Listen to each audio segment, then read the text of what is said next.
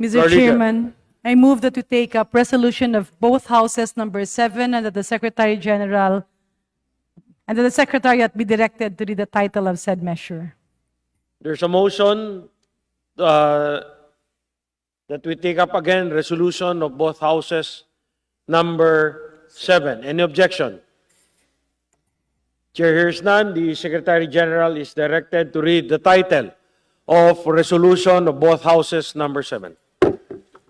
Resolution of both houses number 7, entitled A Resolution of both Houses of Congress proposing amendments to certain economic provisions of the 1987 Constitution of the Republic of the Philippines, particularly Articles 12, 14, and 16. Mr. Chairman, the parliamentary status is that we are in the period of interpellation with regards to the advertising industry. And for this purpose, I move that we recognize the Honorable Gabriel Bordado of the 3rd District of Camarines Sur for his interpellation. Mr. Chair, inquiry lang po, Mr. Chair. The Inquiry Honorable lang. Mr. Chair, Floor Leader. inquiry lang po, Mr. Chair, since kanina we have a representative from the College Editors Guild of the Philippines na bahagi din po ng ating maging mga future mass media practitioners. And since we're talking about advertising, then Mr. Chair, maaari din po nating mapakinggan yung inputs ng representative from CEGP. And I think hindi lang po na re-recognize pa, Mr. Chair, sana po mabigyan ng pagkakataon to deliver their opening statement. Thank you, Mr. Chair. Saan yun? Mr. Chair, I move for a 1-minute suspension. O, ba't natin? Session is suspended. No?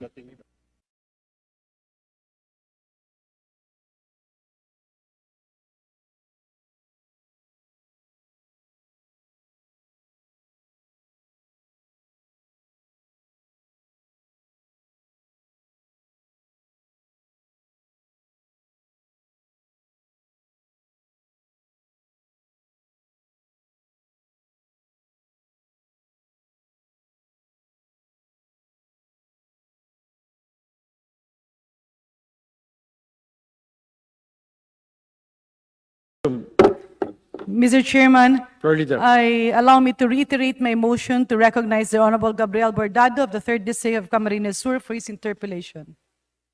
The Honorable Gabriel Bordado is recognized. Please proceed with your interpellation.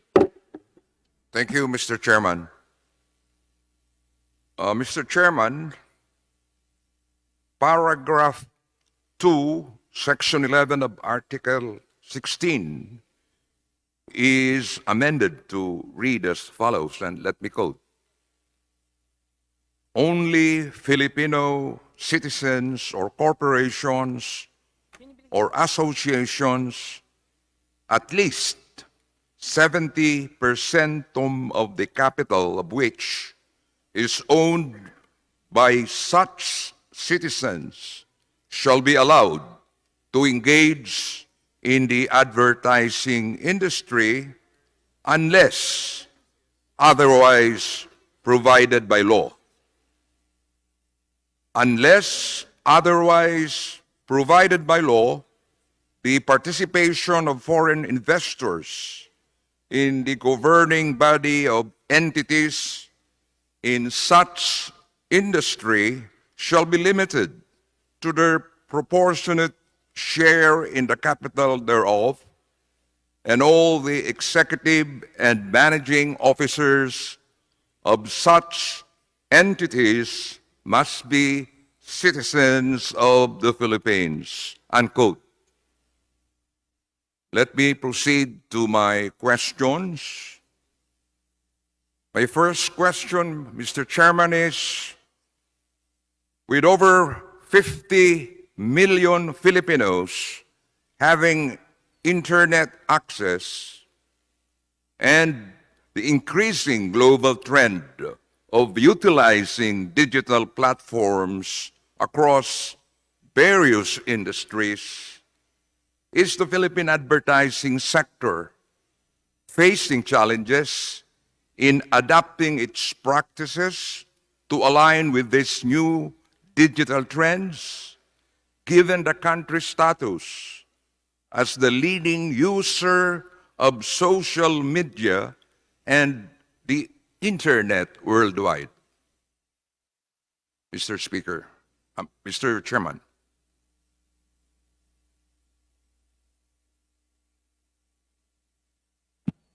Representative Bordado.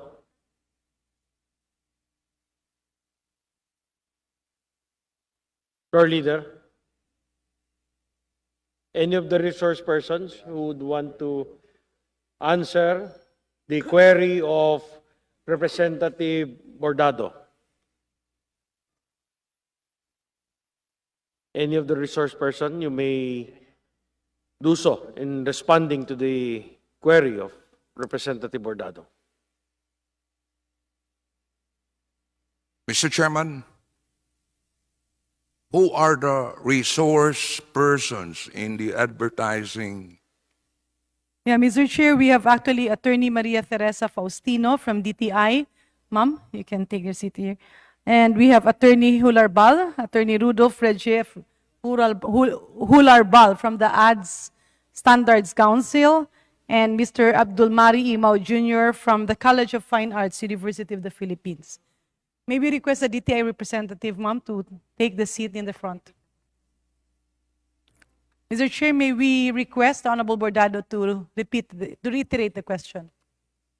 Okay, Representative Bordado, Mr. Chairman. please repeat your question. My question is, with over 50 million Filipinos having internet access and the increasing global trend of utilizing digital platforms across various industries, is the Philippine advertising sector facing challenges in adapting its practices to align with these new digital trends, given the country's status as the leading user of social media and the internet worldwide?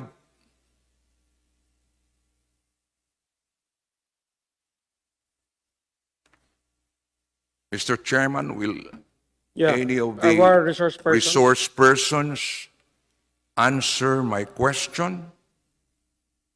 Mr. Chair, may we recognize Attorney Hularbal of the Ad Standard Council? The chair would like to recognize Attorney Hularbal. Thank you, Mr. Chairman. Please proceed with your response. The Philippine advertising industry has also adapted to the digital trends, both in terms of creative as well as placements. In fact, there is an emergence of digital marketing agencies that are focused on making placements in digital platforms. These have not existed, rather their emergence came about 5 years ago to adapt to the digital trend.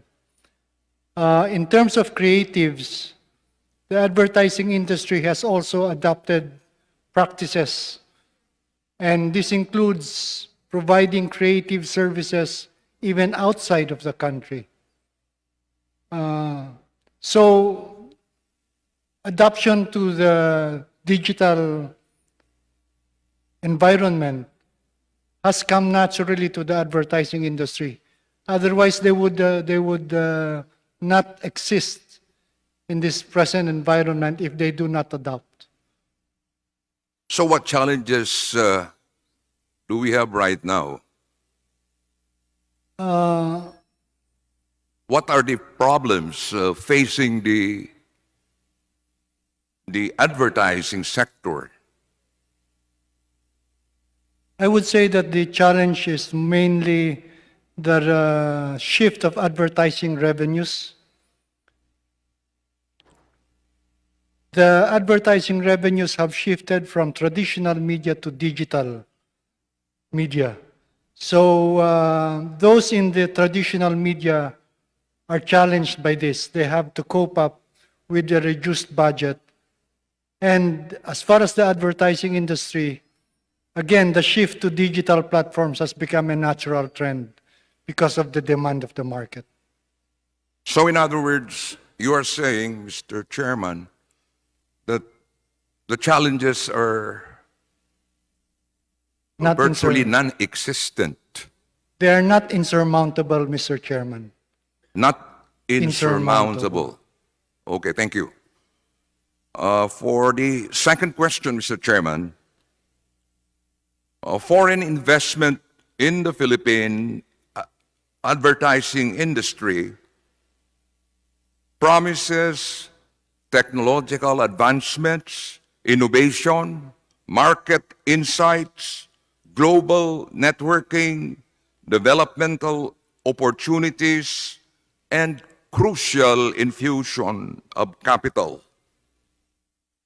But, Mr. Chairman, is amending the Constitution essential to attract foreign investors, or could vital industry improvements be accomplished through enacting new laws?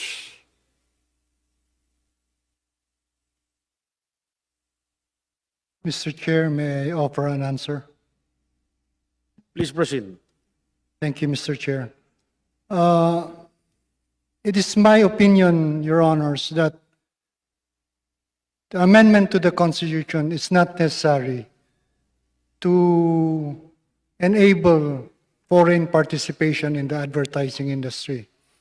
In fact, there are many ways by which foreign creativeness or skills can be utilized without changing the equity position currently existing. The business models have also changed because of the digitalization and the technological trends.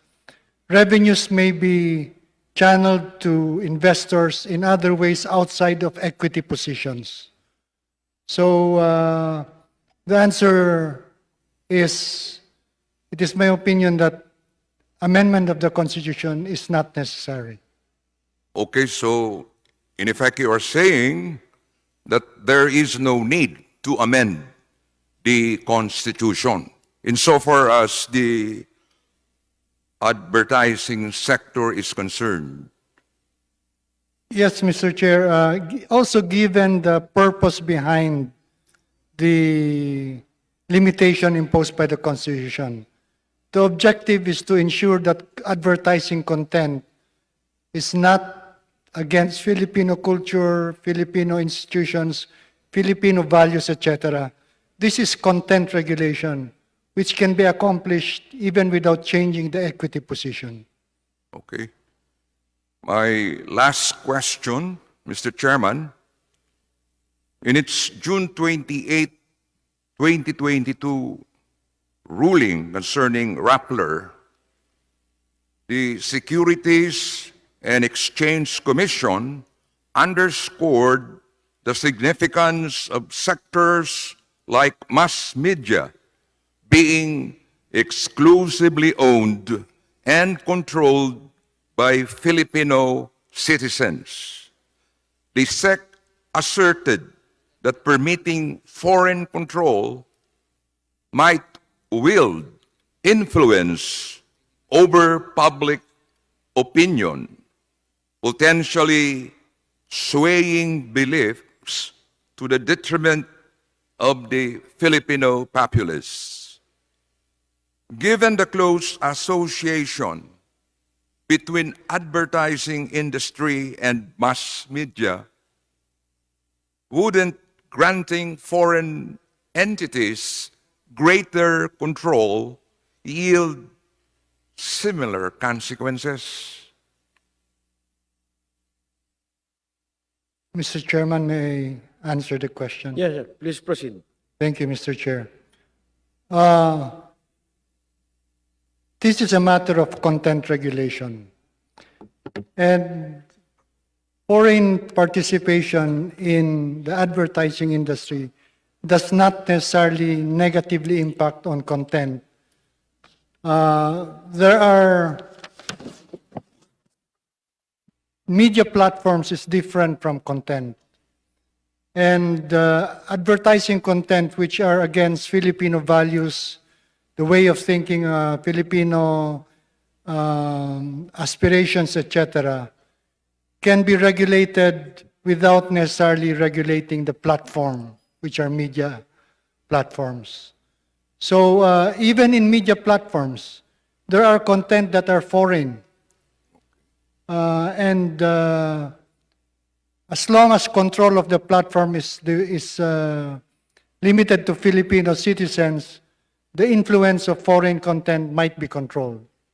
In the case of advertising content, they are again placed in media platforms in the Philippines, radio stations, television stations, own platforms such as internet websites.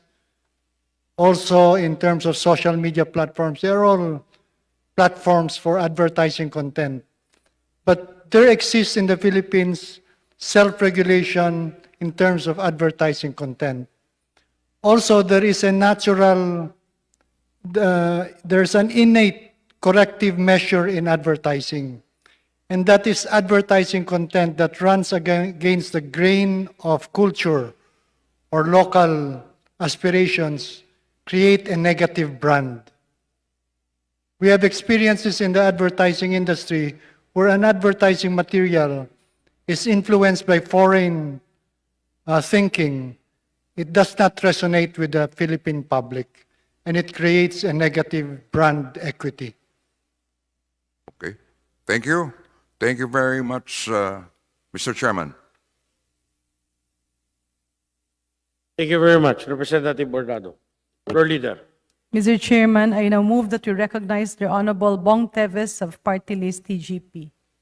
The Chair would like to recognize Representative Bong Teves Jr. of TGP Party List. Mr. Chairman, He's not around. Floor Leader. May since he's we- not around, I move that we recognize the Honorable Arlene Brosas. The Chair would like to recognize Representative Arlene D. Brosas. Please proceed with your interpellation. You have 10 minutes. Thank you, Mr. Chair. Mr. Chair, what I am getting, Mr. Chair, doon kanina sa mga tanungan, blooming naman yung industry natin, ad agency industry natin, ano, rito. Kahit na hindi full foreign ownership ang allowed. Yun po yung nagigets ko. At baka mas magkaroon pa ng disadvantage for local advertisers, baka maging biased pa at saka mas ma-recognize yung mga kumpanya sa labas kung gagawin natin ito. Mr. Chair. Anyway, Mr. Chairman, do we have any data to show the number of advertising companies who are foreign-owned? And how does this compare to the number of advertising companies who are fully Filipino-owned? Meron po ba tayo niyan? Mr. Chair, I can only speak or give data pertaining to the 4As, that is the Association of Advertising Agencies in the Philippines. There are about 60 member advertising agencies of 4As, and 40% of that, or 24 of them, have foreign investors. So that is the data. There are new types of agencies, which are the digital marketing agencies.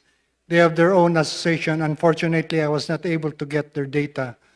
There's also the media agencies, which are different from the creative agencies. So creative agencies are more concerned about the creation or formulation of advertising campaigns. The media agencies are concerned with placement of this advertising material in media platforms. digital marketing agencies are those that focus on digital advertising platforms. I'll probably hazard to say that there are more than 100 advertising agencies, inclusive of these three types of agencies. Mr. Chair, do we have a PSA member here? Kasi baka sila yung nakakaalam ng data, no? The Philippine Statistics Authority.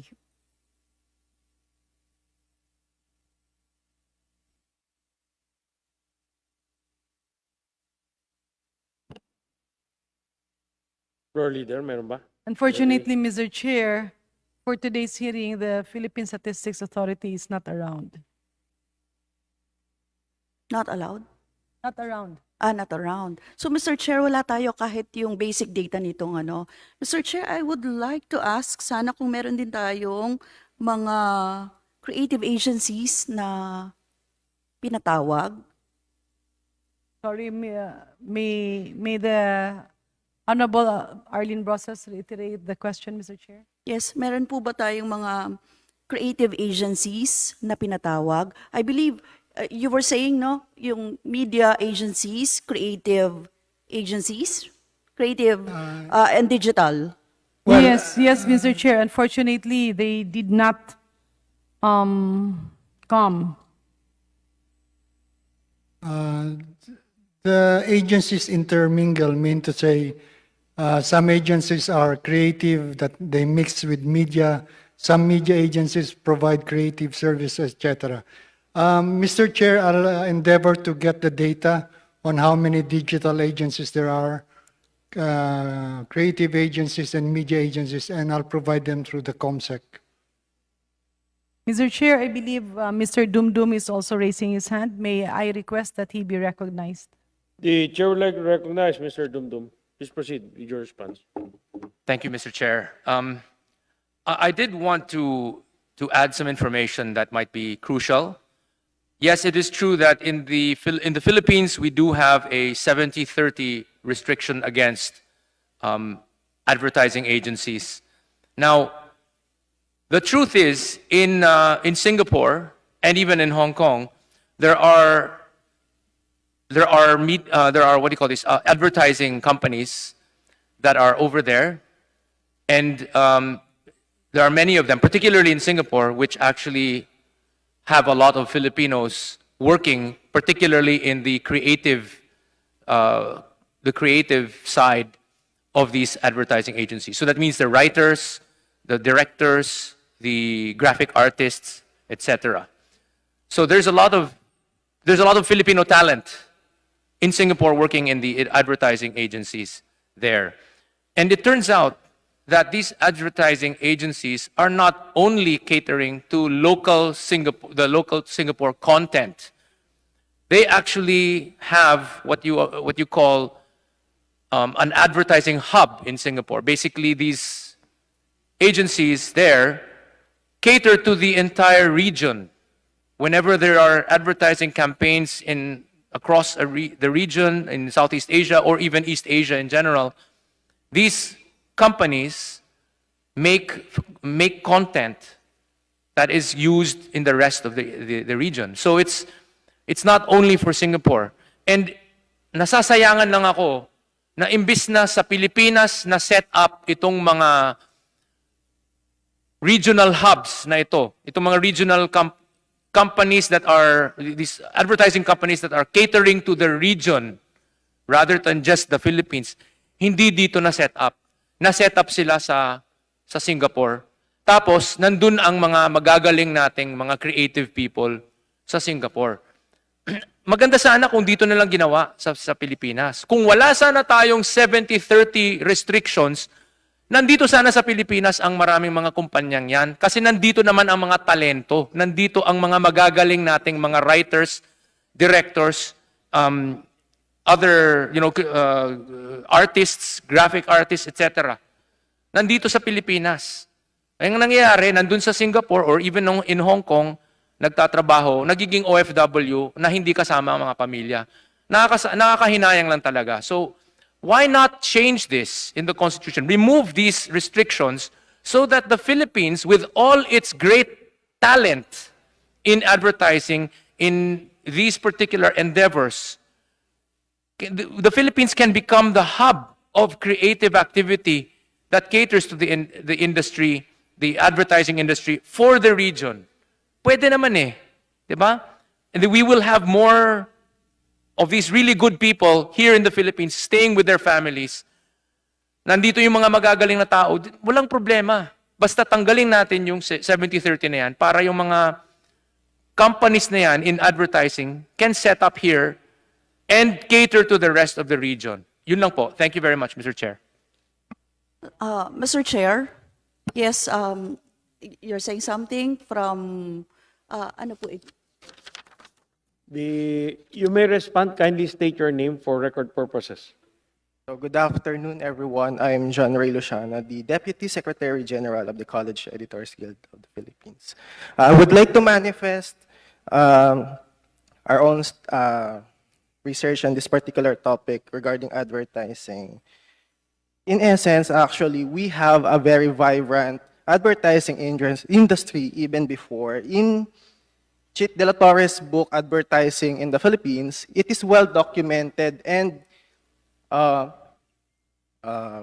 manifested that advertising since then had been a booming industry in the Philippines, showing and showcasing our local culture, protecting our identity, and promoting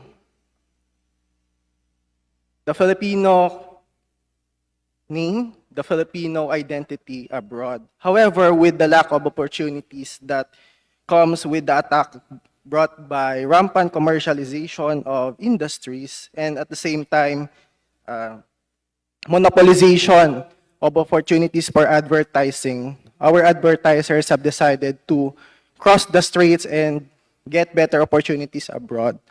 If we are ever to push for charter change, maybe we should think of supporting our advertising industry once again and let this industry come back to life. Yun lang po. Yes, Mr. Chair, naalala ko kasi we did the creative industry, 'di ba, bill, law na actually, 'di ba, bill last time, and the issue of those na nagtatrabaho sa ibang bansa sa creative industry ay yung protection pa nila ng mga Pilipino, yung protection nila. Hindi pa nga yung kung nandito 'di ba? Kasi parang it doesn't matter, borderless na 'di ba? Parang ganun yung gets ko, Mr. Chair. Mas yung pangangalaga pa sa karapatan at kagalingan ng mga Pilipino na nandito sa mga industriya na ito na lumalabas din sa ating bansa at nandito rin sa ating bansa mismo.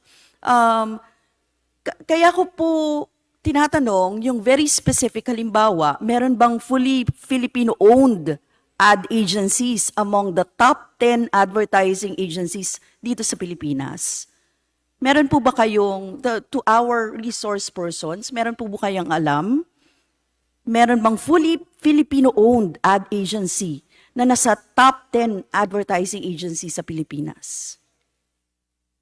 Mr. Chair, I think if you're talking of the top 10, these have foreign investors. Foreign. In terms of competing for projects, mas may edge ba ang may foreign equity ad agencies versus fully Filipino-owned sa ngayon?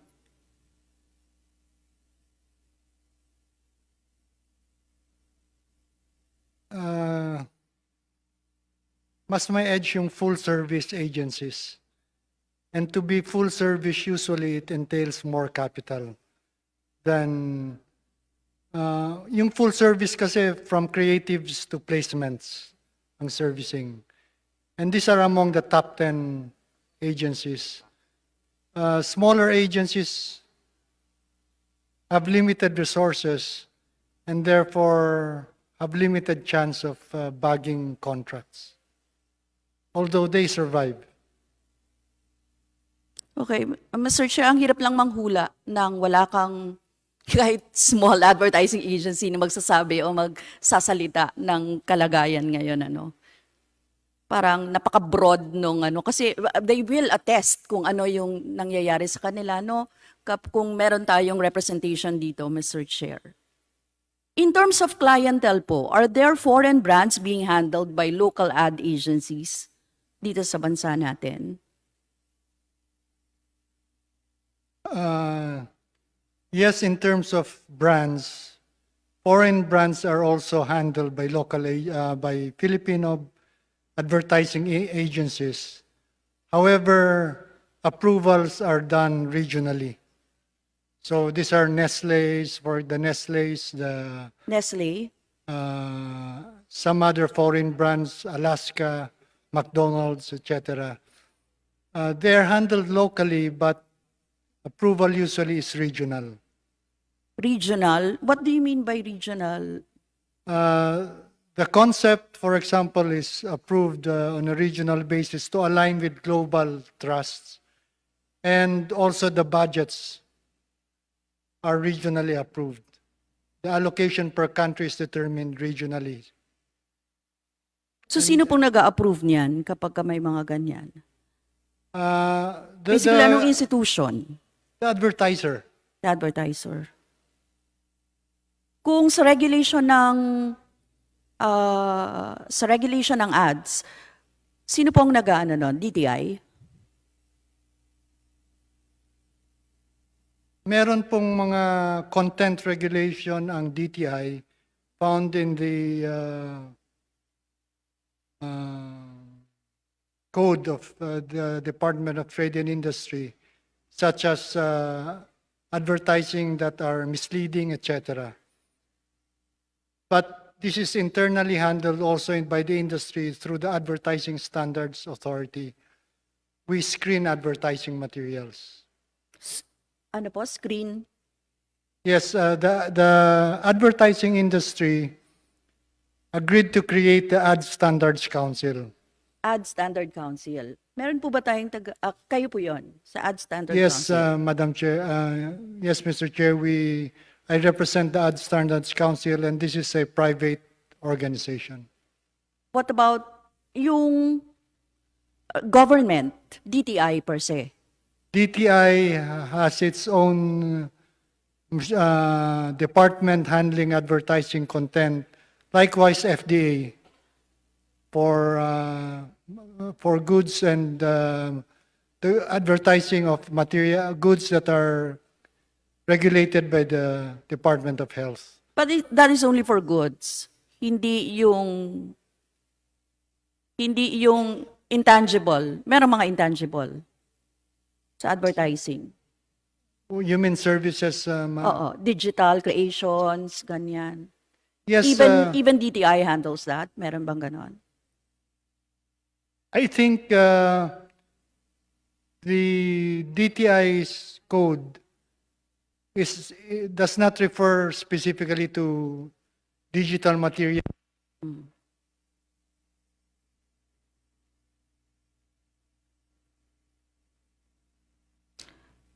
So, Mr. Chair, may we know from DTI, ano ang inyong nire-regulate?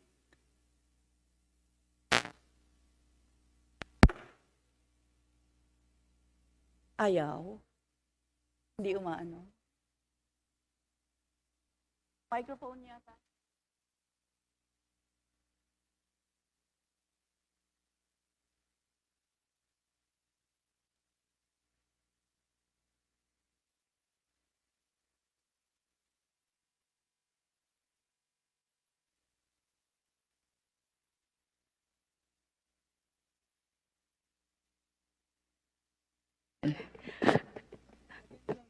Hindi abot.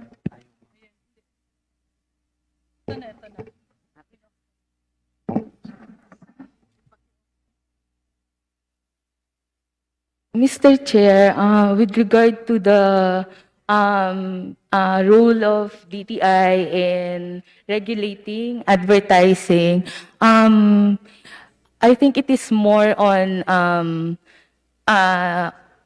for the interest of consumers. in line with the promoting and advancing consumer welfare, we make sure that the products are as advertised, the truth in advertising, so to speak. With regard to the question on digital advertising, I have no information as of now po, Mr. Chair. Pero what is the role of DTI dyan? Meron ba? Pag sa Mr. Chair, pagka sa ano sa yung sa Digital digital advertising. advertising, Creative economy? ang so far po yung ang naging role talaga ng DTI is more on the tangible products, ensuring the quality and safety ng product. As of now, I am not aware if meron na po on role ng DTI on the regulating on services po, ano? So, wala po akong information as of now. Yes, please. Mr. Chair, the Consumer Act of the Philippines provides standards in advertising, such as truth in advertising, misleading advertising content, etc. And this does not distinguish whether they're going to be placed in digital platform or traditional media. These are advertising standards that cuts across any type of advertising material. The Food and Drug Administration has also regulations pertaining to advertising of regulated products. FDA, pero tangible po yung products din. Yes, Hindi. tangible products. And in case there is a violation of the Consumer Act or FDA's rules and regulations, a cease and desist order is issued to the advertiser so that the media platforms will discontinue the advertising material. So sa inyo pa rin yon, kayo rin ang No, Regulate. insofar as the Consumer Act is concerned, we are in coordination with DTI. We collaborate with them. And more often than not, the cease and desist order are coursed through us, and we serve it upon our members. That is also true with FDA. Okay. Mr. Chair, there's a growing market for digital advertising. Has the Filipino ownership and management of ad agencies been negatively affected by the changes in types of advertising now? Meron bang ganon? Mr. Chair, in fact, the Philippine advertising agencies have benefited from the digital platform or advertising in the digital platform. Also creatives for that matter. So hindi kayo naapektuhan? Hindi kayo negatively affected by... Maybe in terms of media placements, because digital platforms such as social media platforms have their own advertising platforms where you can place advertisements without coursing it through a digital agency. Direct placements, Google Ads or Facebook. Is advertising covered by free speech? To a certain extent, because commercial speech is also protected by the Constitution. But it is, of course, not superior to political speech. Eto po, if the management and the heads of advertising companies are foreigners, how will this affect the types of ads that are to be produced?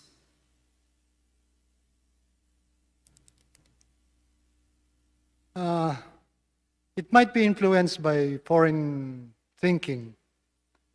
But in terms of whether or not it will be allowed in advertising platforms, such as radio, television, or digital platforms, there are advertising standards that protect Filipino interests. And if the material is negative or is is not consistent with Filipino culture, Filipino values, etc., this would not be allowed under the standards of the Advertising Standards Council. Yes, kaya may regulation na ganun. Pero kapag fully owned and may full ownership yung ano yun? Paano pag ina-advertise niya, 9-dash line? Ano yan? Sa China yung ano? The Paano maapektuhan yung ano? Mr. Chair, the gatekeeper would still be the media platform. Just to give an example, a couple of years ago, a food chain produced a material where the grandfather was passing a sandwich to the grandson under the table to influence a response from the grandson. The advertising material ran for a couple of days until a negative reaction came from the public, because although passing a sandwich under the table might be acceptable to Western culture, in the Philippines it means bribery. And therefore, the advertising material was pulled out of media platforms. In the digital platforms such as Facebook and YouTube, the advertising material might be pulled out because it is inconsistent with acceptable community standards. So there is self-regulation, and there are corrective measures to ensure that advertising materials are consistent with the culture, locality, and practices, aspirations of the country or community where they are placed. Actually, that's my dilemma po eh. Hindi po ba kapag naging fully owned at fully managed ang advertising companies ng foreigners, instead of Filipinos, the types of ideas to be pitched and to be given will be less Filipino-centric and instead will have foreign influence that may be against or anti-Filipino? Mr. Chair, again, a brand will not advertise if it will create a negative image. And so if an advertising material is not acceptable to the community that it's being aired or showed, it will not be a successful campaign.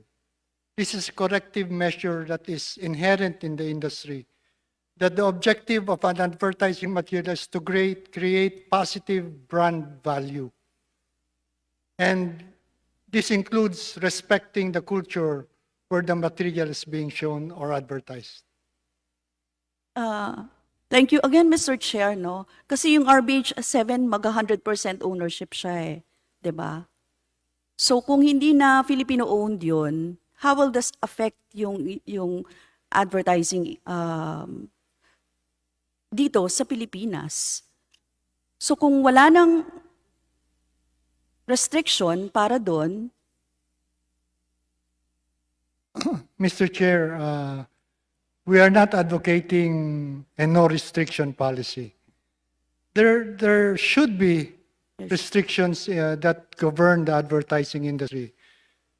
Equity is just one of them, but content regulation is another.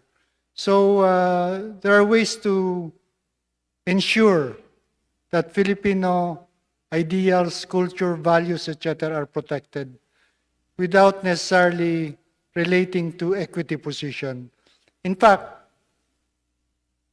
again, whether it is maintained at 70-30 or more favorable to the foreign investment, because of the nature of the industry and the borderless and technology making businesses borderless, we feel that foreign influence would still be in advertising material with or without the change in the equity position.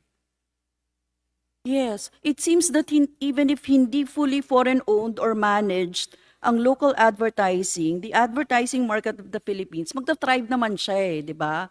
So, with the current Philippine Constitution, that executive and management control of the advertising agencies are fully Filipino, there is assurance that ads that are shown in the Philippines are locally inspired and imbibe Filipino views. Ngayon, bakit kailangan nating ibahin yung gumagana naman sa atin, hindi naman sira, di ba? So, yes. Mr. Chair, if just to add context, I think the debate has really been about the equity structure. In constitutional history, the second paragraph of Section 11 is special to the advertising industry. So, of all the capital restrictions in the Constitution, this is the only one where there is a special restriction on the private industry regulation. And the reason why it's like that is because there is a recognition, even as early as 1987, that the content regulation of the advertising industry is largely private. So, for example, to the Advertising Standards Commission, that is because there is a free speech exposure to the advertising industry. So if if the representative would want to consider, for example, that the advertising industry is 70-30, it is a constitutional recognition that it has both public utility but also mass media elements.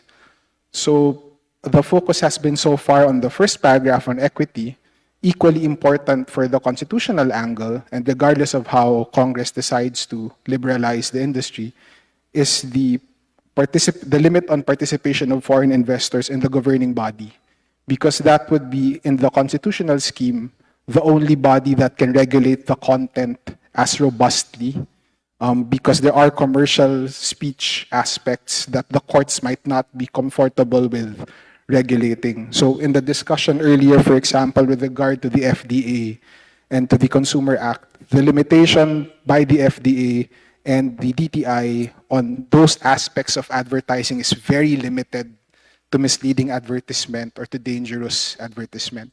And so there's a lot of reliance on the private governance of the advertising industry, hence the second paragraph of Section 11, which I understand will also be liberalized in RBH number 7. Yes, kaya nga highly speculative din na sabihin natin na hindi magbabago yung mga regulations and everything kung ganun kung 100% ownership na ng foreign. So kung mag-apply, does it apply pa rin? 'Di ba? Mr. Chair, kaya yun yung mga dangers, no? Doon sa if they will pitch in anti-Filipino sentiments, paano yun, 'di ba? How will we do that? Mr. Imao, please. Mr. Chair, may I share an opinion lang on discussions within the academy concerning the fields of art and culture, is that the liberalization of the creative industry, such as advertising, probably, is one form, will have some effects on the newly enacted Creative Industries Law, which aims to strengthen the rights and capacities of creative firms, artists, artisans, creators, workers, indigenous cultural communities, content providers, and stakeholders in the creative industries. This effect, yung napapag-usapan namin, and concerns involve ownership issues of creative outputs, which means that these foreign firms will own even creative outputs that concern our cultural heritage and identity. We need to study its impact on a national strategy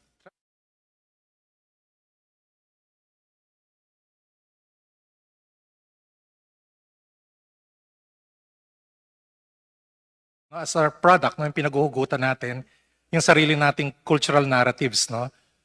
Since the final say of content generation will rely on foreign approval and foreign ownership. Kaya yun lang po yung mga lumalabas na usapan rin within the academe, na pinag-aaralan namin ngayon kung ano yung not necessarily repercussions, pero sa effect with the newly instituted Creative Industries Law. Thank you, Mr. Chair.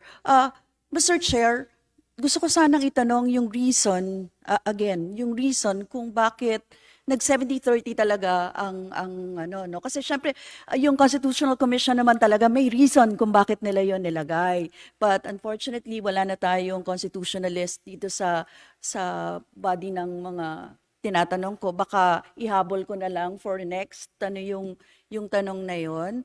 And meron pa bang gustong magsalita? Siguro si Mr. Takase? Yes pa. So Mr. Chair, Attorney Tamase, then si John Ray Luciano. Mr. Chair, just to respond to the representative's question on why the decision was a 70-30 decision, 70-30 equity restriction. So the records of the Constitutional Commission would bear that there was initially a debate whether to qualify the advertising industry as mass media on the one hand, which would subject it to 100% foreign ownership, 100% Filipino ownership, or a public utility along with telecommunications, which would subject it to a 60% Filipino ownership. I think somewhere along the debates, Why did they come up with 70-30? because When in the public utilities, 60-40 siya. yes, because Mr. Chair, there was a recognition that the advertising industry or the advertising had both a public utility aspect but also a mass media aspect. So it was caught somewhere in between. There was a recognition that advertising, for example, would be able to influence potentially consumers, and it also had effects on consumer welfare. So that makes it closer to, that would be the public utility element in terms of regulability. But at the same time, because advertising is also done through mass media, and there is a free speech element, then there was a view that advertising was closer to mass media. So in order to split the difference, there was a decision to make it uniquely a 70-30 division. So if I'm not mistaken, even in the current foreign negative list involving other regulated industries, advertising would be one of the few, if not the only one, that has a 70-30 split. And it was precisely because of that unique element of advertising. Now, of course, at the time that the advertising industry was put in the Constitutional Commission, the industry, I think, looked very different from what it is now. So that might be the new element in terms of how we currently understand that provision of the Constitution. Pero now na nag-modernize na, nag-iba na yung itsura, parang how will this affect talaga yung advertising industry, di ba? If I can add, at the time of 1986, when this was being debated, you think of advertising, ma'am, as covering, for example, in newspapers or in TV and radio. And so that's why the association with traditional media is very close in terms of including a higher protection for it and not just a 60-40 protection. Oo, But kasi now, parang pag radyo nun, ibig sabihin kapag pinapakinggan mo, most of the naririnig mo sa radyo, puro mga songs ng foreign. Ganon? Kaya ba? no, I don't think that was the reason. It was more of that they just couldn't qualify it as telecommunications, but they also couldn't cover it fully as media because I think there was a recognition that advertising transcends and the media is the platform, but advertising itself would be separate and discrete. So that's the reason why it was a 70-30. They tried to, I think, split the difference between regulating it as if it were mass media or regulating it as if it were a public utility. Okay. Thank you. Siguro tanungin natin yung mga framers din ng Constitution. I would like to be, ma-clarify ko kung ano specific yon. But anyway, Miss, saan na tayo? Si EGP, no? To supplement the points given earlier po, it was also noted that during the national or the 1986 Constitutional Commission, commissioners have recognized that advertising is an important or is a dynamic conduit of our culture. And at that time, we are on the path of reorienting our values, our principles, no, as a nation that has been always subjugated to foreign interest. So at that point, our commissioners have noted, and according to this Constitutional Commission notes, a reorientation of the values of the Filipino people and media, particularly advertising, have a very important role in the molding of the kind of orientation and national consciousness that people must have. If we cannot liberate ourselves from this kind of control, then we will never get started to what we envision to be a self-reliant and independent country. So the point is, our constitutional framers at that time valued how much we would like to reestablish the Filipino identity, and seeing that media and advertising had this great role in facilitating such, initiated the limitations on the equity. That's my point po. Yes, thank you. Thank you, John Ray. Sa creative economy po ba, meron bang makakapagsabi kung ano ang condition ng creative economy natin right now? For example, ang share ng creative economy natin sa GDP? Is there anybody here?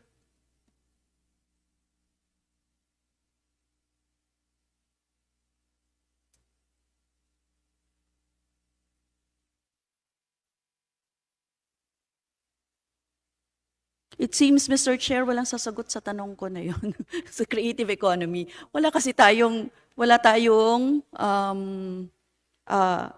tayong resource speaker. Particularly, no, kahit sana yung sa digital advertising, tsaka yung sa creative economy, creative industry related activities.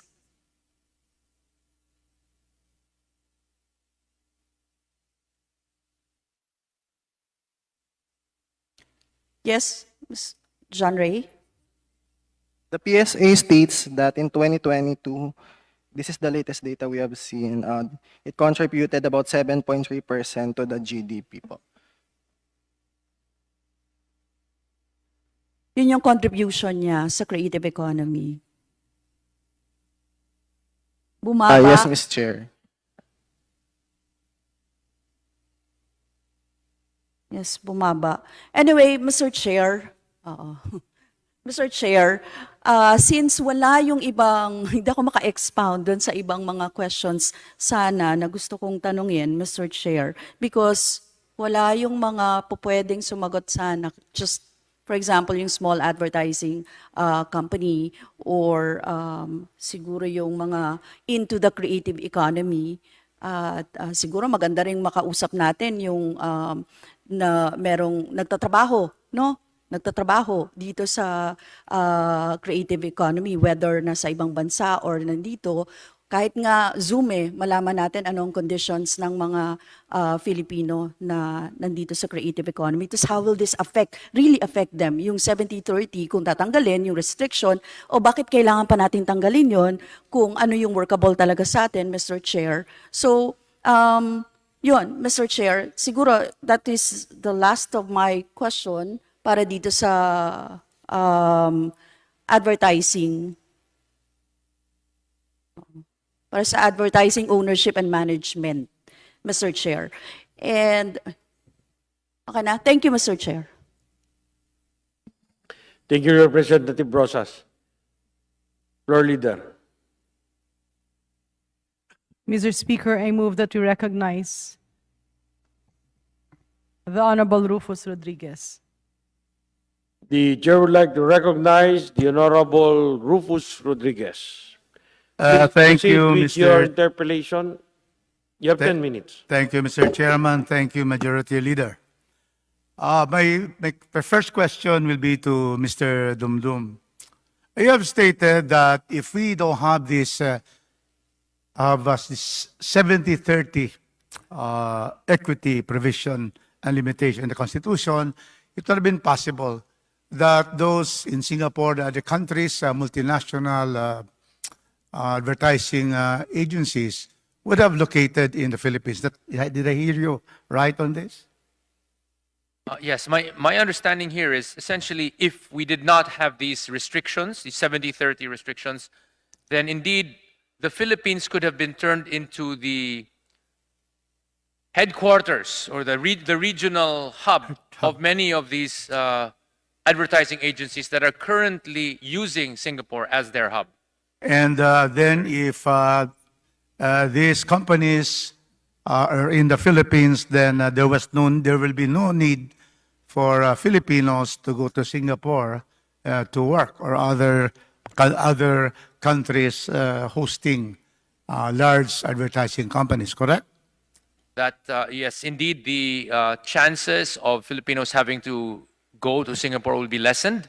I'm pretty sure there would still be Filipinos going to Singapore to work, but at least if we had our advertising hubs or headquarters for the region in the Philippines, there would be so many more jobs for people in the creative industry, particularly in the advertising industry. And indeed, those in advertising, the Filipinos will indeed like to stay in the Philippines because Singapore is the finest city. It finds everything. And it is not very neighborly because Taylor Swift cannot go to other countries like the Philippines. So not neighborly. But that's beside the point, Mr. Chairman. So in other words, if we open it to 60-40, then possibilities are there will be relocations of some regional headquarters here, and it will mean rentals of our spaces in the country, correct? Yes, there will be, well, to begin with, there will be more jobs available to Filipinos. And then, yes, vacant rental units will be used more. Yeah, that would be my next question, that if they will be allowed here at 100%, for example, they put up their regional headquarters here and then rent the spaces which will be vacated by Pogo, because I am the author of already prohibiting Pogo in this country. Would you agree with that? Yes, I do agree with that, Mr. Chair.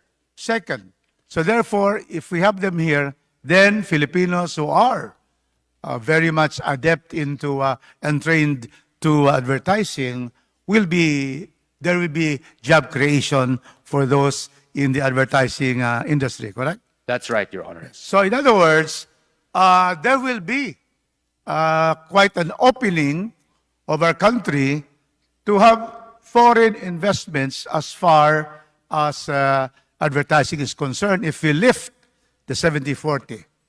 Now, if we digress the records of the advertising industry, we can see that almost, as you have said, and then I will now ask my upperclassman at the UP College of Law, and of course, Reggie Holarbal, a good friend and a fellow UP graduate from the UP College of Law, the best law school in Diliman, because the best law school in Quiapo is San Sebastian College of Law, where I was the dean. So, to Reggie, Reggie, you have stated, and it's a very good observation, that what we have at present is that it is immaterial, to use your words, immaterial and irrelevant. In relation to advertising, whatever we do with the Constitution, it is not necessary, as you have said, because it is now borderless. It is now, through internet and so many other advanced technologies.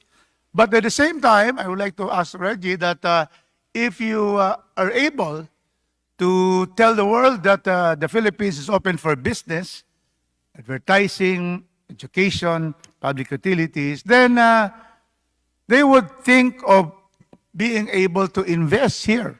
And as I've stated, it will have more jobs to our Filipinos. They don't have to go abroad. Rental spaces and more income in terms of payment of taxes that will finance the 4 Ps, as stated by a good friend of ours, a good colleague earlier. 4 Ps were reduced by 13 billion. So would you not now reconsider your statement, my dear schoolmate, in relation to lifting it so that we are able to get more investments on advertising in the country? Mr. Chair, may I respond? Please proceed. Thank you, Mr. Chair. Yes, a lifting of restrictions on advertising in terms of equity would definitely would be a factor in enticing foreign investment in the Philippines.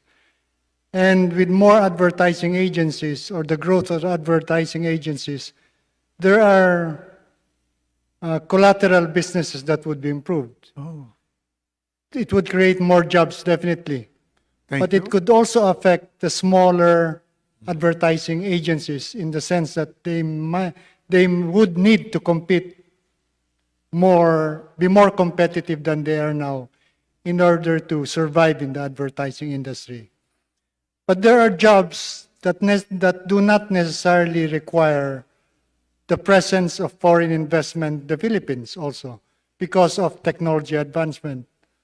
So you would admit, my schoolmate, that opening this up would really be able to create more jobs for our country and more taxes for companies coming in to finance the social programs of the government. Yes, Mr. Chair. Thank you very much, my schoolmate. Now, in a situation like this, you said that of the 10 advertising companies, the top 10 in the Philippines, there is always foreign equity. Is correct? I believe the top 10 agencies have foreign equity. Yes, and but the problem is that they're only limited to 30%. And is that correct? Only 30% for Yes, foreign in terms, equity. in terms That of is the equity, Constitution. In terms of equity, Mr. Chair, Yes. they're limited to the 30%. 30%. And won't you feel that if a foreign entity is going to invest his or her money, giving it only 30% and having no control over the operations of the advertising company would be a lesser attraction than if the foreign entities could come in and control by having 180%. Would you not agree that there will be more foreign participation if we have more than like 60% foreign? Because companies, as we know in business, it's always a matter of control. And in fact, I am really worried that there may be violations of the anti-dummy law because of the 30%. And therefore, I'm not going into that. This is pure speculation, but it's very possible that some of the companies in advertising, which allegedly only have 30%, may have really dummies who are Filipinos, who are really just holders in name of companies. But I'm not going into that because with this amendment, Mr. Chairman, if we amend this, there will be no need for dummies in the entire spectrum of foreign investments. In the case of Fraport, Mr. Chairman, it was found that they violated the 40% and they lost in the Supreme Court. And the government has to refund because it's already paid. And they were over the 40% for airports. So we cannot have a foreign entity coming over and violating the 60-40 on public utilities, and airports are public utilities. So these are the kinds of dangers that we would like to already address so that we can have no more violations about this particular public utilities. There will be no dummies. There will be no violation of the 40% in advertising, 30%, and also education at 40%. And so, Mr. Chairman, we would like to therefore ask our professor from the fine arts, do you still have that position that we have to really be able to just really make sure that advertising should not contradict the Filipino culture, the Filipino identity, and the Filipino vision? Professor Imao, are you related to the national artist? Yes, I am a junior, actually. See, that is why, Mr. Chairman, we are very fortunate to have the junior national artist, Mr. Imao. Thank you for coming here. and giving us, your presence because you also look like your father, but more handsome. So I agree po. Yeah. Are you Mr. going to still stick to your position that we have to control? This is really control of advertising to make sure that Filipino identity culture should be always be preserved. The answer, our distinguished Professor Dr. Imaw. Thank you, Mr. Chair. The position right now, no, technically, of the College of Fine Arts is to continue the discussions with regards to this Okay. proposed amendments. No? Kasi nga, as I've said before, it has effects in relation to the aims and aspirations of the newly minted Creative Industries Law, Yes. in which it is a national strategy to promote one culture within the region. So what better in hindsight, what better people to promote that and to create a national strategy would be the Filipinos themselves, no? We are open. No? There is the discussion that it is unavoidable that liberalization to a certain degree and globalization will affects the industry, especially in the arts and culture, no? As we mine yung ating mga cultural and artistic narratives as our basis for content production. Pero yun nga, with the entry of foreign nationals and companies, syempre, nagiging worried rin kami how we can prepare. No? I'm limiting my concern within the academe, no? How we can prepare our students for a new ecosystem, samantalang may problema pa may mga existing problems pa tayo na na-experience within the art ecosystem and cultural ecosystem itself. No? Ang paniniwala namin is patibayin muna with our existing laws and regulations and with the institutions we have such as NCCA and its adjacent agencies, the programs that addresses strengthening identity.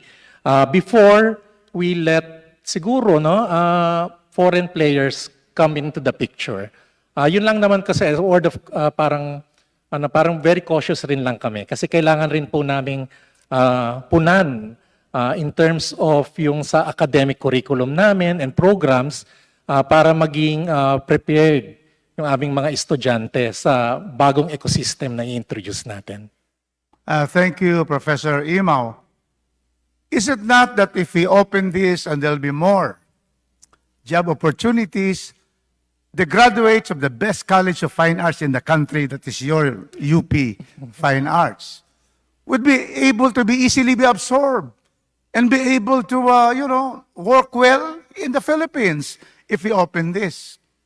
And of course, being scholars ng bayan, they have been inculcated with so much national identity, national culture, the regard for our identity. I don't think that there is a chance that our graduates of UP would stray from the mission of being scholars ng bayan, that we will always preserve our culture and our national interest. Don't you agree? First, I thank you that you're still studying. Probably after hearing me, your study will be on the side of pro RB87. Can we hear you now? You're graduating really excellent students because no other university. UP is the national university. It is by law the national university. CHED does not even have a say on what UP will do. And that is why you have the academic freedom to be able to make your students the best, not only in the Philippines, but the world. So can we hear you now that opening this up will make our students, be attracted and will now really be working in the Philippines and not relocating themselves abroad, Professor Imaw? Yes, on my personal opinion, Mr. Chair, it will open up additional opportunities for our graduates, definitely, no? Because as much as we want, no, to create or to help, no, educate yung mga artist and creative industry leaders natin, no, we want them to be globally competitive. Can we stop the clock because it's running, Mr. Chairman, when there are answers that should be supposed to be counted on me. So can you go back to 8 minutes? I was watching it and it continued for 3. It's now 11 minutes. You And I don't cannot- know why when I speak, they always include the answers. The distinguished gentleman from Cagayan de Oro, we cannot turn back time. I'll give you more time. That is the best, Mr. Chairman. Thank Okay, you. 2 minutes. Always to 2 the minutes. best majority leader entire House had. Thank you. So now let me continue because you see, it was running. I was always glancing at it because I want to have the particular time. So back to Professor Imao. That is why, don't you also agree that when we put unless otherwise by law, Congress precisely will legislate and therefore make sure that these foreign entities will not violate any of the ingredients and the parameters of Philippine sovereignty, Philippine national interest, national security, and Philippine culture. Because we are only approving an amendment that says that the Congress shall be able to legislate and will invite you again. Because I am sure that this particular RBH will be approved and will have a plebiscite very much nearer than March but May 2025. And when that happens, when these are approved, we will again have a forum like this so that we can hear you again on what are the particular safeguards so that we will not lose Filipino identity, culture, and the art. Do you agree with that? That, Congress can legislate precisely to regulate foreign investments in this country on advertising. Professor Imao. Yes po, I agree on several points that you have raised, Mr. Chair. Ang ano naman namin sa academy is that whatever the decision of the majority in terms of the representations that are being made within this House, no, kung ano man napag-agrihan and it is enacted in law, no, we respond to that, no, in terms of program development, curriculum development. We will do mitigating policies siguro or academic policies that will address kung meron kami nakikitang pagkukulang or may mga we adapt in terms of whatever is handed to us, no. Pero siguro we would like to thank the body for allowing us to at least share yung mga concerns namin na alam naman namin napapakinggan at siguro kahit papaano magre-reflect kung ano man yung magiging mga further policies, lalo na pag gagawin na yung mga IRR at saka yung mga implementing policies, no, with regards to this amendments, no. Kaya nagpapasalamat po kami for this opportunity and rest assured that the College of Fine Arts, upon your invitation po, will make itself available for continued discussions, no, and consultancy with regards to these amendments. Thank you, Professor Imao. I'd like now to go to the DTI. Don't you agree, Madam, that if we lift this particular limitation to advertising, then there will be a lot of transfer of technology, transfer of modern ways in having advertising be that will follow the best practices of the world. So there will be improvements because we now have, regional headquarters. They have a national, they have the world organization in a particular country. And so we will get the best practices already and improve the entire advertising industry in our country. The DTI. Yes po, Mr. Chair. Agree po. I agree po to what the gentleman said. And opening up of this may actually reduce the reasons for some of our kababayans from going abroad and instead be here because there will be more opportunities here. So they will be able to use the skills, the talents here in the Philippines instead of other countries benefiting from them. So we agree with what Mr. Chair has said. On that note, Mr. Chairman, on the note that the DTI is really fully backing RBH 7, we thank also Mr. Dumdum for giving us that overview of what are the benefits of opening up, and my dear classmate who has already admitted that indeed there will be more job opportunities, and to Professor Imao, thank you. You're truly a Mindanaonon, because Mindanaonons have this broader outlook, because we in Mindanao had always been a land of promise. By opening all of these provisions, limiting prohibitions, like for example, Lanao del Sur of Congressman Zia, we will therefore be able to have more investments that may come also to Mindanao, provide more employment, provide taxes for our social programs of the President, who is saying that we should now be with Bagong Pilipinas. Thank you, Mr. Chairman. Thank you, Representative Rodriguez from the City of Golden Friendship. Mr. Leader. Speaker, I now move that we suspend consideration Madali lang. with regards to the proposed advertising. Early there, Representative Lagman. Mr. Chairman, I have some questions with respect to the third topic on advertisement. I hope I can be acknowledged. I already made my reservation earlier. So, Mr. Chair, I move that Your we Leader. recognize the Honorable Edsa Lagman. The Chair would like to recognize the Honorable Edsa Lagman for his interpellation. Please proceed. Thank you, Mr. Chairman. And let me start my question by directing it to Professor Imao Jr.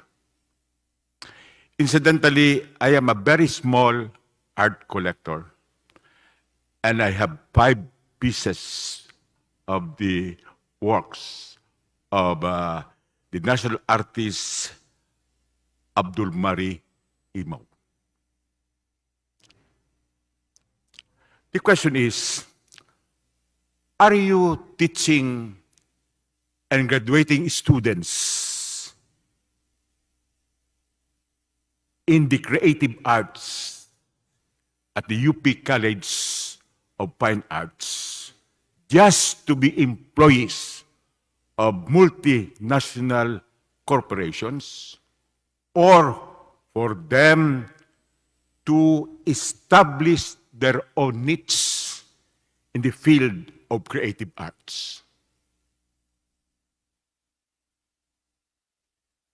Thank you, Mr. Chair, for that question. In the UP, as you know it, UP College of Fine Arts and the rest of the colleges in the university, we are identified as a research university. Therefore, it is not only in a matter of producing graduates who would be industry leaders, no? May they be multinational or national corporations. No? We prepare them also to be independent thinkers. If they want to go into another path and do advocacy works or works that are not necessarily, we say, economically viable as artists, no? Kasi creative industries po yan, no? And we encourage that, no? We allow our students to have a very fair and balanced educational curriculum in order for them to later decide on what path they will choose, no? Will they, are there be good employees of these big and prestigious corporations, or will be serving the nation, no? Yung paglingkuran ang sambayanan, kumbaga, no? Through the arts at culture, no? And we're very mindful of that, no? Of creating that atmosphere in which our students have that choice, no? Or are prepared to make that choice later on, no? Kaya napaka-importante po sa amin na hindi lamang po pinag-uusapan yung economic viability ng kanilang piniling landas sa sining, no? Pero yung napaka-importante rin po rito ay yung pwedeng maging contribution nila sa national identity, national pride, at yung palalimin palalo yung ating kultura at sining, no? Maging contributor sila. The College of Fine Arts has produced around 13, I think, no? I may be wrong, 13 to 14 national artists, no? In the visual arts. And all of them, most of them, have this, kaya kinilala po sila, it's not just because they have become successful in their fields financially, no? Some pwede, no? Pero kinilala po sila dahil yung contribution nila para sa kamalayang Pilipino through the visual arts, no? Kaya napaka-importante po sa amin na balansehin, as much as we want to produce industry leaders that will be in the position to sit in those big corporations, ay napaka-importante po sa amin na mag-train at magturo ng mga estudyante na yung kumbagay sasaloobin at isa sa puso yung paglingkuran ng sambayanan po.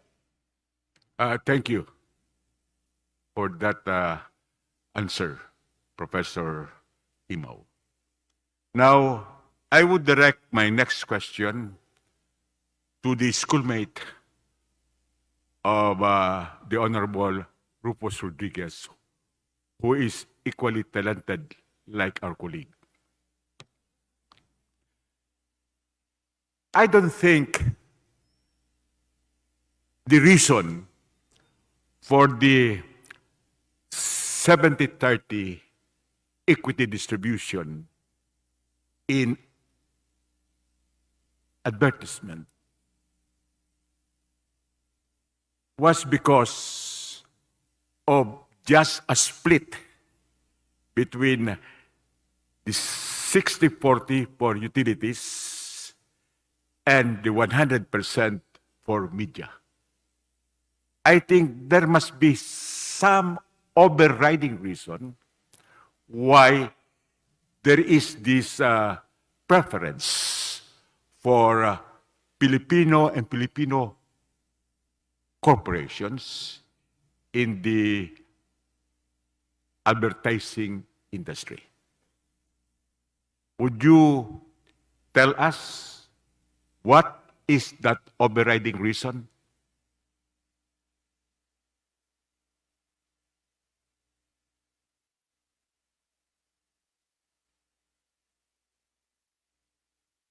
I am directing this question to my panyero, the schoolmate of the distinguished gentleman from Cagayan de Oro City.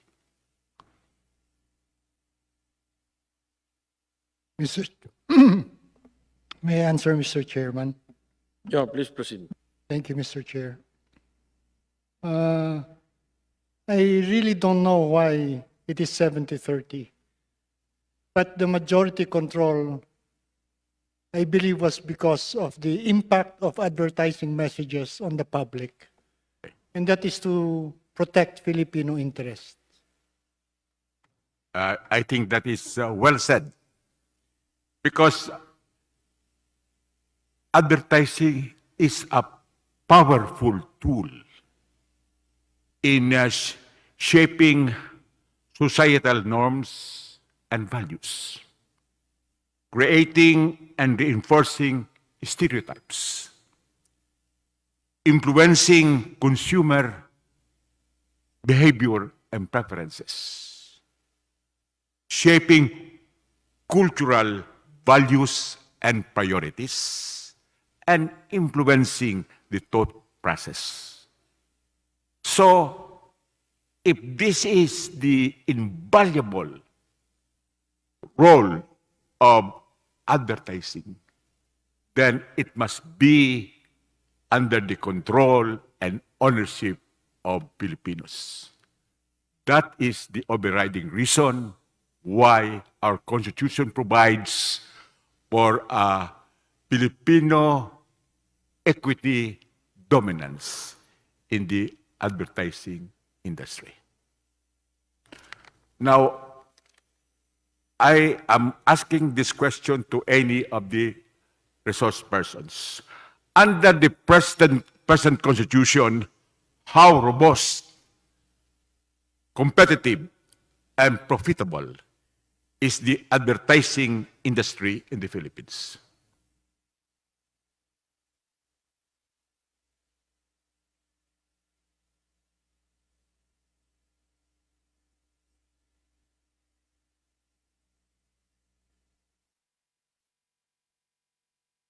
Yes, Mr. Dumdum, you may respond.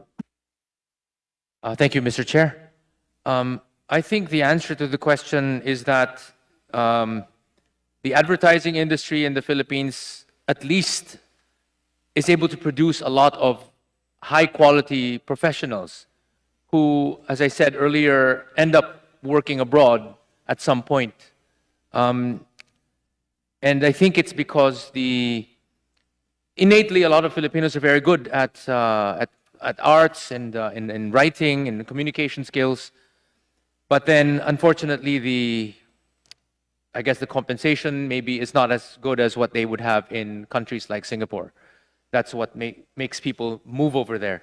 But in terms of producing the talent, we are able to do that here in the Philippines. The advertising companies in the Philippines are able to do that. It's just that perhaps compared to, say, Singapore, the compensation in Singapore appears to be much better.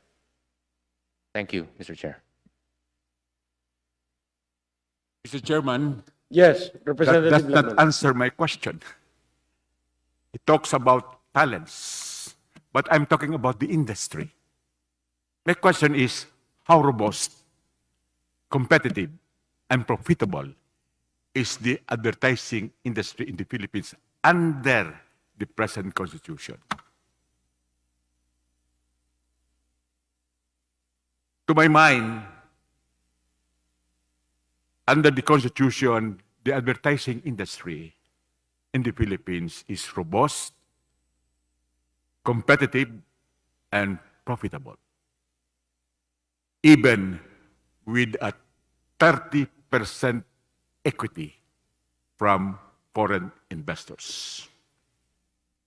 I have seen, Mr. Chairman, the advertisements in other countries, particularly in the ASEAN Pacific region, and I believe the art creations of our Filipino talents are definitely more superior.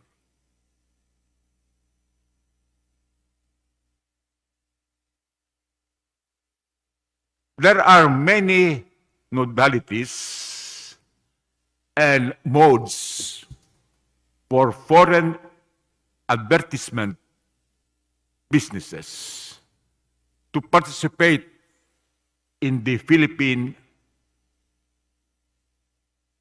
advertising industry without the need of setting up a corporation and investing capital in the country. Is that correct?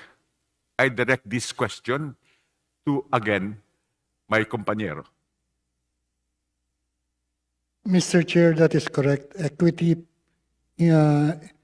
positioning is not necessary for participation in the advertising industry.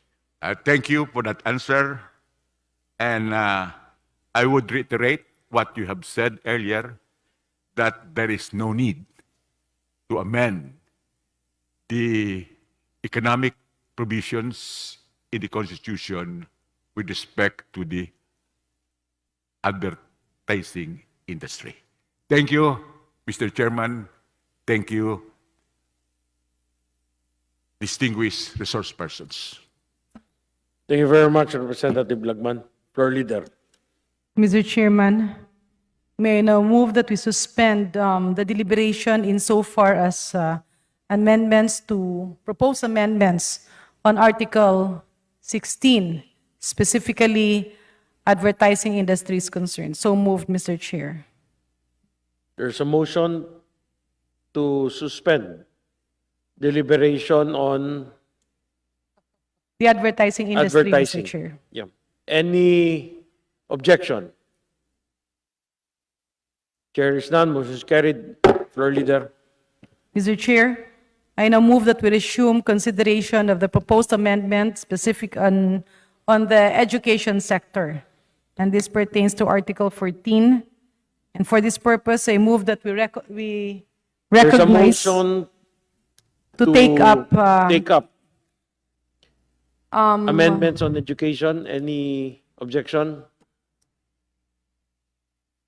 There is none. Motion is approved. Floor leader. Mr. Chairman, I now move that we recognize the Honorable Roman Romulo of the Lone District of Pasig City. The chair would like to recognize Representative Roman Romulo. Thank you, Please Mr. proceed Chairman, with your members, interpellation. You have 10 minutes. the committee as a whole. I already indicated yesterday that I wanted to ask clarificatory questions, especially to former Justice V.V. Mendoza. Justice Mendoza, in fact, was a professor when I was in UP Law. In fact, I was not able to enroll in his class, but I sat in his class because he was known as a foremost constitutional expert. I sat in his class for constitutional review. So yesterday, I did not really have the chance to listen to everything he said because we had other meetings, but there were some things that I heard. One, he said that he had 3 objections to the Resolution 7. He said, first, he said that the insertion of the phrase, unless otherwise provided by law, is in his opinion, objectionable.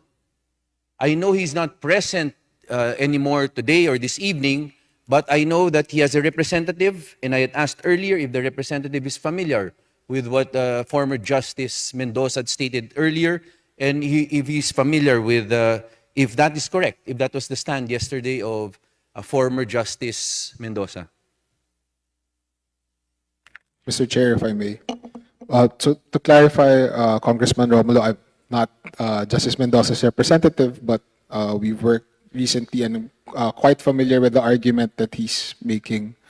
I understand, based on his testimony yesterday, as well as his answers to the interpellations, to the clarificatory questions, that Justice Mendoza views that certain adjustments that Congress may wish to implement to the economic structure of the country, if RBH number 7 is passed, would be contrary to several provisions of the Constitution that are already existing. They will include, for example, Article 2, Section Article 2, which talks about an independent and self-reliant economy.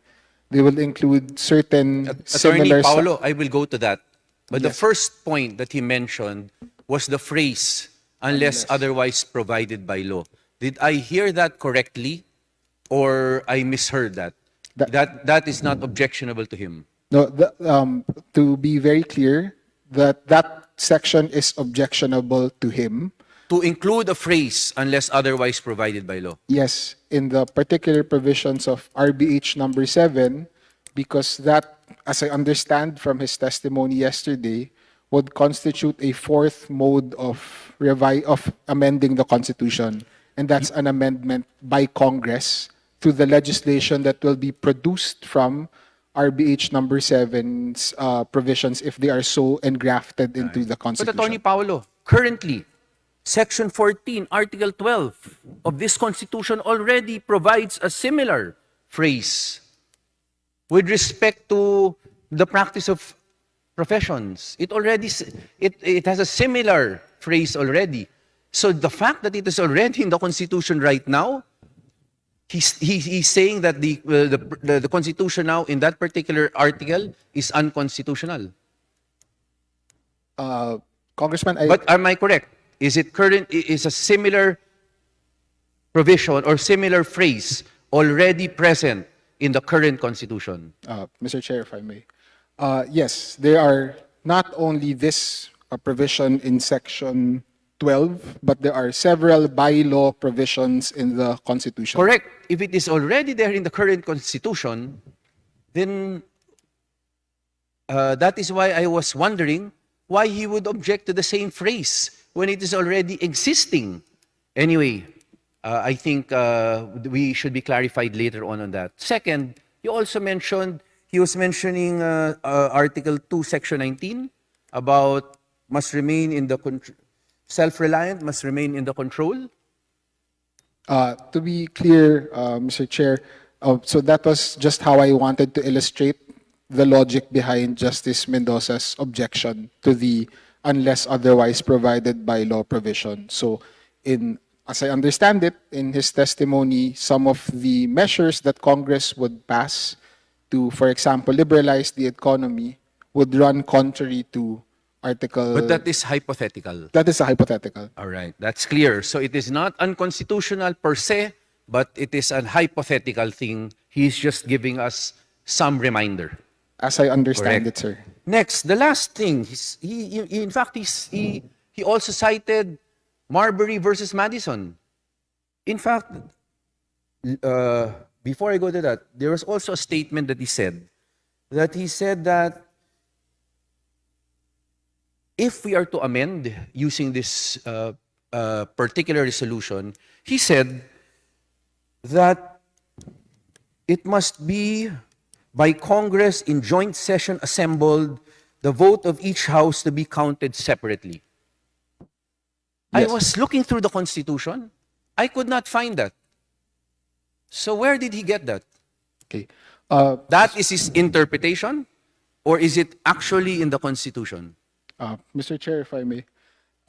The requirement of separate voting and joint meeting is not in the text of the Constitution.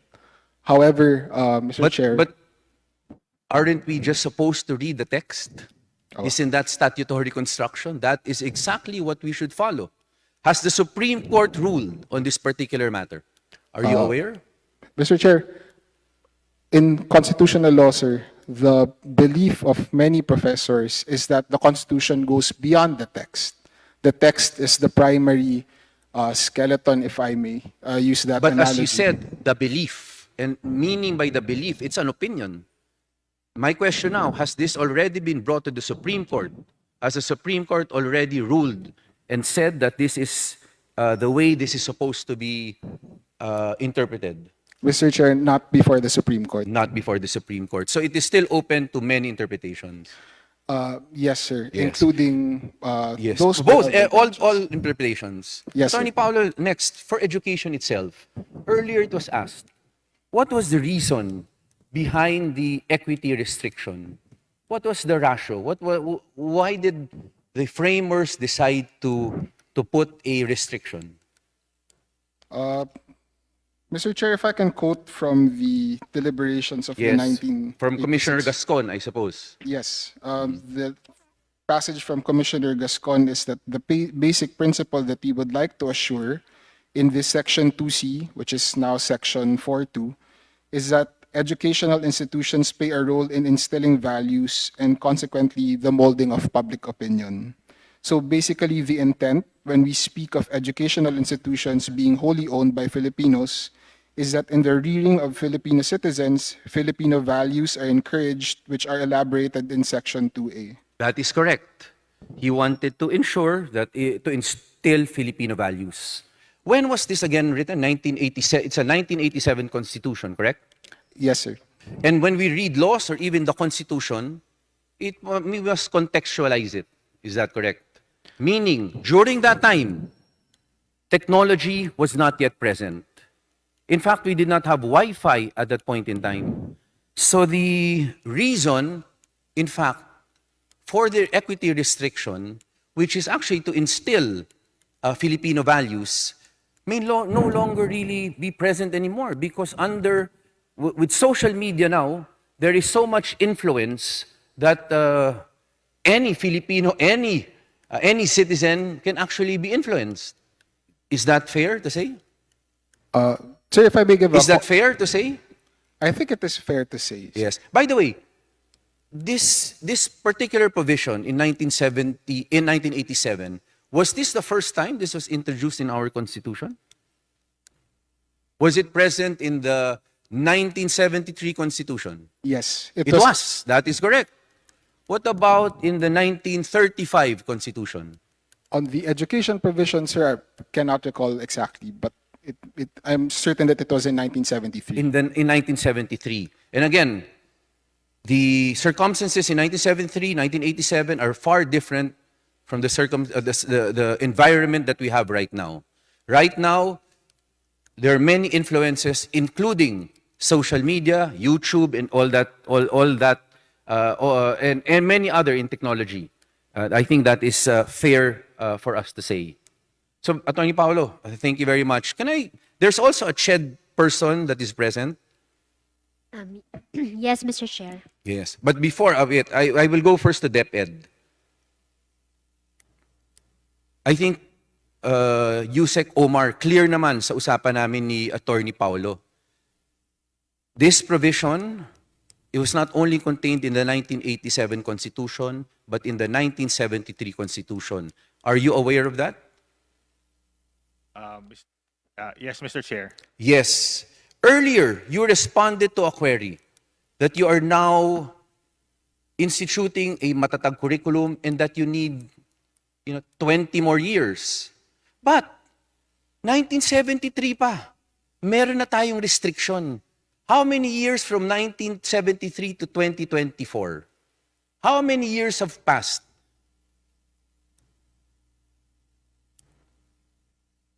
51 years. And in 51 years, the state of Philippine education, based even on EDCOM 2 Year 1 report, is dismal.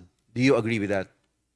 Yes, Mr. Chair. So we've had this constitutional restriction for 51 years, and this is where we are today. Is that fair? That's factual, Mr. That's Chair. factual. Secondly, hindi ba nagkaroon na tayo ng, ngayon, EDCOM 2. So kung nagka-EDCOM 2 ngayon, we had EDCOM 1. Is that correct? Yes, Mr. Chair. Yes. When was EDCOM 1?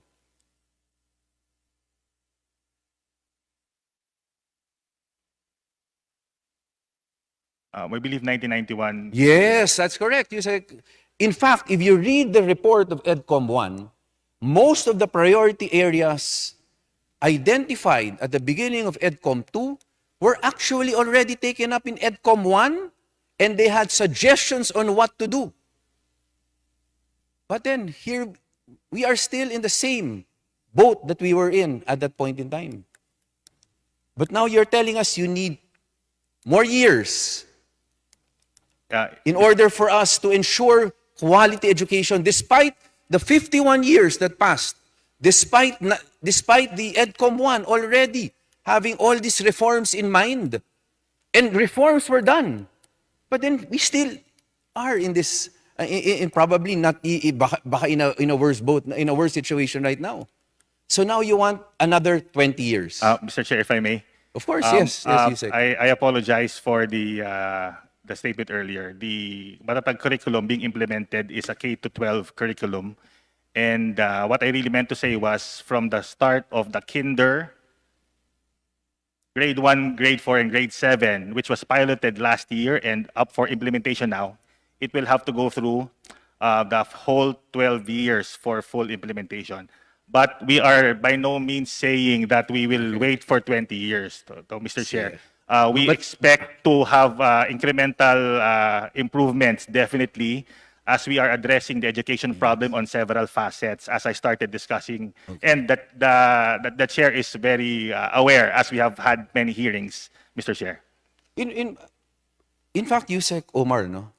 I think when we talk about opening up equity, ownership for purposes of education, we are not talking here about investments really from foreign or FDIs coming in. What we are referring to is quality of education. We want to hasten the quality of education to happen here in our country. In fact, you also said earlier, Yusek Omar, under the current system, pwede naman pala eh. If I may, Correct? Mr. Chair. Under the current system, under the restrictions now, it is, in fact, pwede talaga makapasok yung foreign ownership. If I may, Mr. Chair. Yes. Yes, just again, to preface our statement, the position of DepEd is contained and will remain limited to basic education. And under the proposal, under RBH 7, there is no proposal to modify or change the equity requirement. So all the discussions earlier seem to have connected the DepEd position to higher education, Mr. Chair. Unfortunately, the DepEd completely, if I respectfully may repeat, defers to the CHED and to this august body on how to proceed with higher ed. Mr. Chair. Pasensya na, Yusek Omar, malapit na yung oras ko. Ang dami ko pang tatanungin. So, isi-skip ko na muna yung iba. I will go, because kanina meron isang point about nationalism. Diba? Sinasabi na the moment we allow all these foreigners to come in, we are endangering the Filipino identity, the Filipino culture. Let me ask you, under the K-12 curriculum, kailan huling tinuturo ang history class, ang Philippine history class?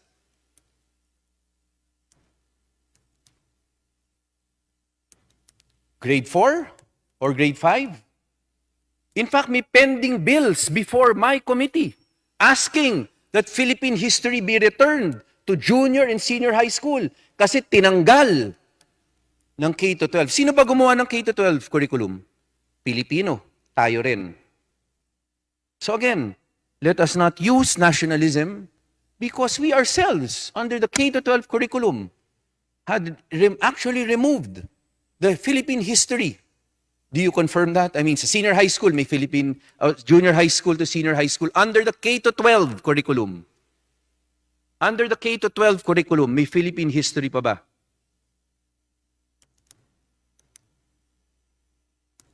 Okay, anyway, you can... Definitely, Mr. Chair, definitely. What we're asking for the details because... Under the K-12 curriculum, meron at that, are they under oath? I apologize, Mr. Chair. We'll clarify. We'll clarify, Mr. Chair. In fact, as I told you, Yusek Omar, there are pending bills before my committee asking that Philippine history be returned, be taught during those crucial stages. Because doon nga yung nationalism, yun ang sinasabi natin eh. But Pilipino ang gumawa ng K-12 curriculum. So tayo rin ang nagtanggal niyan. Anyway, Yusek Omar, sige, marami talagang challenges ang basic education. Pero one challenge, one very important challenge is really, do you have enough teachers? How many teachers do you have in basic education? Bilisan, ay, hindi pala. Hindi counted yung time mo. We have almost 1 million. Almost 1 million. Do you have enough teachers o kulang pa yun? Right now, we lack teachers. Yes, Mr. and Chair. can we both agree that teachers are the most important ingredient for quality of education? Yes, Mr. Yes. Chair. It can be Higher argued. education, matanong ko sa inyo, para maliwanag tayo, anong average passing rate sa licensure examinations between 2009 to 2023 para sa elementary and secondary teachers? So it spans from 2009 to 2023.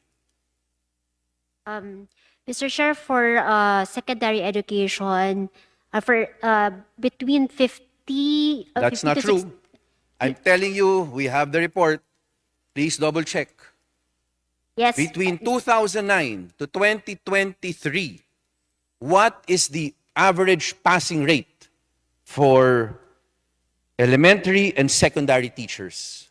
This report was submitted to EDCOM 2 by PRC, I believe.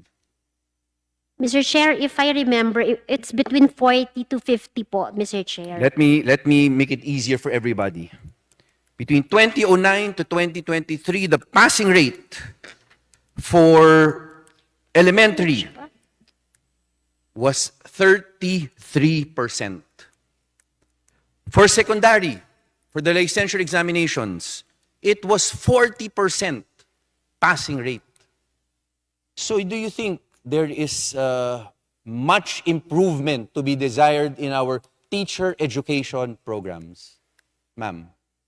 Yes, Mr. Chair. Then the next question is this. Between 2012 to 2022, we have close to 200 HEIs combined na, no? Elementary, giving Bachelor of Elementary and Bachelor of Secondary Education that have no passers at all. Is that the quality of education that we want for our country?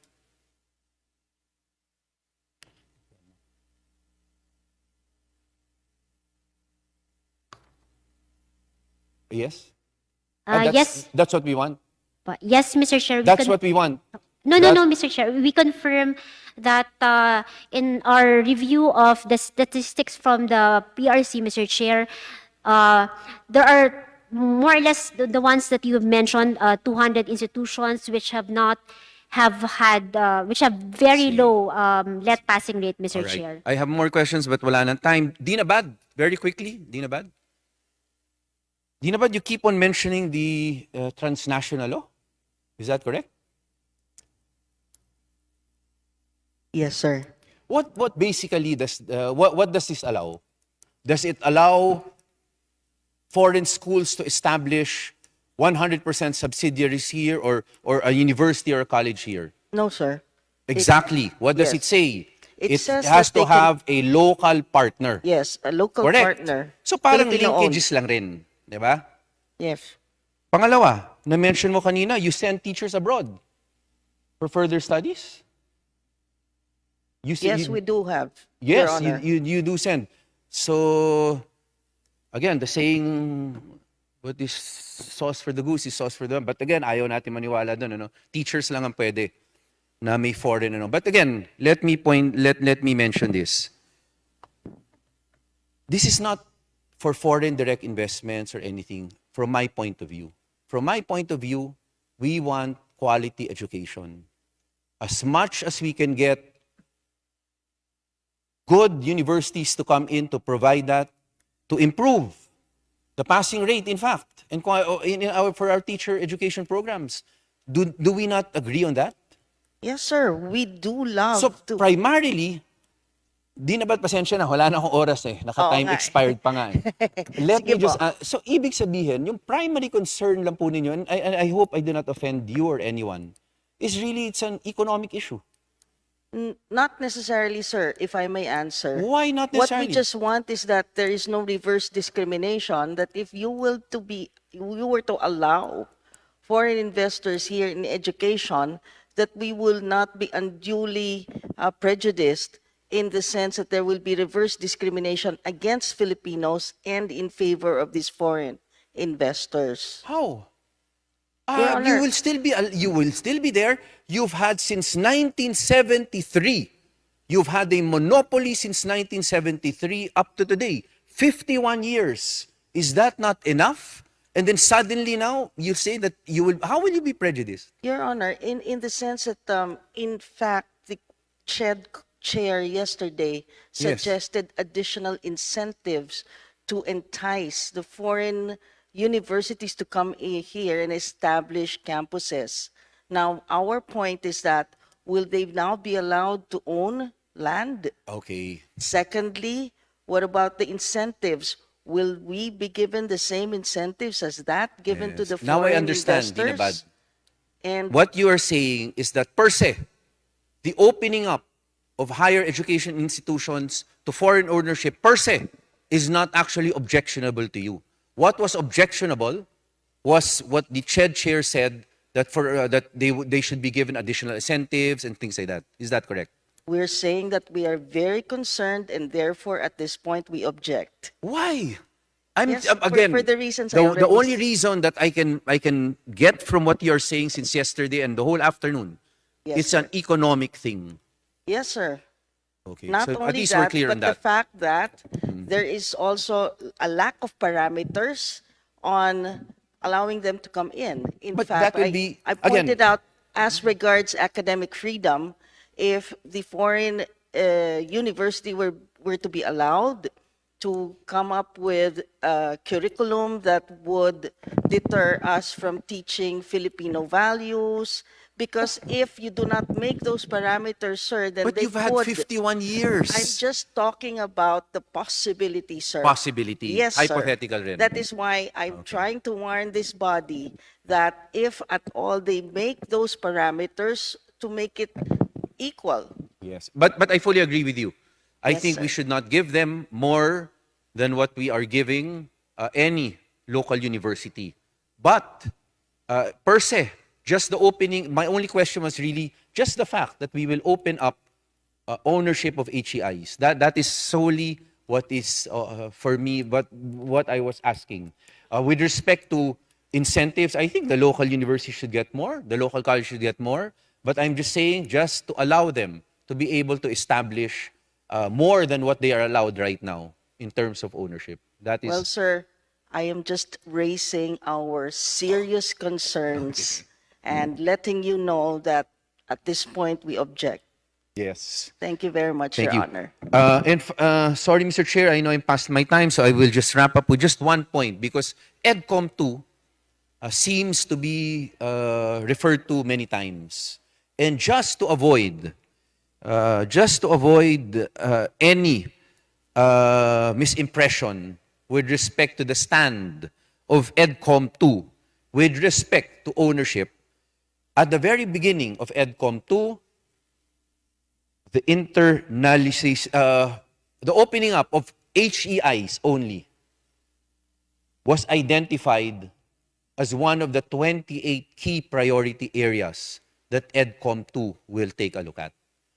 The first year, we took a look at the first 23 already. This year, this particular priority area will also be reviewed. But it's, of course, limited to HEIs. So with that, Mr. Chair, if there is another round, then I will again ask the other questions I could not ask. But thank you to our resource person. Thank you, Chair. Mr. Chairman, I now move that we recognize the Honorable Zia Alonto Adjong, the 1st District of Lanao del Sur. Representative Zia Alonto Adyong, please proceed with your interpellation. You have 10 minutes. Thank you, Mr. Chairman. Thank you, Majority Leader. Bismillahirrahmanirrahim. Mr. Chair, let me lay down the premise of my questions. Mr. Chair, back in 2013, there's a study done by Varghese, and I would like to quote a portion of this study. With the expansion of the knowledge economy, the knowledge produced by the higher education sector and the skills possessed by graduates are becoming deciding factors in promoting economic progress and social welfare. This is also being reinforced by a study done by World Bank in 2002, and I would like to quote an excerpt from that study.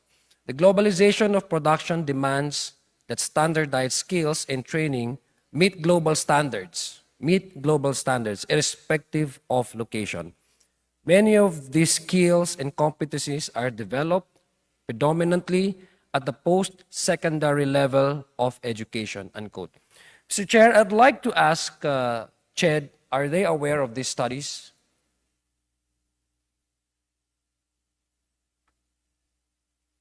Yes, I think, yes, Mr. Chair.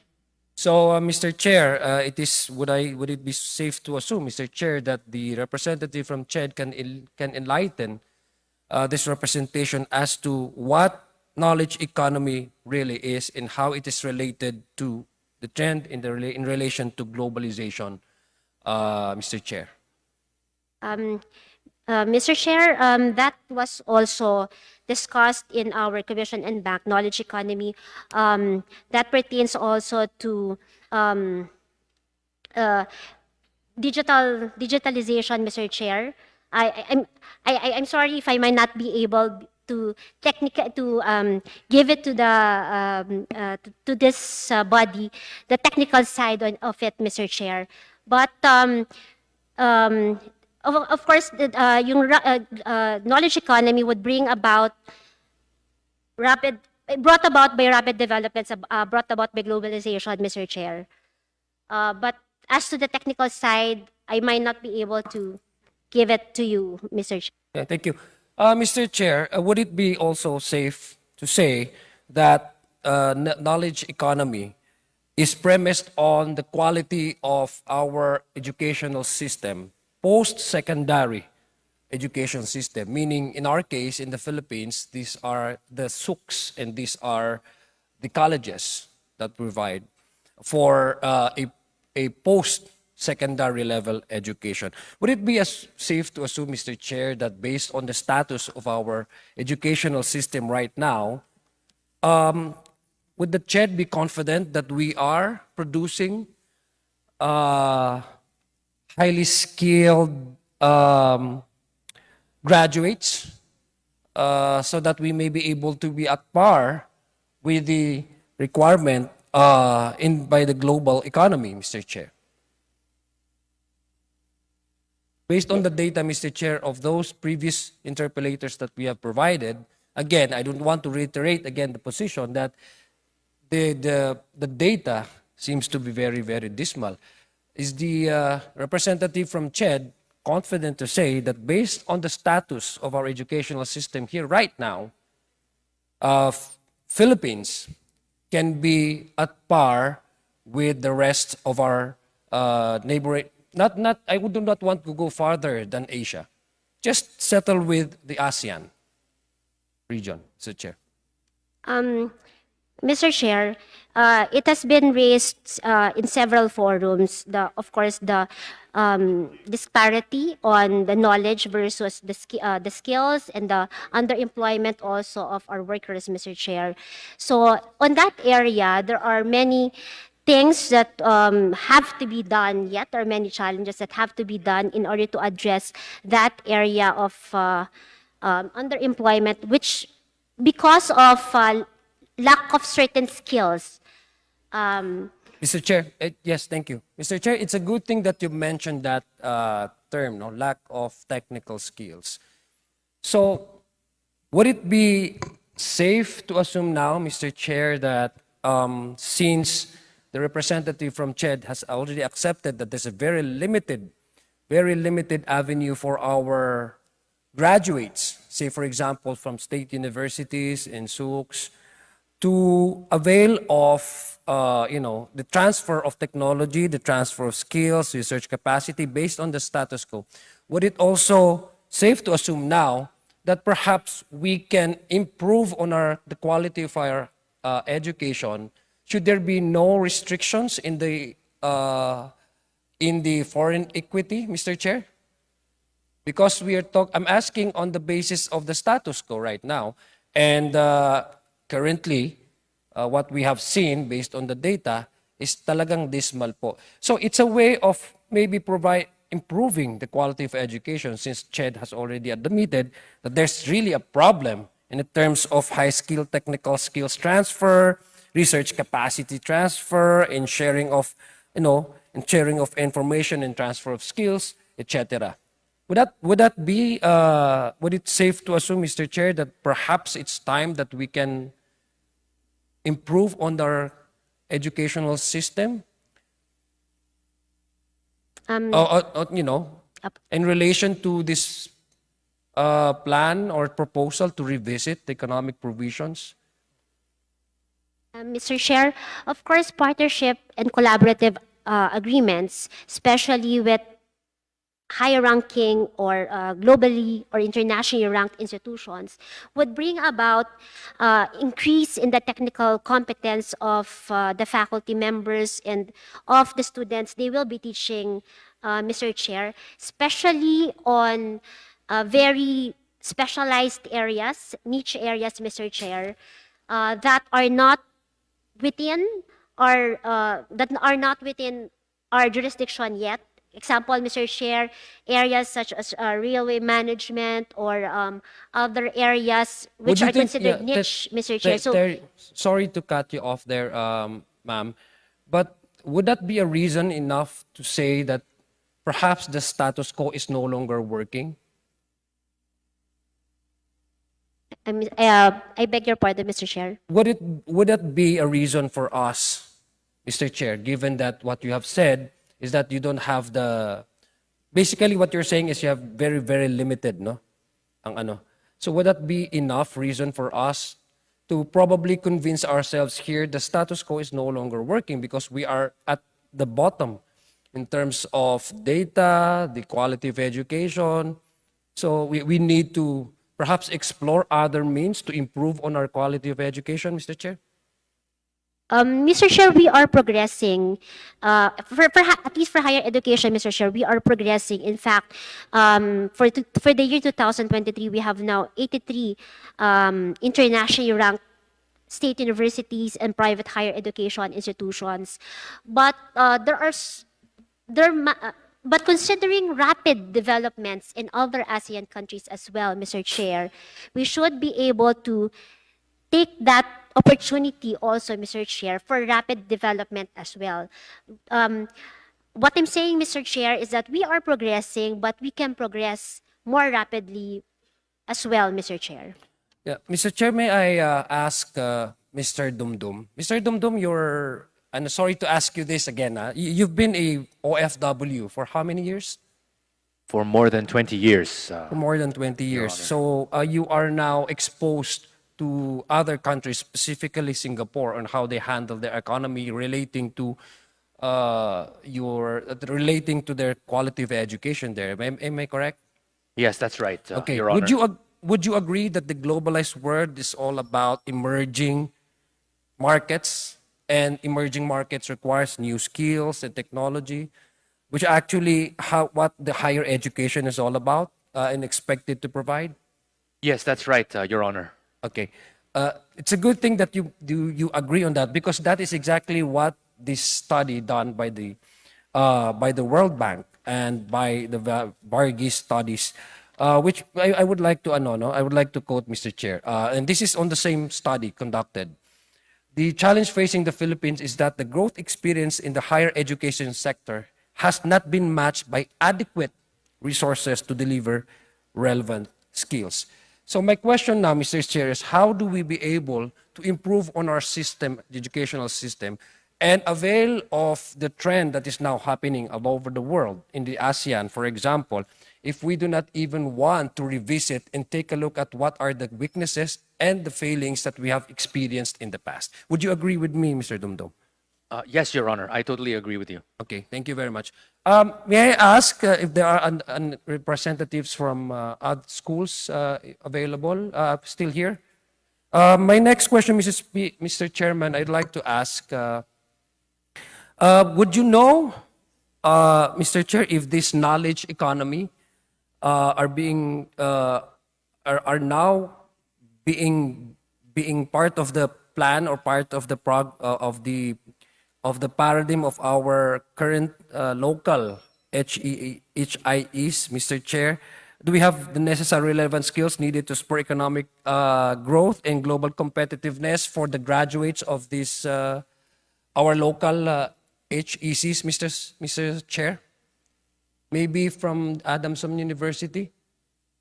Do you impart in your policy, Mr. Chair, that you are in your current, for example, curriculum, you are also appreciative of the study conducted by World Bank and that you are also producing highly skilled graduates to be part of a knowledgeable manpower so that our country may be able to be at par with the other ASEAN countries such as Singapore and Vietnam now?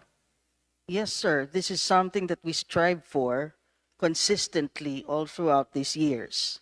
Then why do we still have dismal data in terms of the manpower, in terms of lagging behind, no? In the globalized economic market? I just want to narrow in the ASEAN lang, no? Why do we Your- have that data? Your Honor, If we are very, very successful, Your Honor, I am unable to answer that particular question because I am not in a position to do so. okay, What I thank you. know Yes. would be with respect to our member schools in the Philippine Association of Colleges and Universities, that we do have a high percentage of passing percentages in licensure examinations, and therefore we believe that we have tried as much as possible to supply quality education to our students. Thank you. Can I have the response of Ched?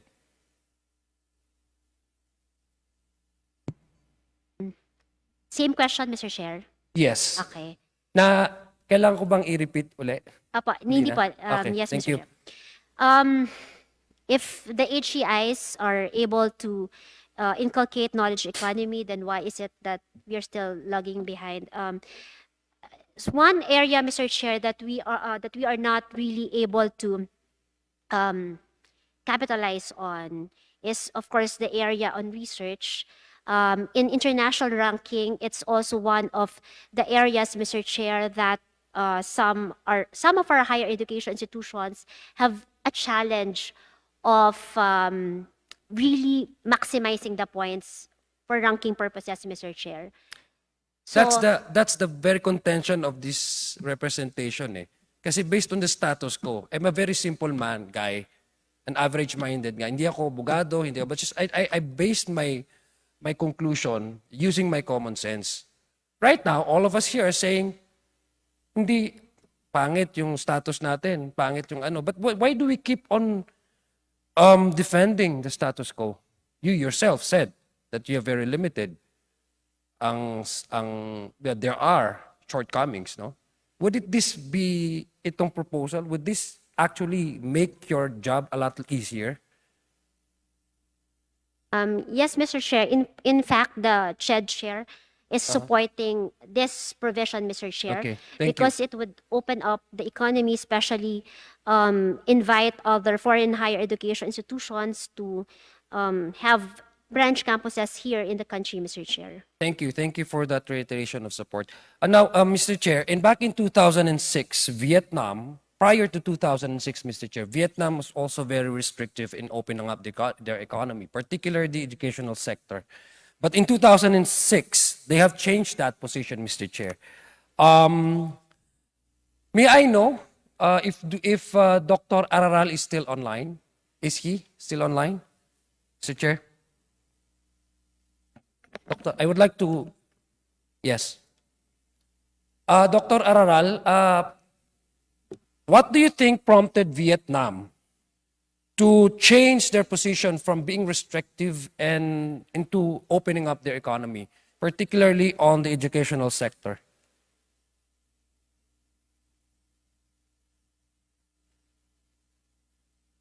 Okay, we cannot hear you, Dr. Araral. Secretariat, Can could you somebody please from the check Secretariat, if, please? our resource person is still online? Can you hear me now? Yes. Yes. Assalamualaikum, Congressman. Alaikum assalam. When Vietnam opened up in the late 1980s, they started off with light manufacturing, mga garments and shoes. But they know that the economy cannot stay very long with low-skilled wages. So they decided to industrialize. So they entered the export market for electronics. But they were just doing simple assemblies.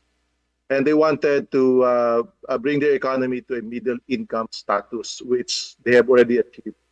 But in order to do that, they need to invite multinational companies. But multinational companies will not come unless the conditions are there, low taxes, infrastructure, skilled workforce, and so on.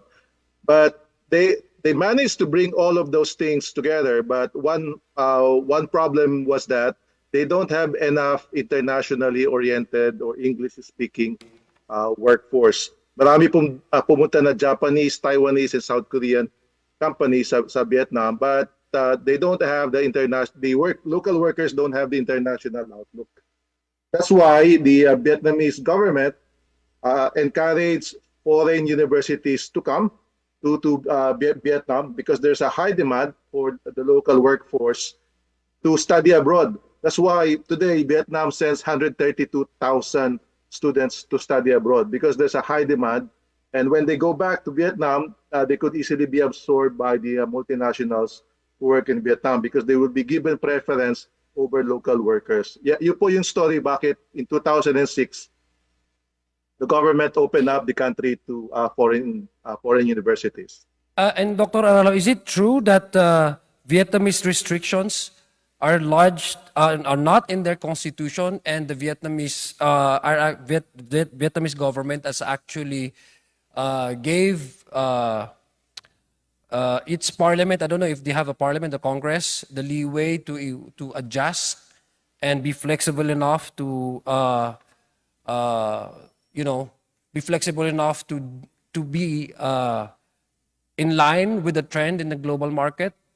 Is it correct that they're not in the restrictions in the Vietnamese previously before 2016? Was actually not in their constitution, but rather it was actually given a power to their parliament to adjust and be flexible enough to be, Congressman, to pass. Yes. yeah, it has never been in their constitution. They don't have any of those restrictions in their constitutions. It's only the Philippines that specify those restrictions in our constitution. So would you agree with me, Dr. Arala? Mr. Chair, my time expired. May I ask for a few minutes extension, Mr. Chair? I know the chairman is very, very lenient, so... Mr. Chair, may I move that the Honorable Adjong be given 2 minutes extension? Okay. So, Dr. Araral, would you say that perhaps Vietnam would be a perfect model for the Philippines to maybe to follow? Because there's also a study. I'm sorry, Mr. Araral. Yeah. There's also a study that part of Vietnam's reason for opening up their economy in terms of educational system, Mr. Chair, is that there's a lack of local capacity and qualified instructors. These are the issues that came out why Vietnam has opened up their economy. There's simply a lack of local capacity and qualified instructors, nepotistic faculty appointments, and declining teaching standards of public universities. So maybe these are things that are present. I'm not saying that completely nakikita natin sa ating bansa, but I see a semblance of what Vietnam has experienced in the past. So would you agree with me if we, for example, say that Vietnam would be a perfect model for the Philippines to follow? Congressman, when I started to work in Vietnam in 2009, they look up to the Philippines as a role model. In my last visit to Vietnam 3 months ago, they now look up to Taiwan and South Korea. They no longer look up to the Philippines. It's us who's now looking to Vietnam as a role model. But in terms of opening up the economy and opening up the education sector, yes, they've been lagging behind. And it's not only Vietnam that we should look up to, but the rest of the region as well. Thank you, Dr. Al. Now, Mr. Chair, let me be more parochial in my next line of questioning. Mr. Chair, we are part of an ASEAN family. And Mindanao, just like the good gentleman, the veteran legislators from Cagayan de Oro, this is the exit and entry point closer to our neighboring countries, Indonesia, Vietnam, Singapore, Malaysia, Mr. Chair. And there is already a global trend, emerging market. In fact, Europe has already seen the potential of this industry. I'm talking about the halal industry. It's a multi-billion-dollar industry, which I believe the government, the country, fails to take part of, Mr. Chair. Now, the drivers of the halal industry is those who are graduates and expert on one, Islamic financing, microfinancing. Number two, Islamic marketing. Number three is Islamic banking system, Mr. Chair. I'd like to ask the administrators of these private schools in the country. Do you offer Islamic financing courses, Mr. Chair? Because all the apprehensions and the fears that I hear are product of a central mindset that we have here in the NCR. That's why we call Manila as Imperial Manila, right, Congressman Rufus? So, do you have the schools representative of these private schools? Do you offer courses like Islamic banking, Islamic microfinance, that sort of expertise in courses, Mr. Chair? Ateneo, do you offer that those courses? No. Yeah, I presume not. What about, do we have LaSalle here? No?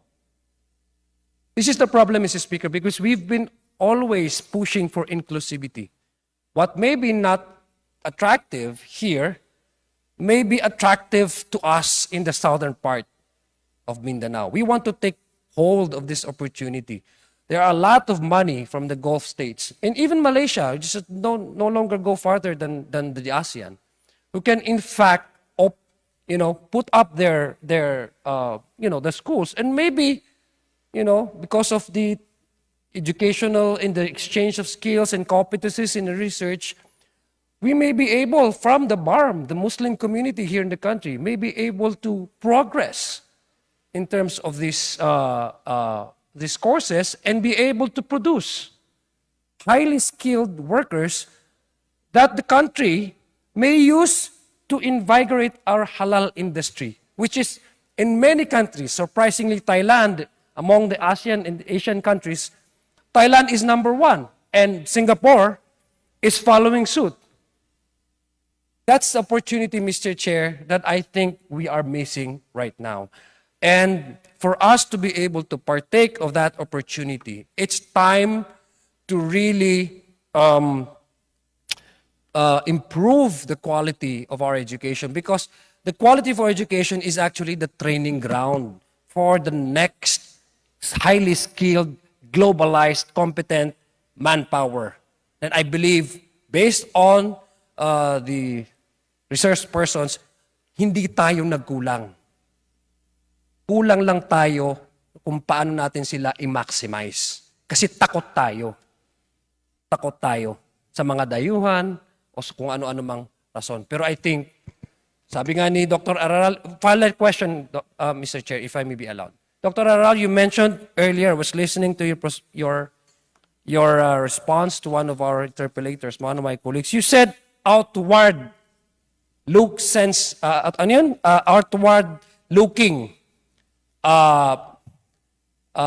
patriotism or nationalism. Is that correct? Did I quote your correctly, Dr. Araral?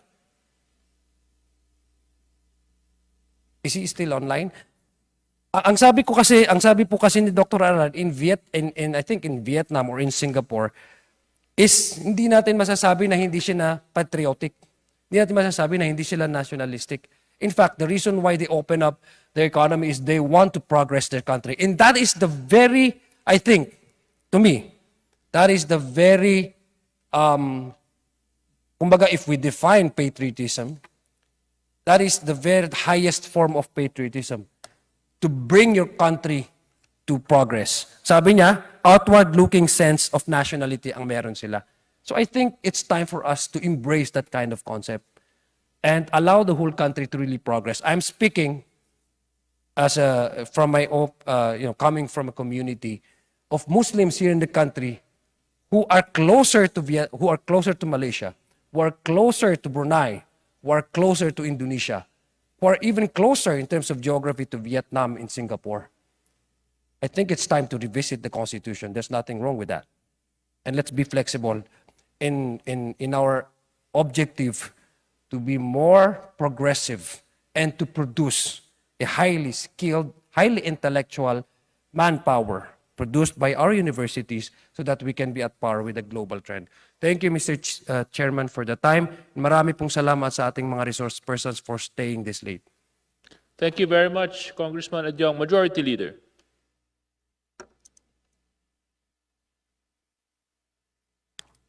Mr. Chairman, I move that we recognize the Honorable Michaela Angela Swansing of the 1st District of Nueva Ecija. The gorgeous lady representing Nueva Ecija is recognized. You may proceed.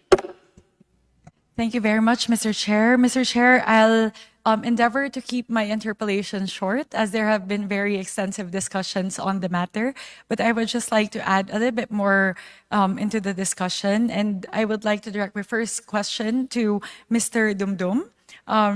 Mr. Dumdum, I really do appreciate your insights in terms of injecting perspectives on the experience of different countries. So I would just like to ask more about that. Would you have examples on restrictions other countries have imposed on foreign universities who wish to operate or establish branches in their home countries? Your Honor, I'm not quite aware of such restrictions of other countries. I'm quite aware of the openness of several countries like Malaysia, Singapore, and Vietnam. But in terms of restrictiveness, I'm not aware of any from other countries.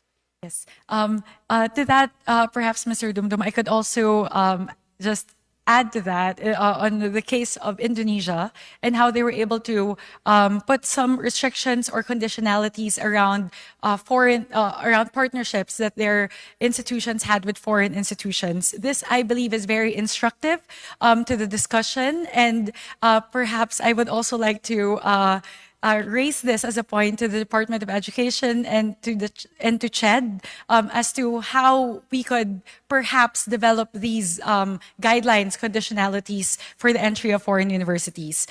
So first, they put restrictions around the fact that that foreign universities who would like to operate in Indonesia must be in the top 200 in the QS rankings for a particular subject area. And they gave a specific prioritization in universities that offer courses that are not currently offered by the universities in Indonesia. Second, they place conditionality around the split of local versus foreign faculty. So they placed it at 40-60, 40% being faculty from foreign citizens and 60% being Indonesian citizens. They also placed restrictions around conditionalities rather on these universities offering 4 compulsory mandatory courses, one being on religious instruction, the second being a course on Indonesian language, third being the Pancasila or their Indonesian state ideology, and 4, a course on citizenship. So perhaps the Philippines can also take a page from what Indonesia said. So we have here Adaling Panlipunan. I know in Histo we have a mandatory course around the life of Jose Rizal. We have what we have in Ateneo, the one that we have on immersion, I can't quite remember that course, but we have these particular courses that are specifically geared towards inculcating that sense of nationalism, patriotism, sense of civic duty among the students. So perhaps we could add those conditionalities as well. And perhaps here, I would like to throw a question to DepEd and CHED, whether they see any legal, constitutional impediments in imposing these sorts of restrictions on foreign entities, universities who would like to establish operations in the Philippines. Perhaps, Mr. Chair, I could direct this to Yusek Omar or to our attorney from CHED. May I, Mr. Chair? The question is on possible qualifications. Whether there are certain impediments, be it in terms of the Constitution, legalities, internal guidelines within CHED or DepEd that prohibits you from putting these sorts of restrictions in place. Madam Chair, the question is for universities, restrictions on universities. In general, foreign entities, foreign educational institutions who would like to operate for in the basic Philippines. education, Yes. as we have discussed in part in the last 2 days, the requirement generally is there should be a Filipino-owned entity, either a Filipino citizen or a corporation of which at least 60% is Filipino-owned, with the exception that in cases of missionary schools and religious organizations, the ownership requirement is relaxed. Yes, Mr. Chair, with all due respect to Yusek Omar, I am very well aware of the restrictions that are currently in place in terms of foreign equity ownership for educational institutions. I mentioned specific restrictions, and I hope this would not be reduced from my time, as this is a clarificatory question to our resource person. So I specifically mentioned restrictions that Indonesia put in place for foreign educational institutions that would like to operate in Indonesia around faculty composition, around the sort of subjects that they should offer in their curriculum, a conditionality around the ranking of a particular school for them to be allowed. So these are, in my view, very good, it's a good benchmark or a good guide as to the type of restrictions that we could put in place to safeguard the Philippines or Philippine educational institutions. So I would just like to ask Ched and DepEd whether there are specific impediments to imposing these sorts of restrictions for foreign educational institutions who would wish to operate in the Philippines. If I may, Mr. Chair, so far there are no specific restrictions in the nature of what were cited in the case earlier. Aside from labor rules on foreign employees and the constitutional requirements. Those are the things that I can think of now. Of course, there are other requirements, administrative in nature, such as ownership of sites. But with the character of the guidelines cited, Mr. Chair, I think the rules are presently silent. Thank you, Yusek Omar. If I may, Mr. Chair, direct the same question to Ched. Yes, Mr. Chair, on the part of the higher education, Mr. Chair, as of the existing rules now, Mr. Chair, the restrictions mostly on foreign higher education institutions are encapsulated in Republic Act number 11448, the transnational, Mr. Chair. So that covers, Mr. Chair, restriction on what foreign higher education institutions may partner with our higher education institutions here in the Philippines, such as it should at least belong to the top 500 universities, Mr. Chair. And of course, the 60/40, it's still stated in this transnational law. And then the restriction that the faculty members should be 80%. Foreign citizens may constitute up to 80% of the faculty and academic personnel and up to 40% of the administrative personnel, Mr. Chair. So these are the current rules, Mr. Chair. But if the question is there a restriction to put up other safeguards, Mr. Chair? I think other than what the Constitution provides, that the control and administration of education institutions shall be vested in the citizens of the Philippines unless shall be vested as of now in the citizens of the Philippines. That's one thing that you cannot change now because it is in the Constitution. In the other areas, Mr. Chair, it is as you may legislate, Mr. Chair, as the Congress may legislate, Mr. Thank you, Mr. Chair. Mr. Chair, I note these specific conditionalities as these hopefully would allay the fears of the Department of Education in terms of not being able to safeguard our curriculum, our universities from that, as I quote in their position paper, dilution of cultural identity and a sense of civic duty. Sorry, civic duty was not part of the quote, but I hope that would allay the fears. There's also an additional conditionality in Indonesia wherein these 4 subjects pertaining to subjects relating to Indonesia have to be taught by local or Indonesian citizens as faculty. So hopefully, Mr. Chair, I highlight these conditionalities as, again, again and again in the deliberations, we have talked about the possible dilution of nationalism, patriotism, which is the main concern of DepEd. And I hope with these safeguards having no impediments to being placed as guidelines, I hope that would quell some of the fears of the Department of Education. Let me move, Mr. Chair, to a second point and concern of the Department of Education, which is this may significantly diminish the department's oversight. I think this has been raised again and again by a lot of our colleagues here in Congress, that the amendments that we're trying to put in place will not diminish the oversight or control that the Department of Education or CHED has over the educational institutions operating in the country.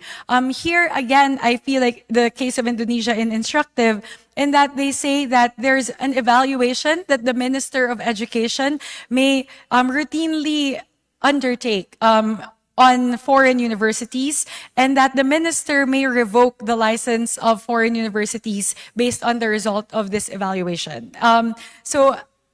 And there's also that additional safeguard where in the curriculum, all the licenses are secured with the Ministry of Education on their part, and here in the Department of Education. So I hope this once again allays the fear of the Department of Education in terms of giving up control and oversight. My next question, Mr. Chair, is directed to Ateneo and Adamson. If I may direct this to Attorney Abad and to Dean Abad. For the Ateneo, may you please let us know the nature of the current linkages or partnerships that Ateneo and Adamson has with foreign institutions? Let me start with Ateneo, also an alma mater of mine. Thank you, Mr. Chairman, Your Honor. Ateneo does have a number of partnerships with various educational institutions abroad, but maybe one that I was discussing with Dean Abad earlier was we have one with the University of Malaga in Spain. It's very involved, especially in the area of law. So there's a lot of exchange between the two universities, but nothing about equity or investment. No, just really about an exchange of ideas between two institutions. Thank you, Attorney Abad. Dean Abad, if I may inquire about Adamson.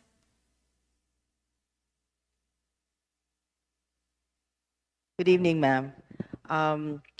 Adamson, I defer to the Elder Abad.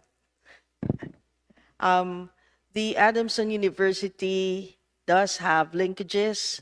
As I said earlier, we still have a linkage with Teikyo University for robotics engineering.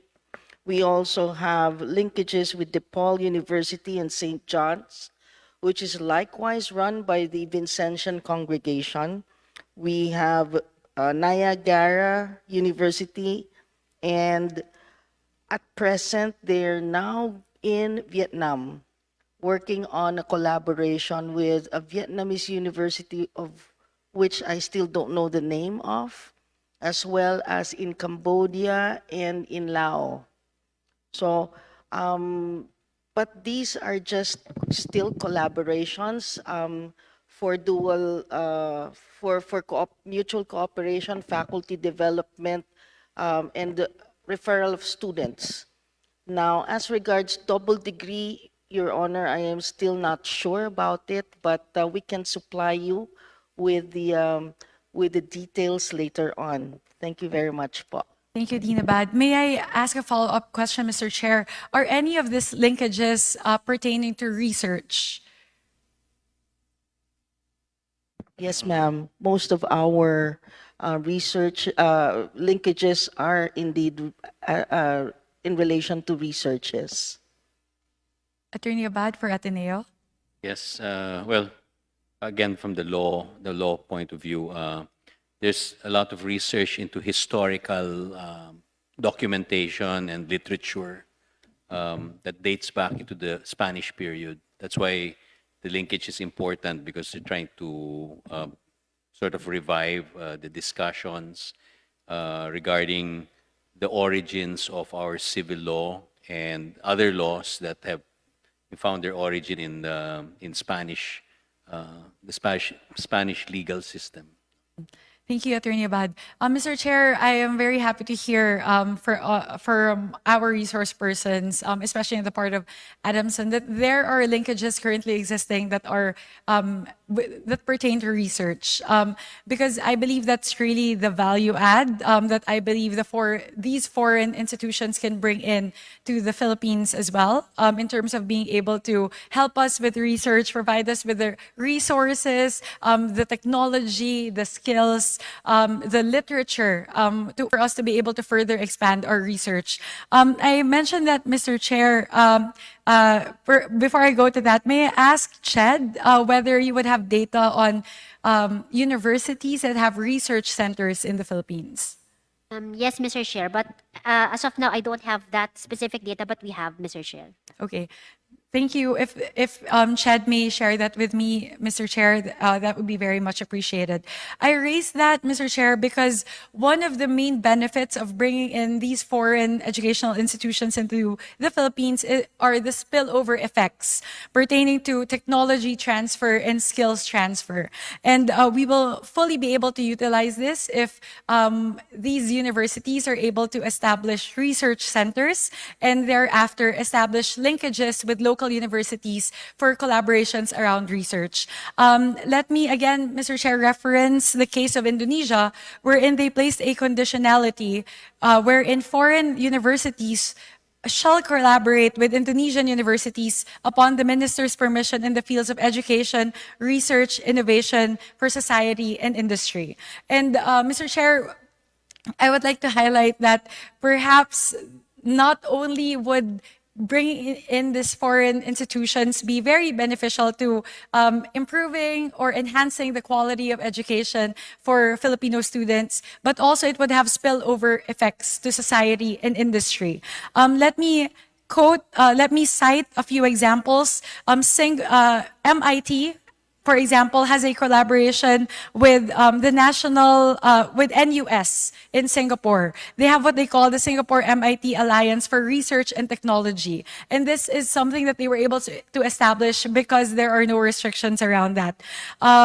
One research center that I hope one day we'll be able to collaborate with in the MIT is the Koch Institute for Integrative Cancer Research. And we have so many promising researches in the Philippines around cancer, and perhaps there are limitations around like even gene sequencing, all of the information, the technology that we need in order to process all of these data. And so hopefully that would be one of the main benefits of bringing in these institutions, which is to advance research in the Philippines. And there's also that additional spillover around knowledge transfer in the industry. So we're saying that one of the restrictions around being able to do full knowledge transfer, technology transfer from foreign firms, even in the part of manufacturing and technology, to Philippine firms is that there may not be that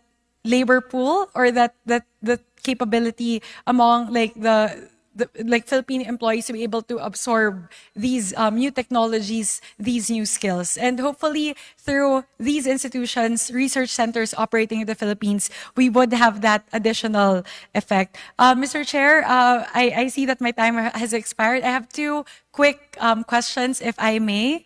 Would I be allowed, Mr. Chair, to extend my time?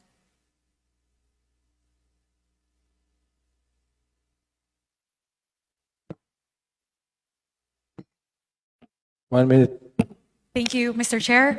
May I direct a question to Ched on a different topic? Would you have data on the number of students that have from Philippine high schools that have gained admission to the Ivy League or the top 10 universities in the world that have not decided to push through with their admission because of limitations in funding or budget? I think I don't think we have that data, Mr. Chair. Baka it may be the Department of Education which might have that data, Mr. Chair. May I ask the Department of Education, Mr. Chair? Mr. Chair, we don't have the data, but we'll certainly check from our regional offices and our operations stand. At present, I apologize, Mr. Chair.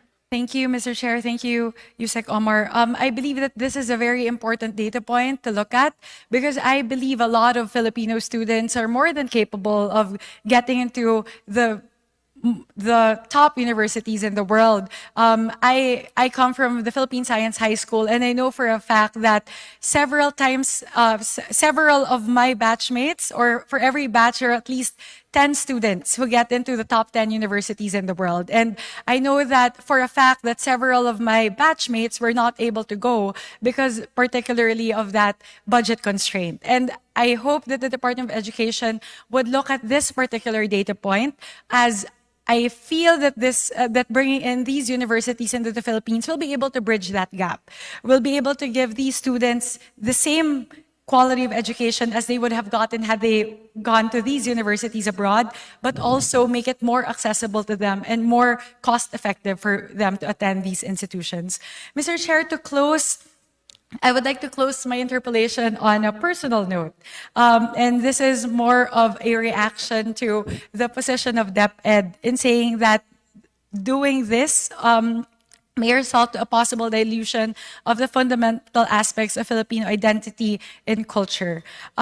We have cited again and again that our national hero, Jose Rizal, has studied abroad and has returned to the Philippines. Several of our presidents have attended universities abroad, and they have chosen to serve our country and to enrich our country.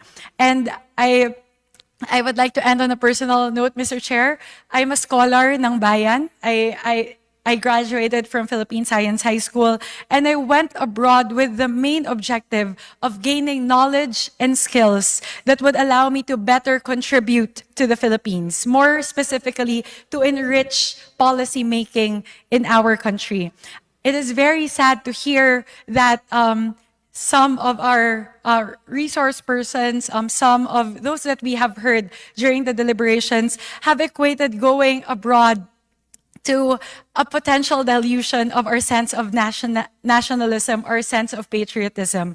Because more than anything, for me personally, it was that sense of patriotism, that desire to do something for our country that propelled me to leave the comforts of home and to take up higher learning to further my education so that one day I will be able to go back to my country and enrich the discussions and contribute to making my country better. So, Mr. Chair, let me close with that personal note. Thank you very much to our resource persons, and thank you very much, Mr. Chair, for the time. Yeah. Thank you, Honorable Sonsing. Majority Leader. Mr. Chair, just to, if with the indulgence of the Department of Education, is to make a minor correction. I believe the data that can be generated from the query of the Honorable Swansing can be taken from both the private and public high schools, secondary schools, because the regional offices would not have that data, but the schools would have a database of who applied and who pushed through. Thank you, Mr. Chair. This is well noted. Mr. Chair, I now move that we recognize the Honorable Stella Luz Kimbo of the 2nd District of Marikina City. The Chair would like to recognize Representative Stella Luz Kimbo.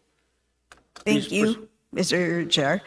My first question is for Attorney Paulo, which is on RBH 7.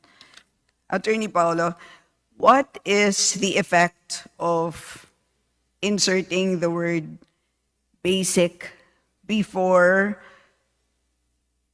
the sentence, educational institutions other than those established by religious groups and mission boards shall be owned solely by citizens of the Philippines or corporations or associations, at least 60% of the capital of which is owned by such citizens, which is in paragraph 2, section 4 of Article 14.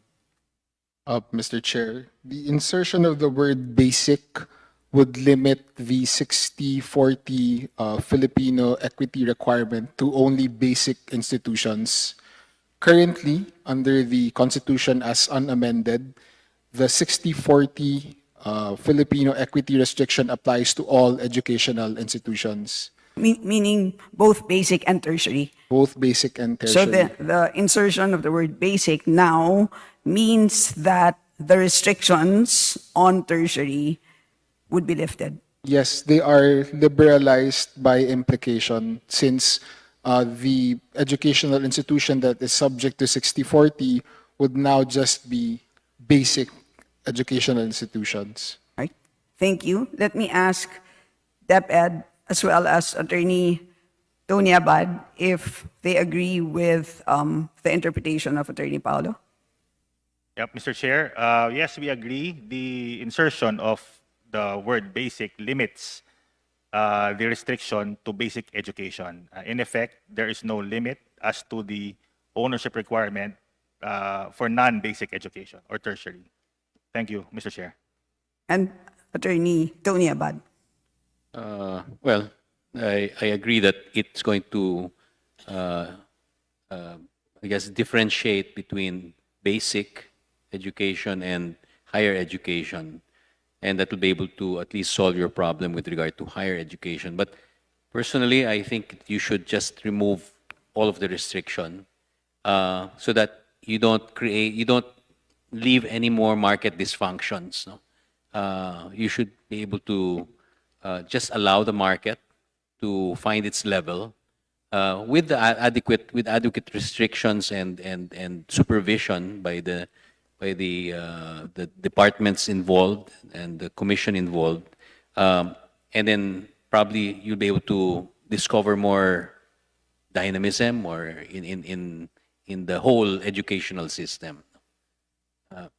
If I may, yes, I wanted to also add that the reason why the quality of education has deteriorated so much in the Philippines over these decades is if we were to, Mr. Chair and Your Honor, we were to do a simple sort of law of supply and demand market analysis of education, in the same way that we've done this analysis with other sectors. No?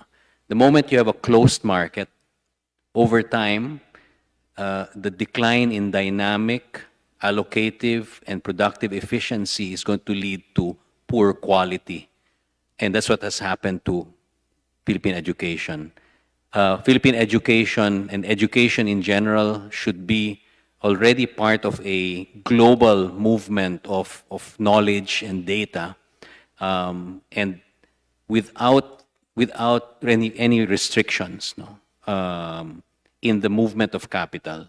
So if you are to lift these equity restrictions, it's akin to saying that we are lifting these barriers to entry and exit, creates dynamism, again, in the market, and creates the opportunity that we're looking for.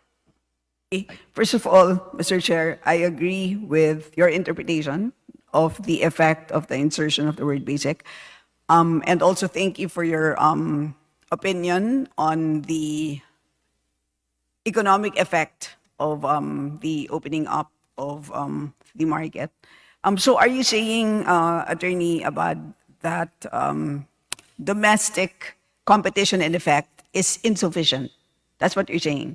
Because sa totoo lang, meron naman competition, but it's only domestically. Tama? Yes. Because, yes. Pero hindi pa yun sapat kasi nakikita natin na sa totoo lang, mababa pa rin ang kalidad. Tama ba yun? Yes, it's insufficient because the body of knowledge that's now in the world, no? I'm talking about the integrated economy, the knowledge and data that's part of it, is so, I don't know, it's so inaccessible already to the Philippines because the investors have been bypassing the Philippines. And remember, it's not just foreign universities we're talking about. Major companies are also investing in education. And education, of course, you're talking about everything from the most basic to highly skilled technological training. So imagine the likes of Google, Apple, Microsoft are also investing, are also putting money in schools and in institutions. So there's that possibility that the Philippines could become a hub for that kind of investment. But they won't come here if you put too many of these restrictions at the onset. So that's why, since we've been bypassed and sort of we got complacent with the quality of our education over the years, that's why we allowed ourselves to be left behind. Vietnam, on the other hand, did the opposite, and they're really reaching out to become part of the world economy.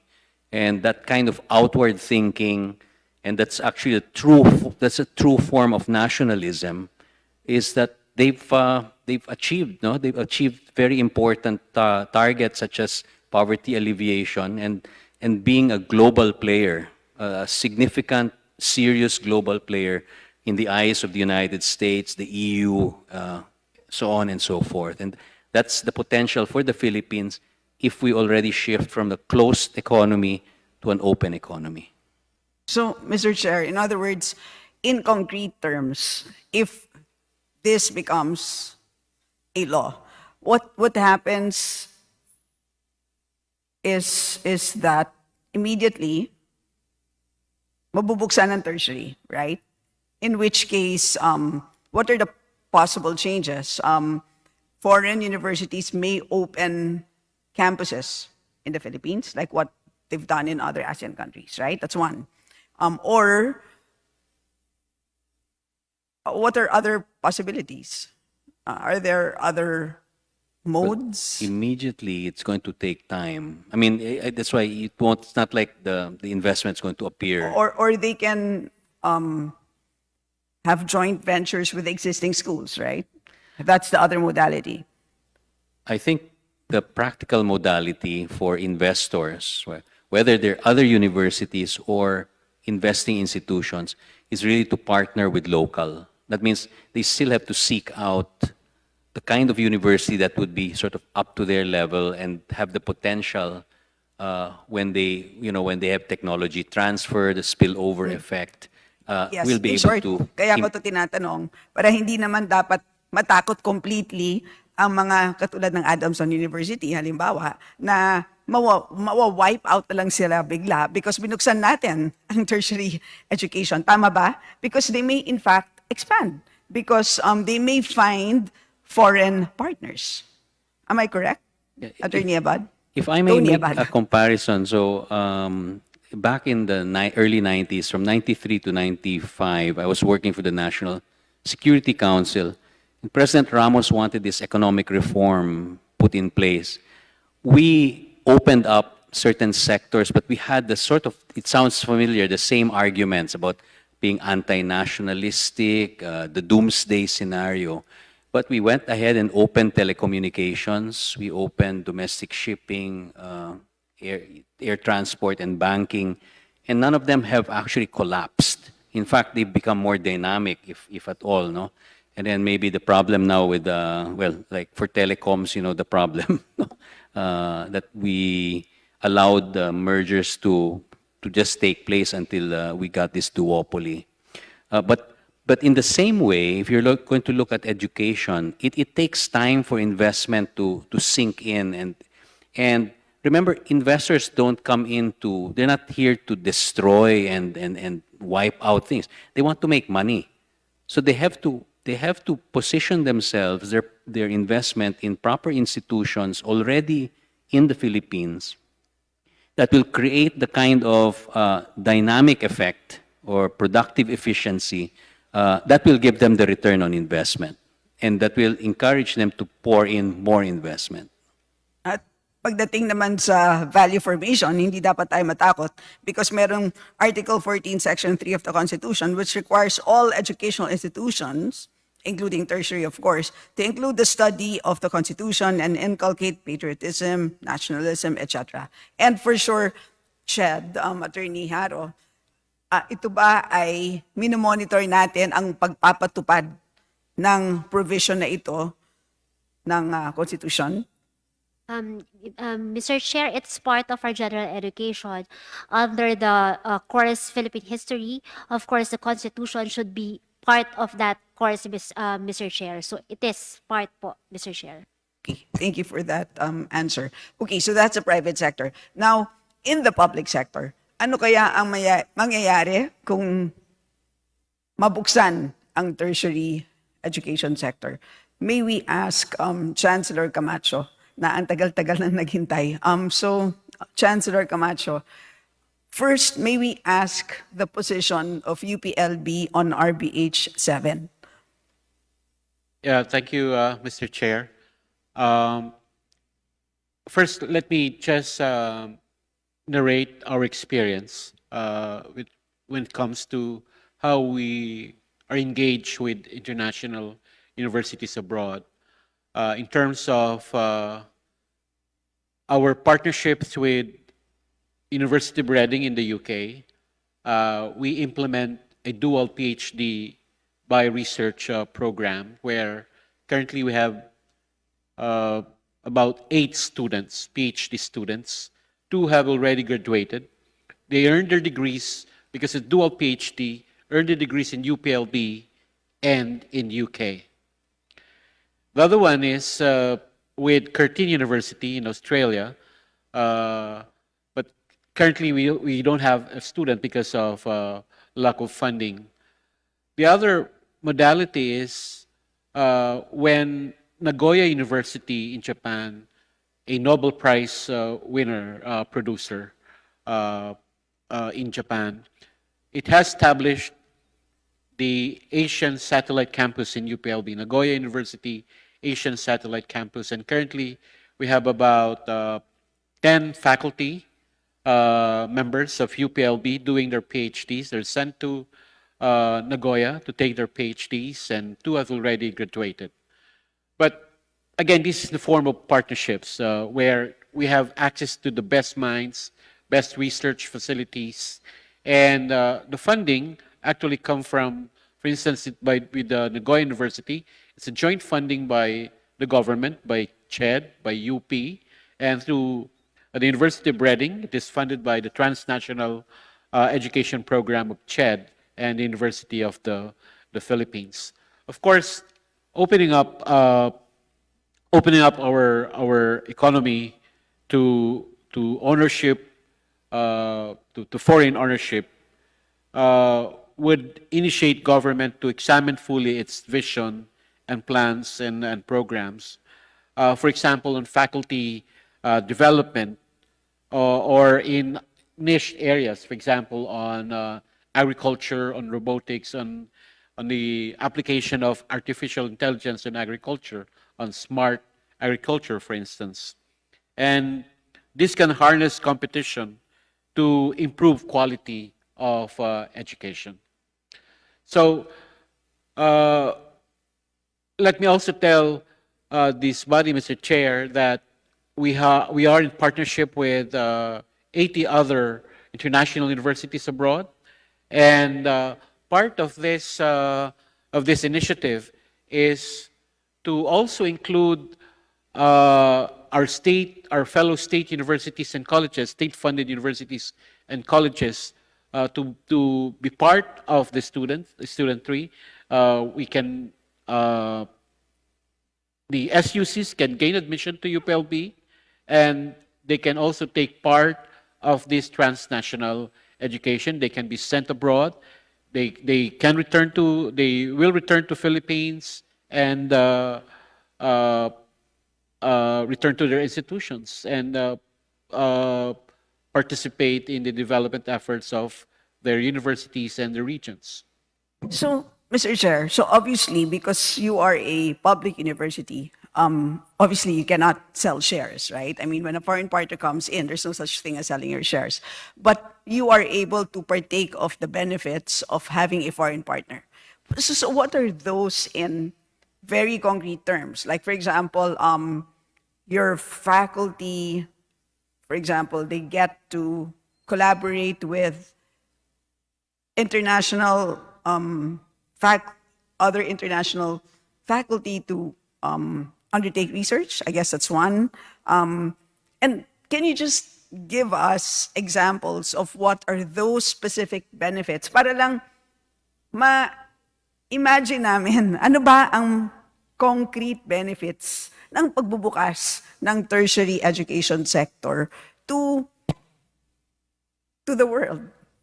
Well, one would be access to research, the advanced research that will really propel development, the niche, the frontier research really needed for economic development to proceed. For instance, opening up our economy with universities abroad. We have missions, for example, from universities abroad who'd like to take advantage of the talent pool where our students and faculty can be involved in the cutting edge research that they're conducting. And therefore, research would push production frontier, if you may wish to say that. But at the same time, that creates an ecosystem of innovation, of new ideas that would be pivotal for new goods, services, and other important components of the economy to be transformed to a high value-added form. You're just exposed to better technology. I mean, both students and faculty. Yes, Mr. Chair. All right. So, my next question is for, thank you for that, Chancellor Camacho. My next question is for DepEd. Earlier, I asked a question on the position of DepEd. And para lang malinaw, okay, for context, ito ang position ng DepEd. And it had to do with the control and administration of educational institutions. So, para malinaw, babasahin ko kung ano yung sa tingin kong relevant.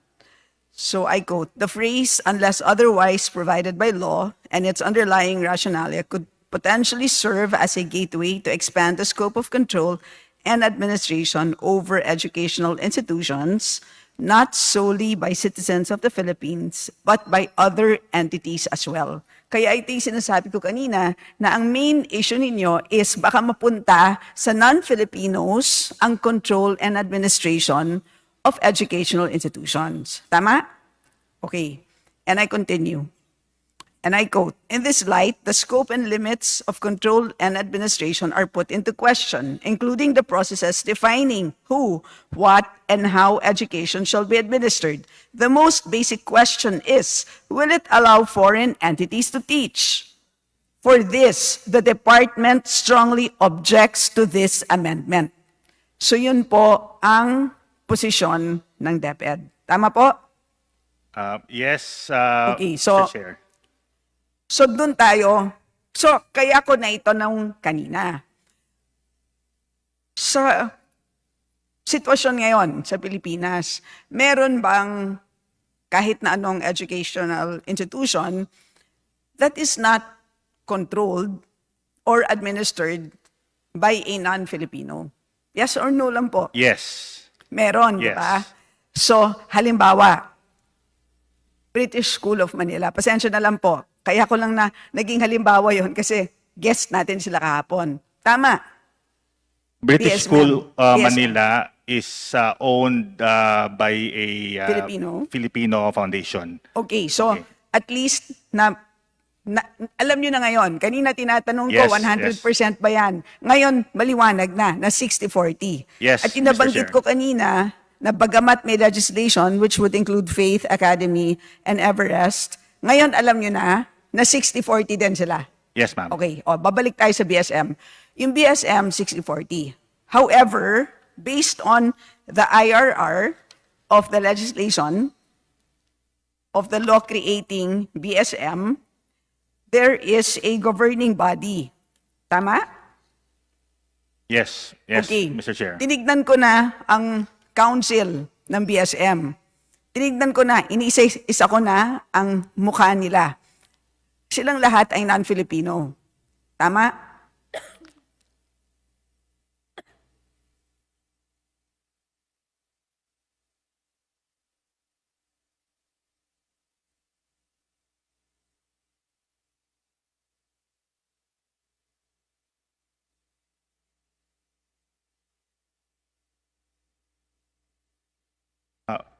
Mr. Chair, there is a Council of Trustees referred to, but I apologize, I don't know the specific membership I at this can give time. you photos of all of them, and you can see that they are not Filipinos. They're representatives of various embassies. Okay, but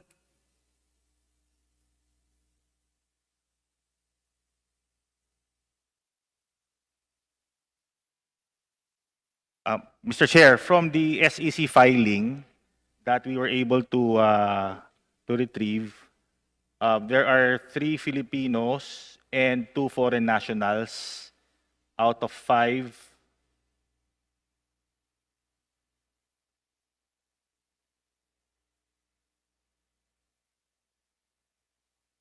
Mr. Chair, we acknowledge that the screenshots provided by the Your Honor okay. reflect foreign nationals, appear to be foreign yes, nationals. all right, okay. So, in short, merong ganon na sitwasyon. It would appear. Yes, Mr. Chair. Okay. So, for now, meron ba kayong naging problema whatsoever with the school? With the said school? At particularly with the concerns that you raised in this memo, national security, values, things like those. Yep, Madam Chair, no problem. No. To my knowledge, and none have been reported, noting also that under the Republic Act, recognizing the school, they are placed under the supervision of the Department of Education. That is correct. So, parang wala naman. Di ba? Parang, and it's a reputable school, mukha namang wala namang problema. So my point being, sa akin palagay, Mr. Chair, hindi ba dapat ninyong balikan ang inyong posisyon?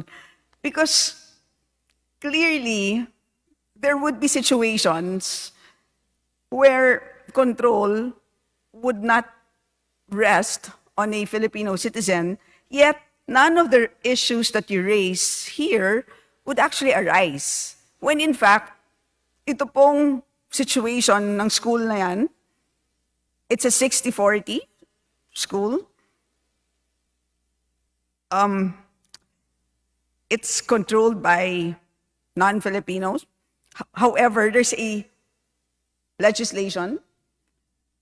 It's actually a situation which is contemplated by RBH 7, paragraph 2. If you think about it. So, ito pong objection ninyo may actually not be consistent with existing schools.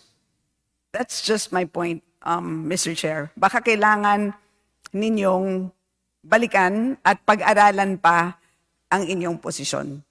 Yan lang ang aking appeal dahil it's a strongly worded position. Nakasulat for this, the department strongly objects to this amendment. But as we speak, it would appear that there are exceptions. And ang tanong, kung meron ng exceptions, bakit? Bakit? Diba? So why accord, if it was deliberate, why accord that to a certain group, right? Or if it's not deliberate, baka naman pwede nyo pang pag-aralan pa ang ating posisyon. So, yun lang po, Mr. Chair, sa DepEd, unless you want to say something else. I would like to thank Your Honor for the discourse. And nothing prevents us from reviewing this, Mr. Chair. I would just respectfully like to place in context the case of British School.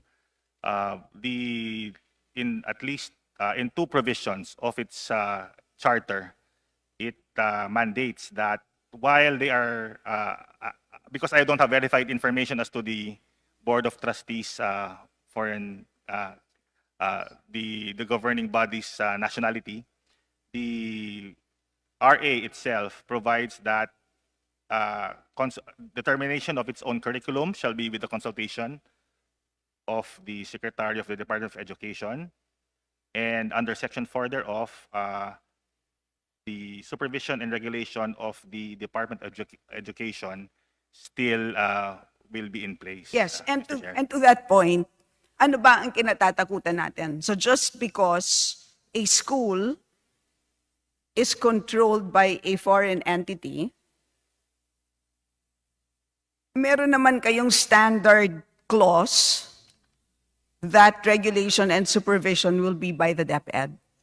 So ano kinatatakutan natin, hindi po ba? So kung kayo ay panatag na ginagawa ninyo ang inyong trabaho bilang regulators, tingin ko naman hindi kayo malalagpasan, di ba? At matagal na silang nag-ooperate at never silang nagkaroon ng problema. So sa tingin ko lang, again, I appeal na baka kailangan ninyong balikan ang inyong posisyon at kung babalikan ninyo at repasuhin at babaguhin, kami po ay bukas na tanggapin ang inyong revised position. Yusek. Thank you, Madam Chair.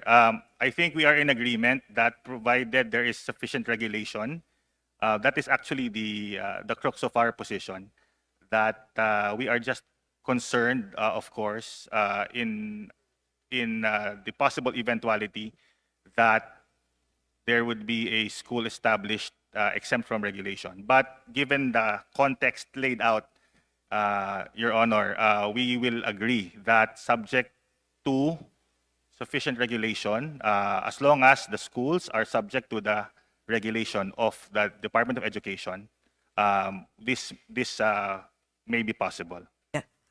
Last question, Mr. Chair, for Attorney Abad. Yesterday, Attorney Dean Abad, yesterday I think I heard you say that we don't need to change the Constitution. The current laws are sufficient.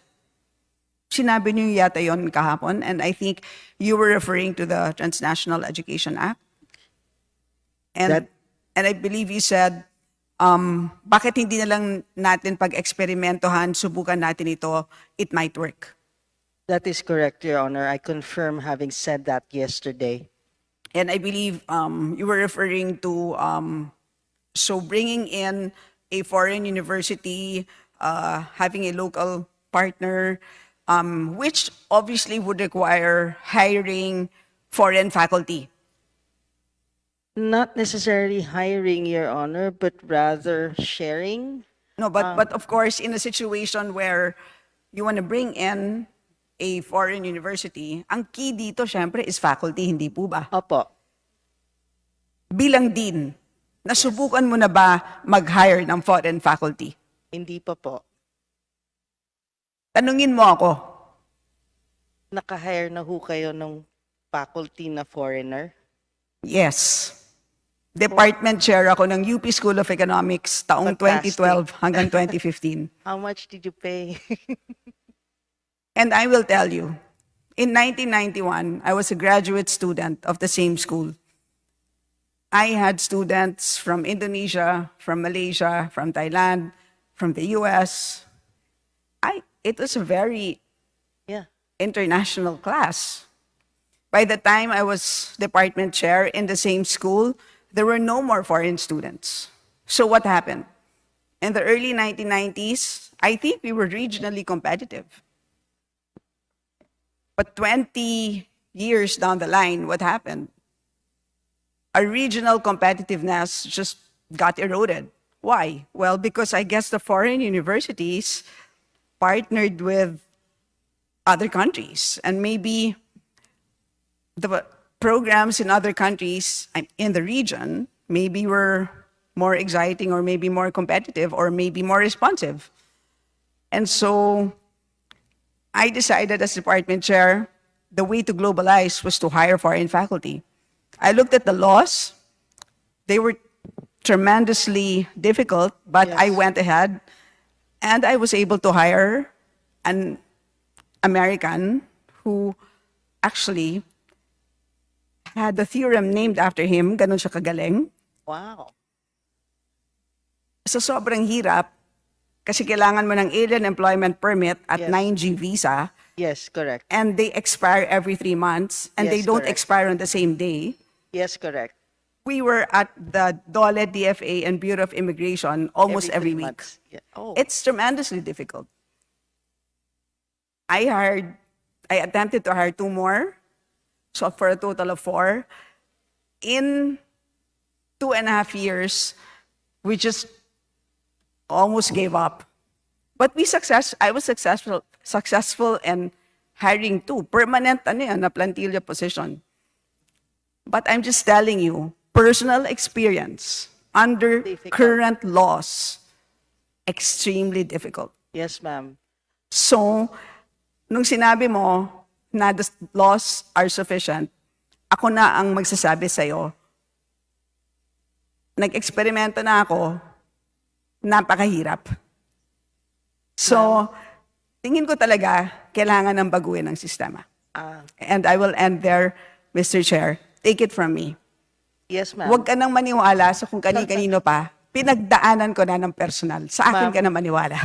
Yes, ma'am. But nung So, panahon siguro nung department chair kayo, wala pa yung transnational higher education because this just came out 2019. Mr. No, Chair, but it's exactly the same rules Okay. and I'm just telling you, ganun kahirap. So unless baguhin natin ang sistema, unless magkaroon ng bagong pagtingin, mahirapan tayo. But this is what we need today. Kung sinasabi ni Chairman Roman kanina na it's been from 1973 up to today, mababa pa rin ang kalidad. Nandyan lahat ng batas, nandyan lahat ng regulations, binabantayan ng matindihan ng DepEd at SHED, pero hanggang ngayon, hindi pa rin natin binabago. Ang tingin ko, ang magbabago ng sitwasyon natin ngayon, isa lang, the invisible hand of Adam Smith. In other words, competition. Yes, ma'am. Salamat, May I just- Mr. Chair. Okay. So, Mr. Chair, Floor if I leader. may now Okay. move that Thank we you, ma'am. recognize the Honorable Arlene Brosas from Gabriela Party List for her interpellation. We're actually in the second round, Mr. Chair. Kong Stella and now Kong Arlene. Representative Point of Brosas. order, Mr. Chairman, point of order. I am still Representative- waiting for the first round. My name is there. So I'm surprised why there was a second round for Congresswoman Stella, and now I have been waiting here since 10 o'clock this morning. Floor leader, can you please double check the list? With the indulgence of the Honorable Arlene Brosas, Mr. Chair, may I withdraw my motion and instead move that we recognize the Honorable Rufus Rodriguez of the 2nd District of Cagayan de Oro City for his interpellation. Representative Rodriguez, you have the floor. Please proceed. Thank you, Mr. Chairman. Thank you, Majority Leader, our distinguished colleagues, and the valued resource persons present here today and tonight.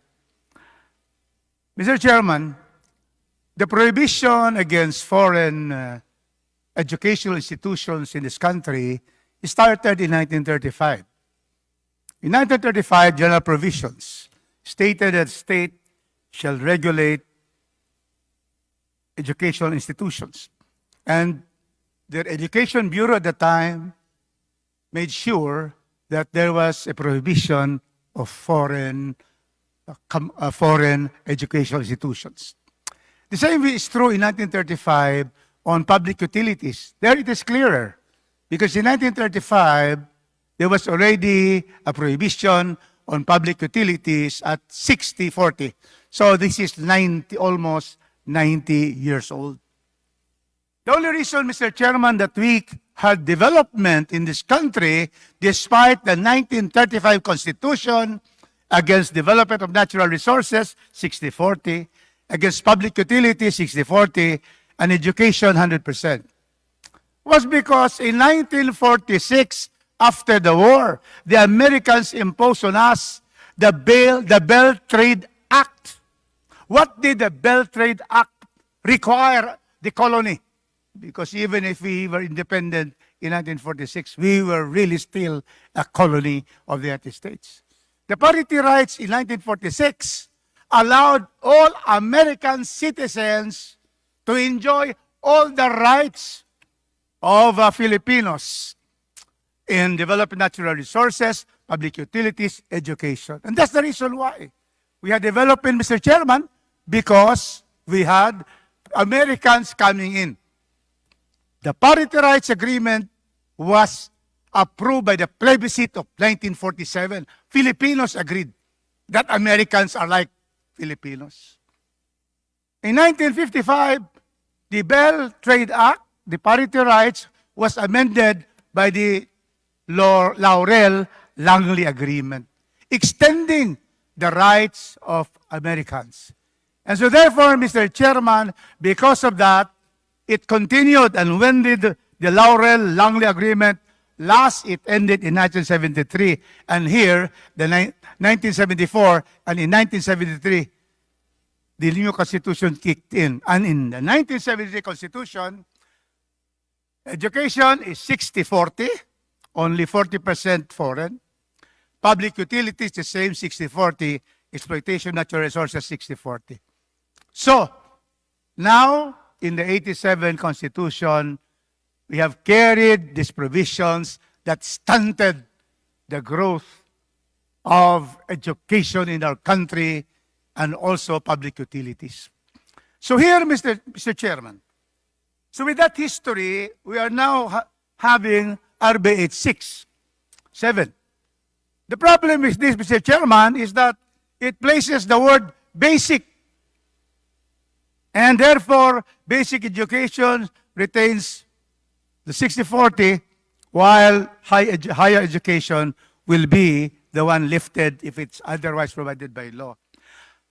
This is not new, Mr. Chairman, because in past congresses of the Congress, for example, Mr. Chairman, in 16th Congress, where I was already a member of this assembly, during the time of Speaker Belmonte, here, we approved on second reading, Mr. Chairman, the following provisions. It did not only have basic education, higher education as to be exempted. All educational institutions, because it reads, this was approved by 3/4 vote on the 16th Congress, including my vote. It says here, Section 4.1.2, educational institutions other than those established by religious groups and mission boards shall be solely owned by citizens of the Philippines or corporation association at least 60% of the capital, which is owned by such citizens, unless provided by law. And because it does not rhyme, there is no reason to let this particular sentence stay. The Congress may, however, require increased Filipino equity participation in all educational institutions. It conflicts with the view and the intention of the House that there should be a really lifting of the 60-40 requirements. So how can we have, like in this present RB 86, we have here basic education, and it says Congress, and then Congress may, however, require increase. If otherwise provided by law na tayo, and then we still have the sentence. That is why the wisdom of the former House of Representatives was very clear. It says, all educational institutions, unless others provided by law, remove. In bracket here, the Congress may, however, require increase. You remove that because it is in conflict with opening up our country's educational system to foreign investments. But there is a second paragraph, Mr. Chairman, because our Constitution has a second paragraph. And that is why the second paragraph of Section 4.1.2 is the control and administration of education institutions shall be vested in citizens of the Philippines, and we placed here the lifting clause unless otherwise provided by law. So that was the 16th Congress, Mr. Chairman. I was with that. At the time of our Speaker, Lord Alan Velasco, not only was it approved on second reading, it was approved on third reading, 3/4 votes, sent to the Senate, and there you know, and they died there. So just like the song of Mona Lisa, it died there. No hearing at all. And let me now read to you now the RBH2 of Speaker Velasco with our chairman, Pido Garbin. It says here, the same, Mr. Chairman, as the 16th Congress, all education institutions shall be lifted unless otherwise provided by law, and the control administration of education institutions unless otherwise provided by law. Therefore, Mr. Chairman, in the proper time, I am going to move for the amendment of this so that it can reflect what we really want, and that is to open our countries not only higher tertiary education, but also basic education. And that is why, Mr. Chairman, the EDCOM has provided us data on basic education and higher education, EDCOM 2. What did it say? Basic education, Malaysia, maximum ownership, basic, 100%. Singapore, 100%. Philippines, 40%. Thailand, 50%. However, for the higher education, EDCOM has a survey. And it says higher education, Philippines, 40%, maximum foreign ownership. Malaysia, 100%. Making the result of the Malaysian government proactively invited international HAIs to establish offshore campuses in Malaysia, resulting now in 17 offshore campuses, Mr. Chairman, including Cardiff University, Oxford, and Cambridge, Malaysia. Now, Singapore, 100%. This is EDCOM 2 report. This is not mine, but this is a research of the EDCOM 2. How about Singapore? 100% maximum ownership. And because of that, how many do they have? Offshore campuses, which includes American, English, and other universities. We have here 19 offshore campuses, giving, therefore, investments coming in, putting up buildings, being able to provide jobs for Singaporeans and even Filipinos who are in Singapore. Thailand, how much higher education? 100% in Thailand, and it is here. So they have now two offshore. Why only two? Malaysia and Singapore has 17-19 because of English, Mr. Chairman. The Thailanders do not speak as a language English. But Singapore, Malaysia, and the Philippines has that agility to be able to speak English well. So that is what we have. Aside from the survey, we heard from the CHED that in Korea, was it the CHED? In Korea, top 10 in the world are now in South Korea, Mr. Chairman. South Korea, billions of pesos have been invested by top 10 in the world in South Korea. And I was, Mr. Chairman, in Qatar. In Qatar, we have, again, Oxford, schools like University of Southern California. They are now all in Qatar, 100%. So, Mr. Chairman, what I'm saying is that it's about time that we open this up. How do we solve the problem of the DepEd and the PACU and others from university? We make sure that since we are going to approve this by a plebiscite, unless otherwise provided by law, then, Mr. Chairman, we can now legislate. And we will legislate the conditionalities that will preserve Filipino identity, culture, and our sovereignty shall be preserved in the laws that we're going to make. So may I now proceed with the question, Mr. Chairman? Representative Rodriguez, I think you already ate up your time, But can you give us, you have given others one or two also questions. 5 minutes. Yes, please Question, proceed. because I'd like to Yes. question my Please famous proceed. professor of Ateneo de Manila, the best law school in Makati. Yeah. So, Professor Anthony Abad, you're also the WTO member of the study committee. Now you said, and let us confirm this, you said that if we do not lift these restrictions, we will not be globally, the word you use is integrated, and comparatively at the same level of the other countries. Do you confirm that? That we have to really open up so that globally, from AI to new information, transfer of technology, we have to therefore open to be part of globalization in terms of integrating our country to globalization. Yes, Mr. Chairman, Your Honor, it's a matter of survival for the Philippines, and it's the nature of the world economy. It's completely integrated already. So we cannot continue using sort of the 1986 vintage legal precepts and rules. You really have to review, no? We don't know what exactly has to be done, but you definitely have to review your constitution and even your national laws to make it in sync with this global economy. Thank you. My second question will be to the Department of Education. You have a position paper that says you object to the lifting of this.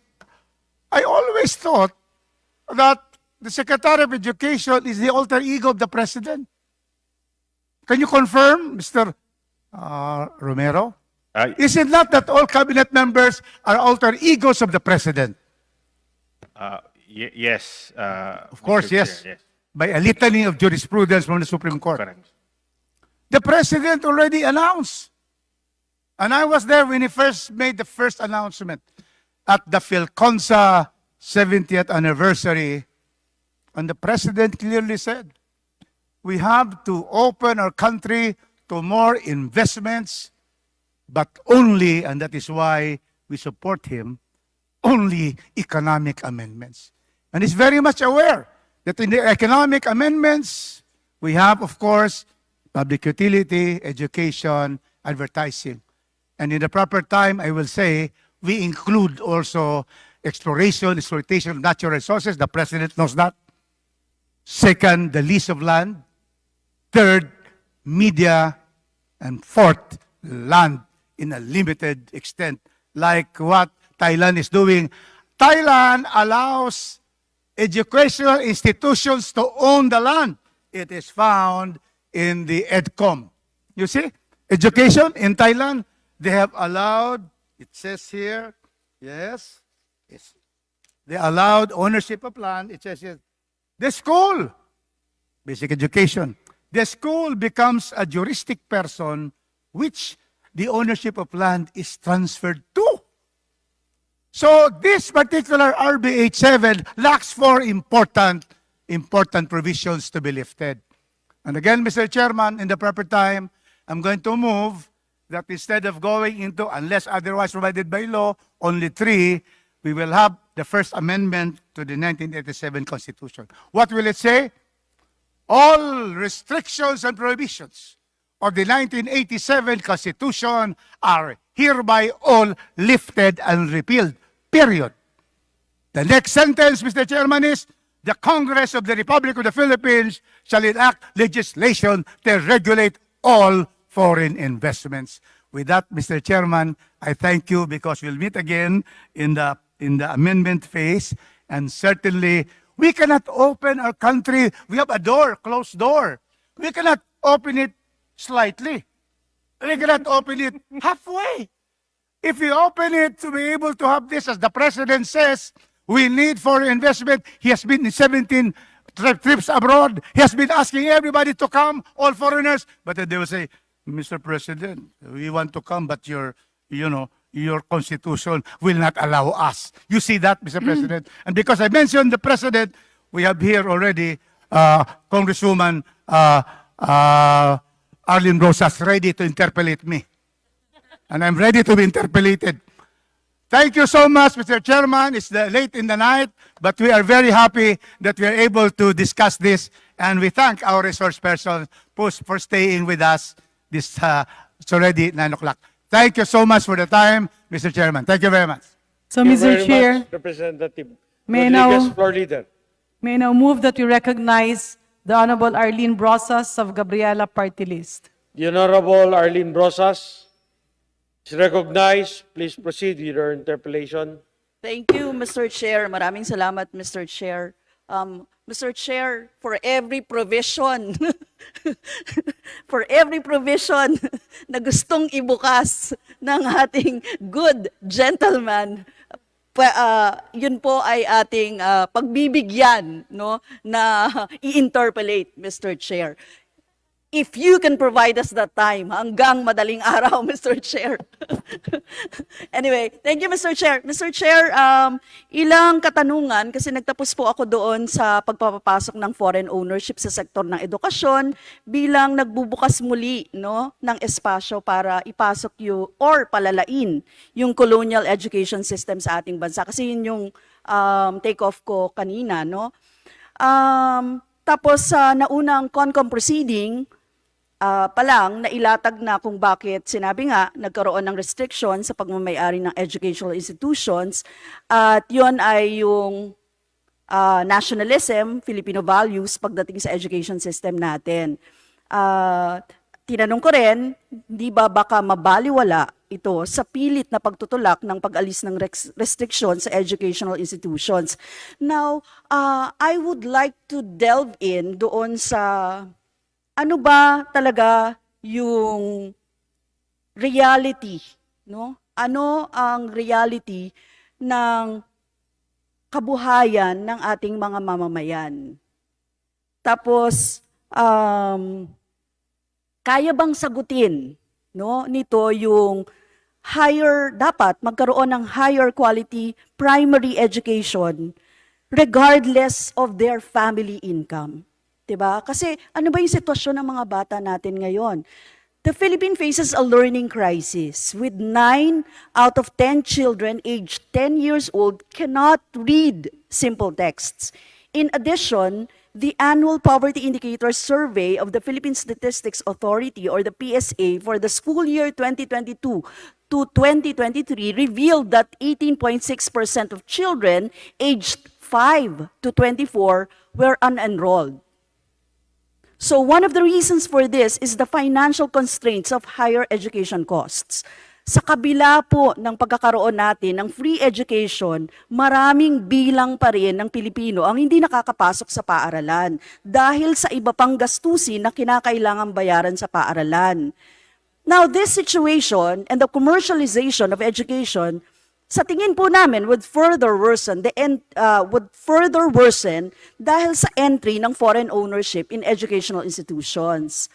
Now, Mr. Chair, ang tanong ko po, how will this address, no, etong pinag-uusapan na ito?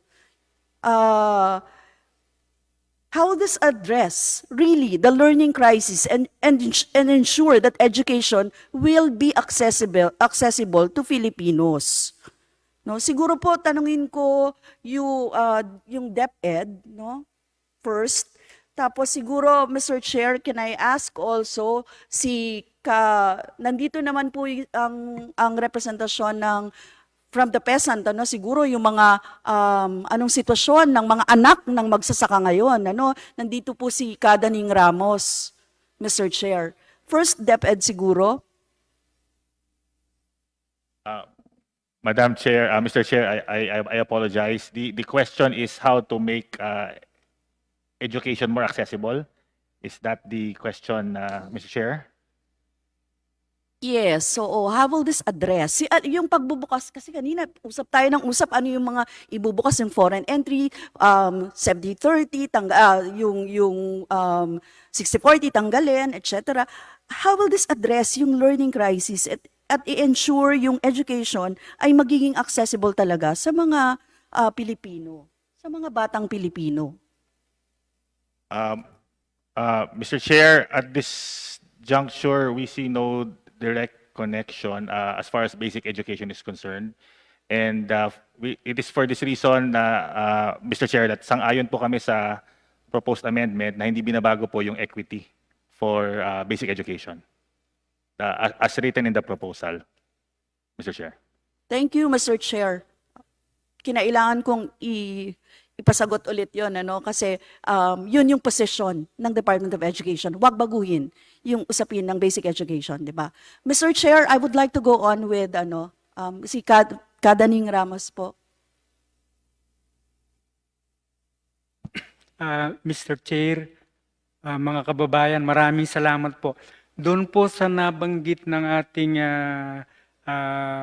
Congressperson Arlene Brosas, ay unang-una po ang pinakamaralita sa mamamayang Pilipino at nagugutom, sabi po ng PSA, 30.06%, ang poverty incidence sa mga mangingisda, 30% sa hanay ng mga magsasaka. So, kaugnay po nito ay malaking problema po sa mga pamilya ng magsasaka, agri-workers, peasant women, at kahit po yung mga kababayang magsasaka, ay paano pag-aaralin ang mga anak. At hindi nyo po na itatanong, malamang alam ng karamihan sa atin, majority ng populasyon ay mula po sa hanay namin, no? Mga magsasaka, seasonal farm workers, at masang anak pawis. Dahil po hanggang ngayon, hindi namin pag-aari ang lupa, napakataas po ang gasto sa pagsasaka, ang cost of production, pero binabarat naman po yung aming produkto, problema sa usura at iba pa, talaga pong napakahirap. At yung pong pinag-uusapan natin na edukasyon, sa halip po na ito ay nagiging karapatan, nagiging pribilehiyo po. At napakahalaga po itong pinag-uusapan natin na tungkol sa edukasyon at alam niyo po sa mga magulang, napakahalaga na mapag-aral at mapagtapos sa pag-aaral ang aming mga anak dahil napakahalaga po ito sa pang-araw-araw na pamumuhay hanggang sa papaano po yung makakapaghanap buhay ng maayos. Kaya tingin po namin napakahalaga talaga papaano yung libre, edukasyon, accessible, scientific at para sa mamamayang Pilipino. At saka po siyempre yung kalidad. Hindi po naman lingid sa ating lahat. Yung pong pinsan namin pinag-aral dito sa Ateneo, talaga pong hundreds of thousands yung nagagastos. Ang ibig po namin sabihin, tingin po namin para ding sa mga ospital. Kung pag-aari po ng gobyerno ay service. Pero kung pag-aari po ito ng iilan at mga dayuhan, base po sa karanasan, profit-oriented. Kaya po napakahalaga, papaano yung pinag-uusapan natin, bigyan pansin ng pamahalaan at hindi ibukas para sa mga dayuhan at para sa kagalingan po ng ating mga kababayan. At gusto ko pong banggitin, sana bukas, mapag-usapan naman po natin, kaugnay po doon sa mga nabanggit ko kanina, tungkol po doon sa lupa, pag-aari ng mga dayuhan, bukas po sana. Yes, Mr. Chair, total nandyan na rin lang tayo. Ang gusto po ni Kong Rufus Rodriguez ay ibukas din yung usapin ng land ownership. Ano naman po masasabi ng mga pesante kaugnay doon? Naku po, mga kababayan, maghulos dili po tayo. Dahil para po sa amin at sa ating mga kababayan, ang lupa po ay katumbas ng buhay. Bakit? Sa lupa nagmumula ang ating ikinabubuhay at sa lupa po nakatayo ang mga tirahan. At Mr. Chair, pwede po ba please allow me na basahin ko na po yung ilang excerpt dahil po ito ay ito po yung isinumiti namin. Kung pwede po sana yung pong ilang excerpt nito ay mabanggit ko na, Mr. Chair. Yung babanggitin nyo po is related to the topic atin, education. Opo, kaugnay po sa lupa, Mr. Chair.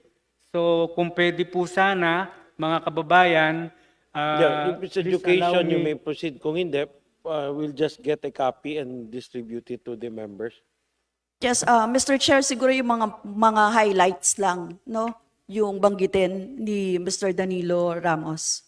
Okay, maraming salamat po, Mr. Chair, Your Honor. Okay, please proceed, especially those, please excerpts Highlights. on the things that are related to the amendments on education. Pwede po? Okay, salamat po. Ito po ay kaugnay po doon sa Mr. Chair, dito po sa RBH 7, sa Article 12. So, although kaugnay po sa pinag-uusapan natin, ito po kasi ay posisyon po, deklarasyon ng mga kaming mga magsasaka, manggagawang bukid, manggagawang agrikultural, mangisda, kababayang magbubukid, kabataan at iba pang masang anak pawis sa kanayunan ay nagpapahayag po ng malakas na pagtutol sa panukalang charter change o chacha sa kasalukuyang rehimeng Marcos Jr. Bakit po? Tingin po namin kapag ka po ito ay natuloy, ay napakalaki pong panganib sa ating pang-araw-araw na buhay at siyempre kaugnayan po yung pinag-uusapan nating edukasyon. Magpapalala at magpapadali po sa dayuhang pangangamkam ng lupa at kawalang lupa ng mga magsasaka. Pagka po walang lupa at walang kakayanan ng ating magsasaka, may kaugnayan po doon sa edukasyon. At pangalawa po, tingin po namin magpapalalim sa dayuhang dominasyon sa agrikultura at magpapahina po sa lokal na produksyon. At kung magkakagayon po, paano po mapapag-aral ng mga anak ng mga magsasaka, agri-workers ang aming mga anak. Kaya po sa halip sana na amyendahan, mahigpit po naming hinihiling sa ating makabayan at makamamamayang probisyon ng konstitusyon na sana po bigyang pansin po na lupa para sa mga magsasaka, hindi sa dayuhan at kapitalista, tunay na reforma sa lupa at pambansang industrialisasyon, ito po ay susi sa pag-unlad ng ating mga kababayan. At bilang panghuli po, nais po naming banggitin na batay sa mga ito, dumudulog kami sa makabayang diwa ng mga mambabata sa Kongreso at Senado. Magkasama po tayong manindigan sa panig ng magsasaka at mamamayang Pilipino. Tutulan at pigilan natin ang makadayuhang tsatsya. Nananawagan din po kami sa magbubukid at mamamayang Pilipino sa loob at labas ng bansa. Itaguyod ang pagpapatupad ng tunay na reforma sa lupa at pambansang industrialisasyon. At Mr. Chair, panghuli po, nais po naming banggitin, noon pong prior to 1994 at 1995, meron po tayong agricultural trade surplus. Pero nung pumasok po tayo sa WTO noong 95, from agricultural trade surplus, naging agricultural trade deficit. Kaya tingin po namin mahalaga palakasin ang ating domestic capital, lokal na produksyon, hindi po pag-asa sa importasyon. Mr. Chair, maraming salamat po at ang issue po ng magsasaka at pag-unlad ng agrikultura ay issue po nating lahat dahil tandaan po natin ang Pilipinas po ay agricultural na bansa, hindi po katulad ng US, Canada, Japan na industrialisado. Maraming salamat po. Thank you, Mr. Chair. Mr. We'd Chair, like to remind our resource persons, let's stick to the agreed amendment, which is education. Please proceed, Yes, Mr. Chair. Representative Brosas. Oo. For general siguro yung kanyang sinabi kanina, no? Mr. Chair, kay Ms. Rodenas. Thank you, Mr. Chair. We're going back to the point about the inequitable access in education, because we have data from the 2023 admissions of the University of the Philippines, and we saw that 50.15% of the admitted students to UP are from private schools, and 24.02% are from public science schools. So all in all, about 3/4 of those who are admitted in the University of the Philippines is from private and public science schools. Now, this is without the barrier of the cost of education, because we have the Free Tertiary Education Act. However, we see that when we have the foreign-owned schools that are likely private schools as well, this goes, the equitability of the access to education is even narrower. And we see that it will only serve the interest of very few. And we want to make it a point that still our agenda is to democratize access to education, to focus it to the marginalized, to focus it into the bigger population who are still, the main concern is the financial limitations to their access to education. Thank you, Mr. Chair. Okay, thank you. Thank you, Mr. Chair. Yes. Yes, Representative Mr. Goss. Chair, kasi yung tanong ko ay how will this address the learning crisis at ma-ensure talaga yung education ay magiging accessible to all Filipinos. Let me quote, Mr. Chair, sa Bretton Woods project ito na publication, The Elephant in the Classroom, the World Bank and the Private Education Providers. Mr. Chair, as early as 2015 po ito, no? Hindi pala as early, way back pa ng 2015, no? Mr. Chair, sabi ni UN Special Rapporteur on the Right to Education, si Kishore Singh, Singh condemned the bank's support for private school in a June report for the UN Human Rights Council. Promoting for-profit education, the IFC, which is ito po yung International Finance Education, considers laws as financial hurdles and provides guidance to private providers of education to be very profitable and flourishing enterprises. This is blatantly disrespectful of the human rights obligations of international bodies, including the World Bank. Ito po ay sinabi ni Singh. She has spoken out on a number of occasions about the negative impact that low-fee private schools have on poor children's educational access, including the role of the World Bank in perpetuating the rise of such schools. So, Mr. Chair, ito nag-uusap pa lang tayo ng private low-fee schools. Paano pa yung foreign na papasok and for-profit oriented na usapin, Mr. Chair? So, Mr. Chair, again, nire-reiterate ko lang, no, kung comprehensive nating nilalatag yung issue na ito, Mr. Chair, dapat hindi tayo pumayag sa commodification of education, sa pag-alter sa curriculum, sa mga tanungin natin, paulit-ulit ang motibo ng pagkakaroon ng ganitong mga foreign ownership dito sa ating bansa, sa pamamagitan ng mga financial surpluses nila. At wag tayong pumayag. This is a legitimization of profit, tubo, through the provision of public good. Hindi po ganon dapat yung framework natin sa education. Kaya, Mr. Chair, this representation really firmly stands that entry of foreign ownership is not needed, especially in the education sector, as this will exacerbate the already colonial and commercialized system of our education. Hindi po sasagutin ng pagpasok ng mga dayuhan ang matagal nating problema, yung problema natin dito sa ating bansa pagdating sa edukasyon. It is only by ensuring that educational institutions are owned and administered by Filipinos that we can promote nationalism and Filipino values in our country's educational system. Hindi natin dapat ibigay sa kontrol ng dayuhan ang napakahalagang parte ng ating pagka-Pilipino, ang edukasyon. Maraming salamat, Mr. Chair. Floor Leader.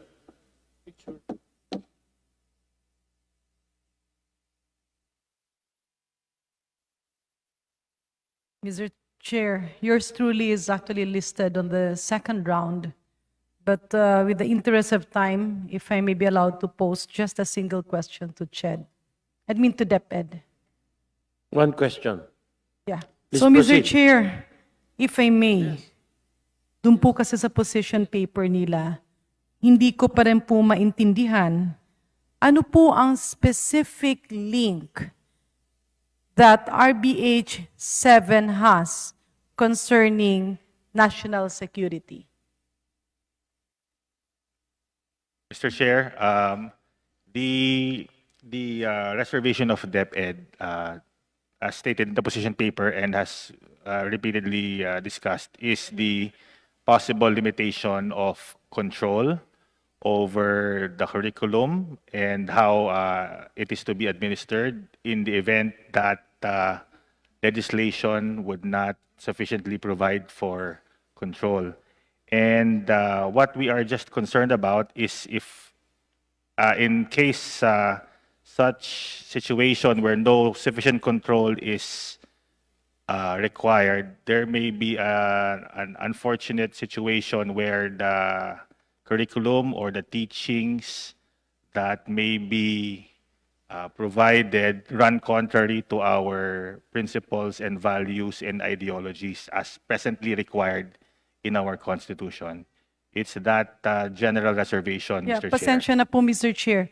Ang pagkaintindi ko, ang sagot ng ating Undersecretary from DepEd is baka yung morals and values dun sa curriculum ng mga foreign institution will run in contrast to the values of the Filipinos. So, let's say, for example, teenage pregnancy. Does that run in contrast to the values of Filipinos? That is, perhaps that is not what is contemplated. If there are ideologies that are not consistent with our current ideologies and principles as provided in our Constitution. So, Mr. Chair, Your Honor, pagkaintindi ko, the Department of Education still holds oversight powers to these institutions. Am I correct? That's correct. That's correct, Mr. Chair. That's correct. So therefore, Mr. Chair, with the statement that they might be left and they might be teaching the wrong ideologies, this is giving a false interpretation of the real content of RBH 7. Yeah, the reason why I'm asking this, Mr. Chair, is that we all know that the Department of Education is a government institution. So kung mali yung kanilang pag-akala na mawawalan ng oversight ang Philippine government on the institutions coming in if we open our country to investors, I think that's a very wrong interpretation, Mr. Chair, because that's basic in the authority and obligations of the Department of Education. You cannot relinquish that. Yes, Mr. Chair, the reservation really revolves around the, if I may quote from the position paper, the phrase, unless otherwise provided by law, and its underlying rationale that could potentially serve as a gateway to expand the scope and control and administration over educational institutions, not solely by citizens of the Philippines. And we will proceed to the last paragraph, if I may, Mr. Chair. In view of the foregoing, the department opposes the amendments specifically vest the possibility of vesting full control and administration of basic education to aliens through legislation. So we agree, Mr. Chair, that the DepEd under the current system exercises supervision, if not regulation, over the implementation of the curriculum. We are just concerned about the possibility that through subsequent legislation, this may be diminished. Yeah, so Mr. Chair, distinguished colleagues, Your Honors, medyo kinakabahan kasi ako. No, because of course we have heard DepEd. And if their interpretation is that, let's say, if you have an UK standard of basic education, or let's say you have an American standard of basic education, or let's say you have the Singapore standard of basic education, ang ibig ba sabihin nun magtuturo yung mga ito ng maling ideologies which will pose a threat to national security? Because I really don't find, Mr. Chair, the connection between national security and education. My point here, Mr. Chair, distinguished colleagues, is hindi po ba medyo mahirap ng isang napaka-importanting ahensya ng gobyerno, which is the Department of Education, ay tila nililihis ang usapin ng resolution of both houses number 7, which is the economic chacha, to national security.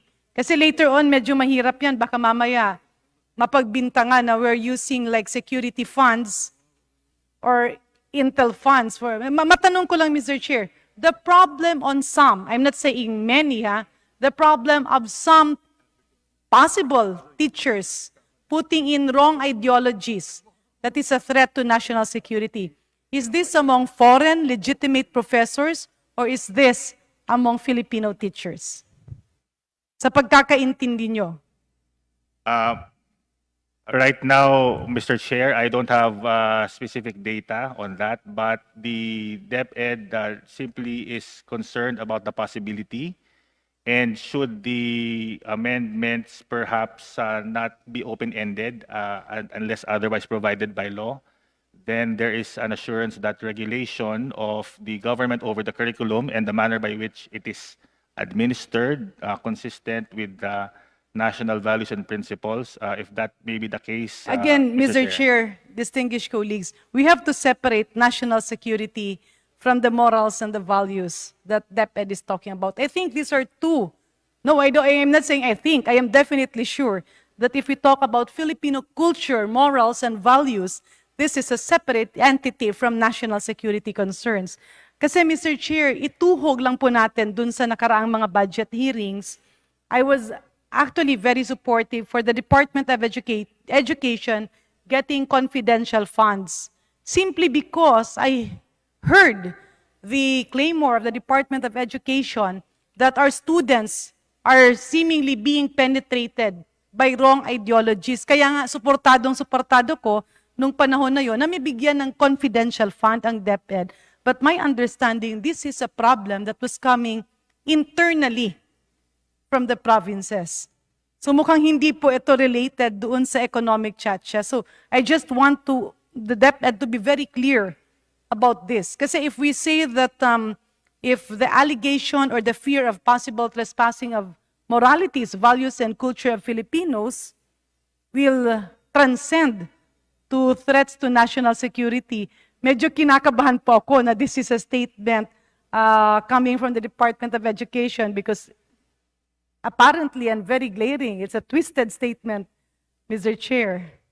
Kasi magkaiba po talaga ang Filipino culture, Filipino morals, and values versus vis-a-vis national security. Ang pagkaintindi ko po, national security is actually a threat to our country in so far as, let's say, a pandemic or let's say insurgency, let's say terrorism.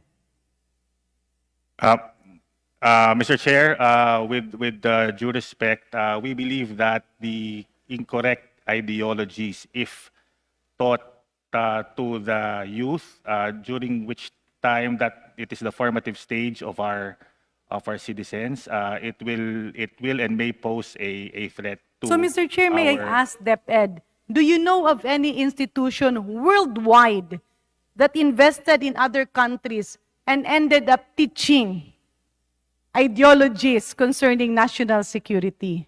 Meron po ba sa buong mundo? Anyway, you mingle with other DepEd officials from all over the world.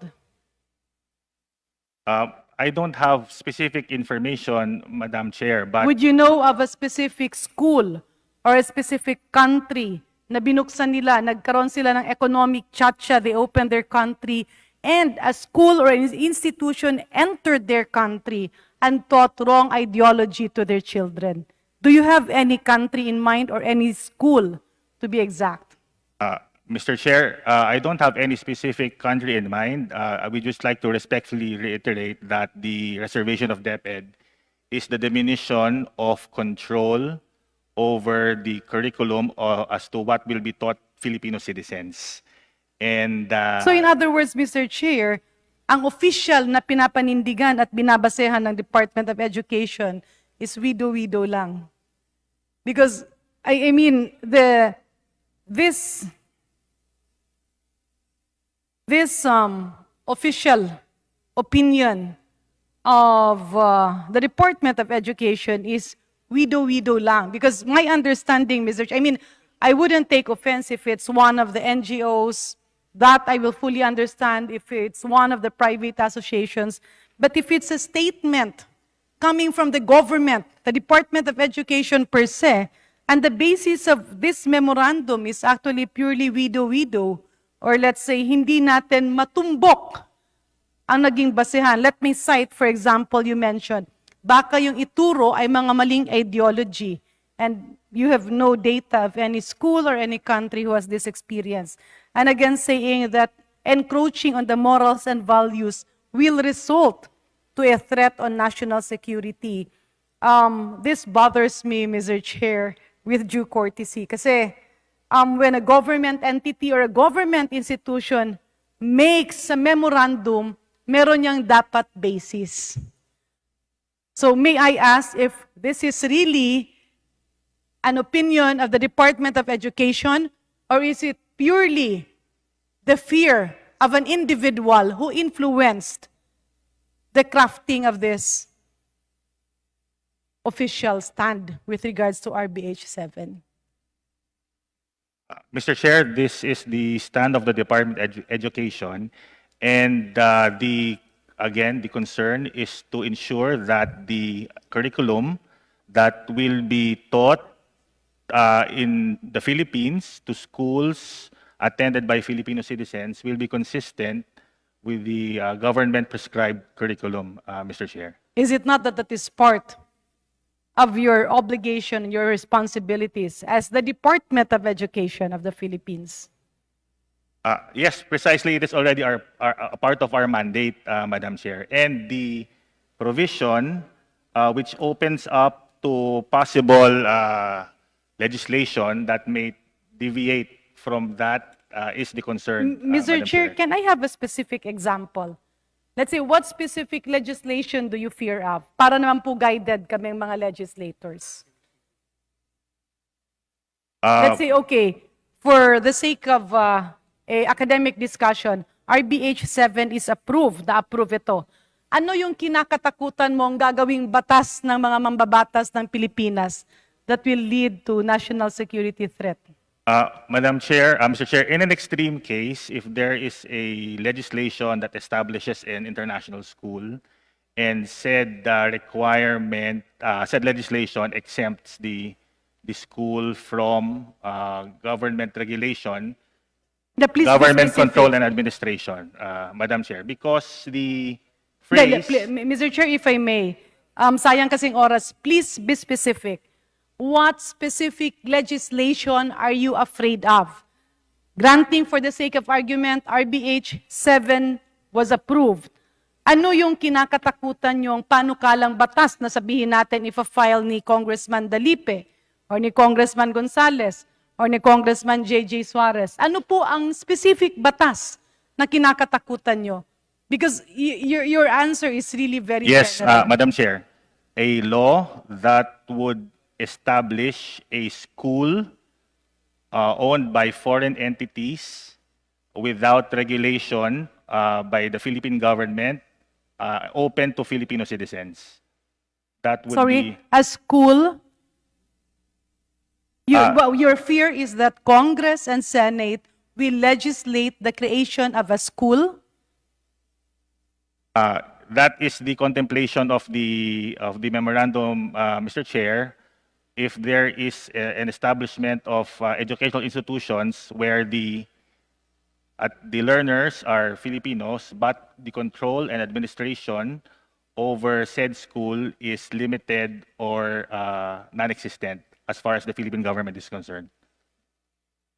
So let's say, for example, you have the International School of Manila and you have British School Manila.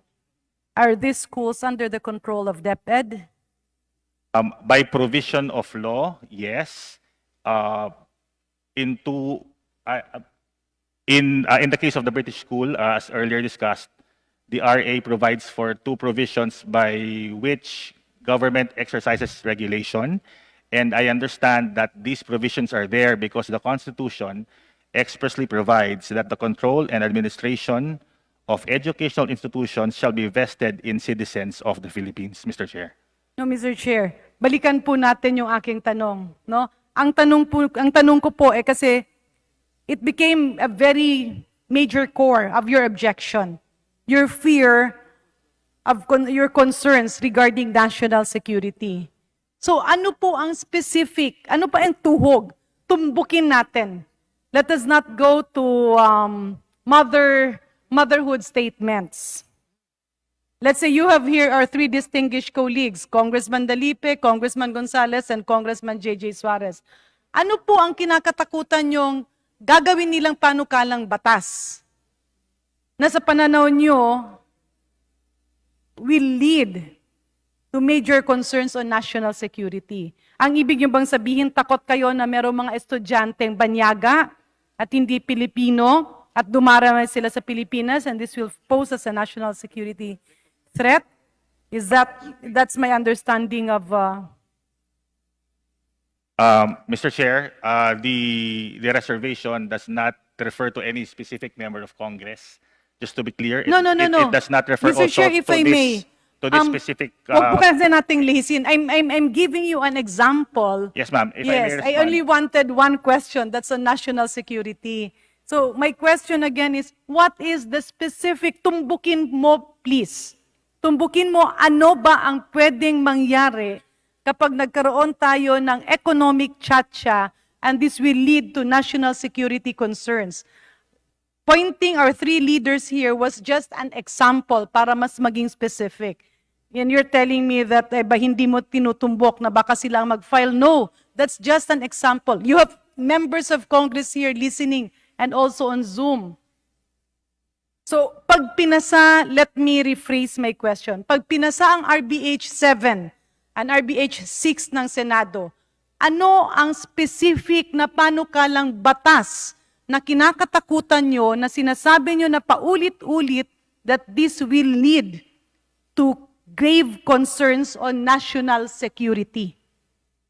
Ang kinakatakutan nyo ba dahil papayagan yung ibang mga banyagang estudyante na pumasok dito ng elementary at high school, sila'y maging terorista? Mr. Chair, we are in the depth concerned about our Filipino learners.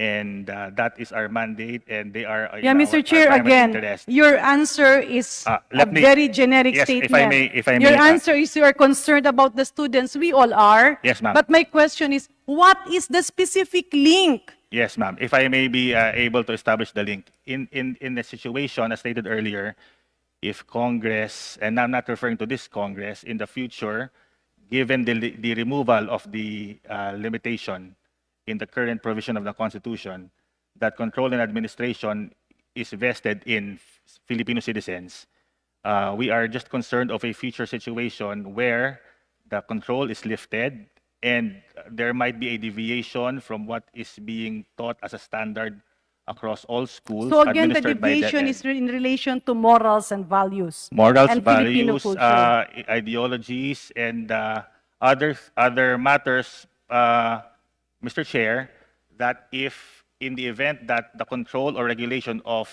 government is withdrawn, there would be no accountability on said Ang ibig ba natin school. sabihin, baka sakaling mawalan ng kontrol ang gobyerno at ngayon yung school na yon o yung paaralan na yon ay ituturo sa mga estudyante ang pagiging terorista?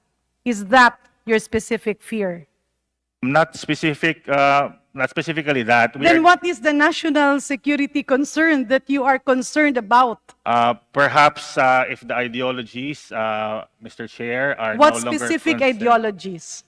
If off the top of my head, No, Mr. Chair, if I may, pasensya na po, Yusek, in this discussion, it should not be your personal opinion. It should be what was discussed within the premises of the Department of Education, because this is an official statement. And my understanding is that this was thoroughly discussed by EXECOM, the USEX, the ASEX, and all those involved in crafting this? Because it's a government institution. Ano po ba ang naging reason? Yun lang kung meron. But Mr. Chair, if I may, kung kunyari medyo talaga namang pati sila nalilito dahil hindi rin nila maintindihan yung kanilang official stand, then we will accept that. Mr. Chair, I will quote from the position paper, the possible opening up of the control and supervision over schools. Yeah, again, Mr. Chair, I've read this position paper more than 20 times. And I'm sorry, my question has not been answered. And I do hope that maybe DepEd can just write us and send the August committee an explanation of the link between RBH 7 and national security, because I don't want our people to believe in the fallacy that economic chacha and national security is related. Thank you, Mr. Chair, and maraming salamat po. Okay, floor leader. Wala na po. So, We're done. Mr. Chairman, this is the 5th day that the Committee of the Whole has deliberated on RBH 7. And by this time, while we have exhaustively and extensively discussed all the issues involved in this resolution, tomorrow morning we will still hear the resource person who would be present here to share their thoughts. And hopefully, the interpellations of the members will be limited on new matters that will be taken up tomorrow.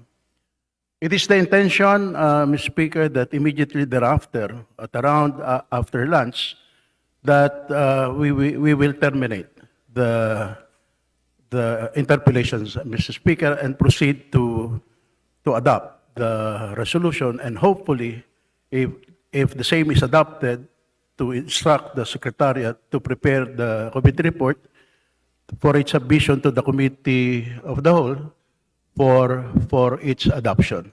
So just to inform the members that that will be our proposed procedure tomorrow, and that hopefully before we open the session we will finish the Committee of the Whole proceeding before we have a session tomorrow afternoon. So with that, Mr. Chairman, I move that we suspend consideration of RBH 7. So move. There's a motion to suspend consideration of RBH 7. Any objection?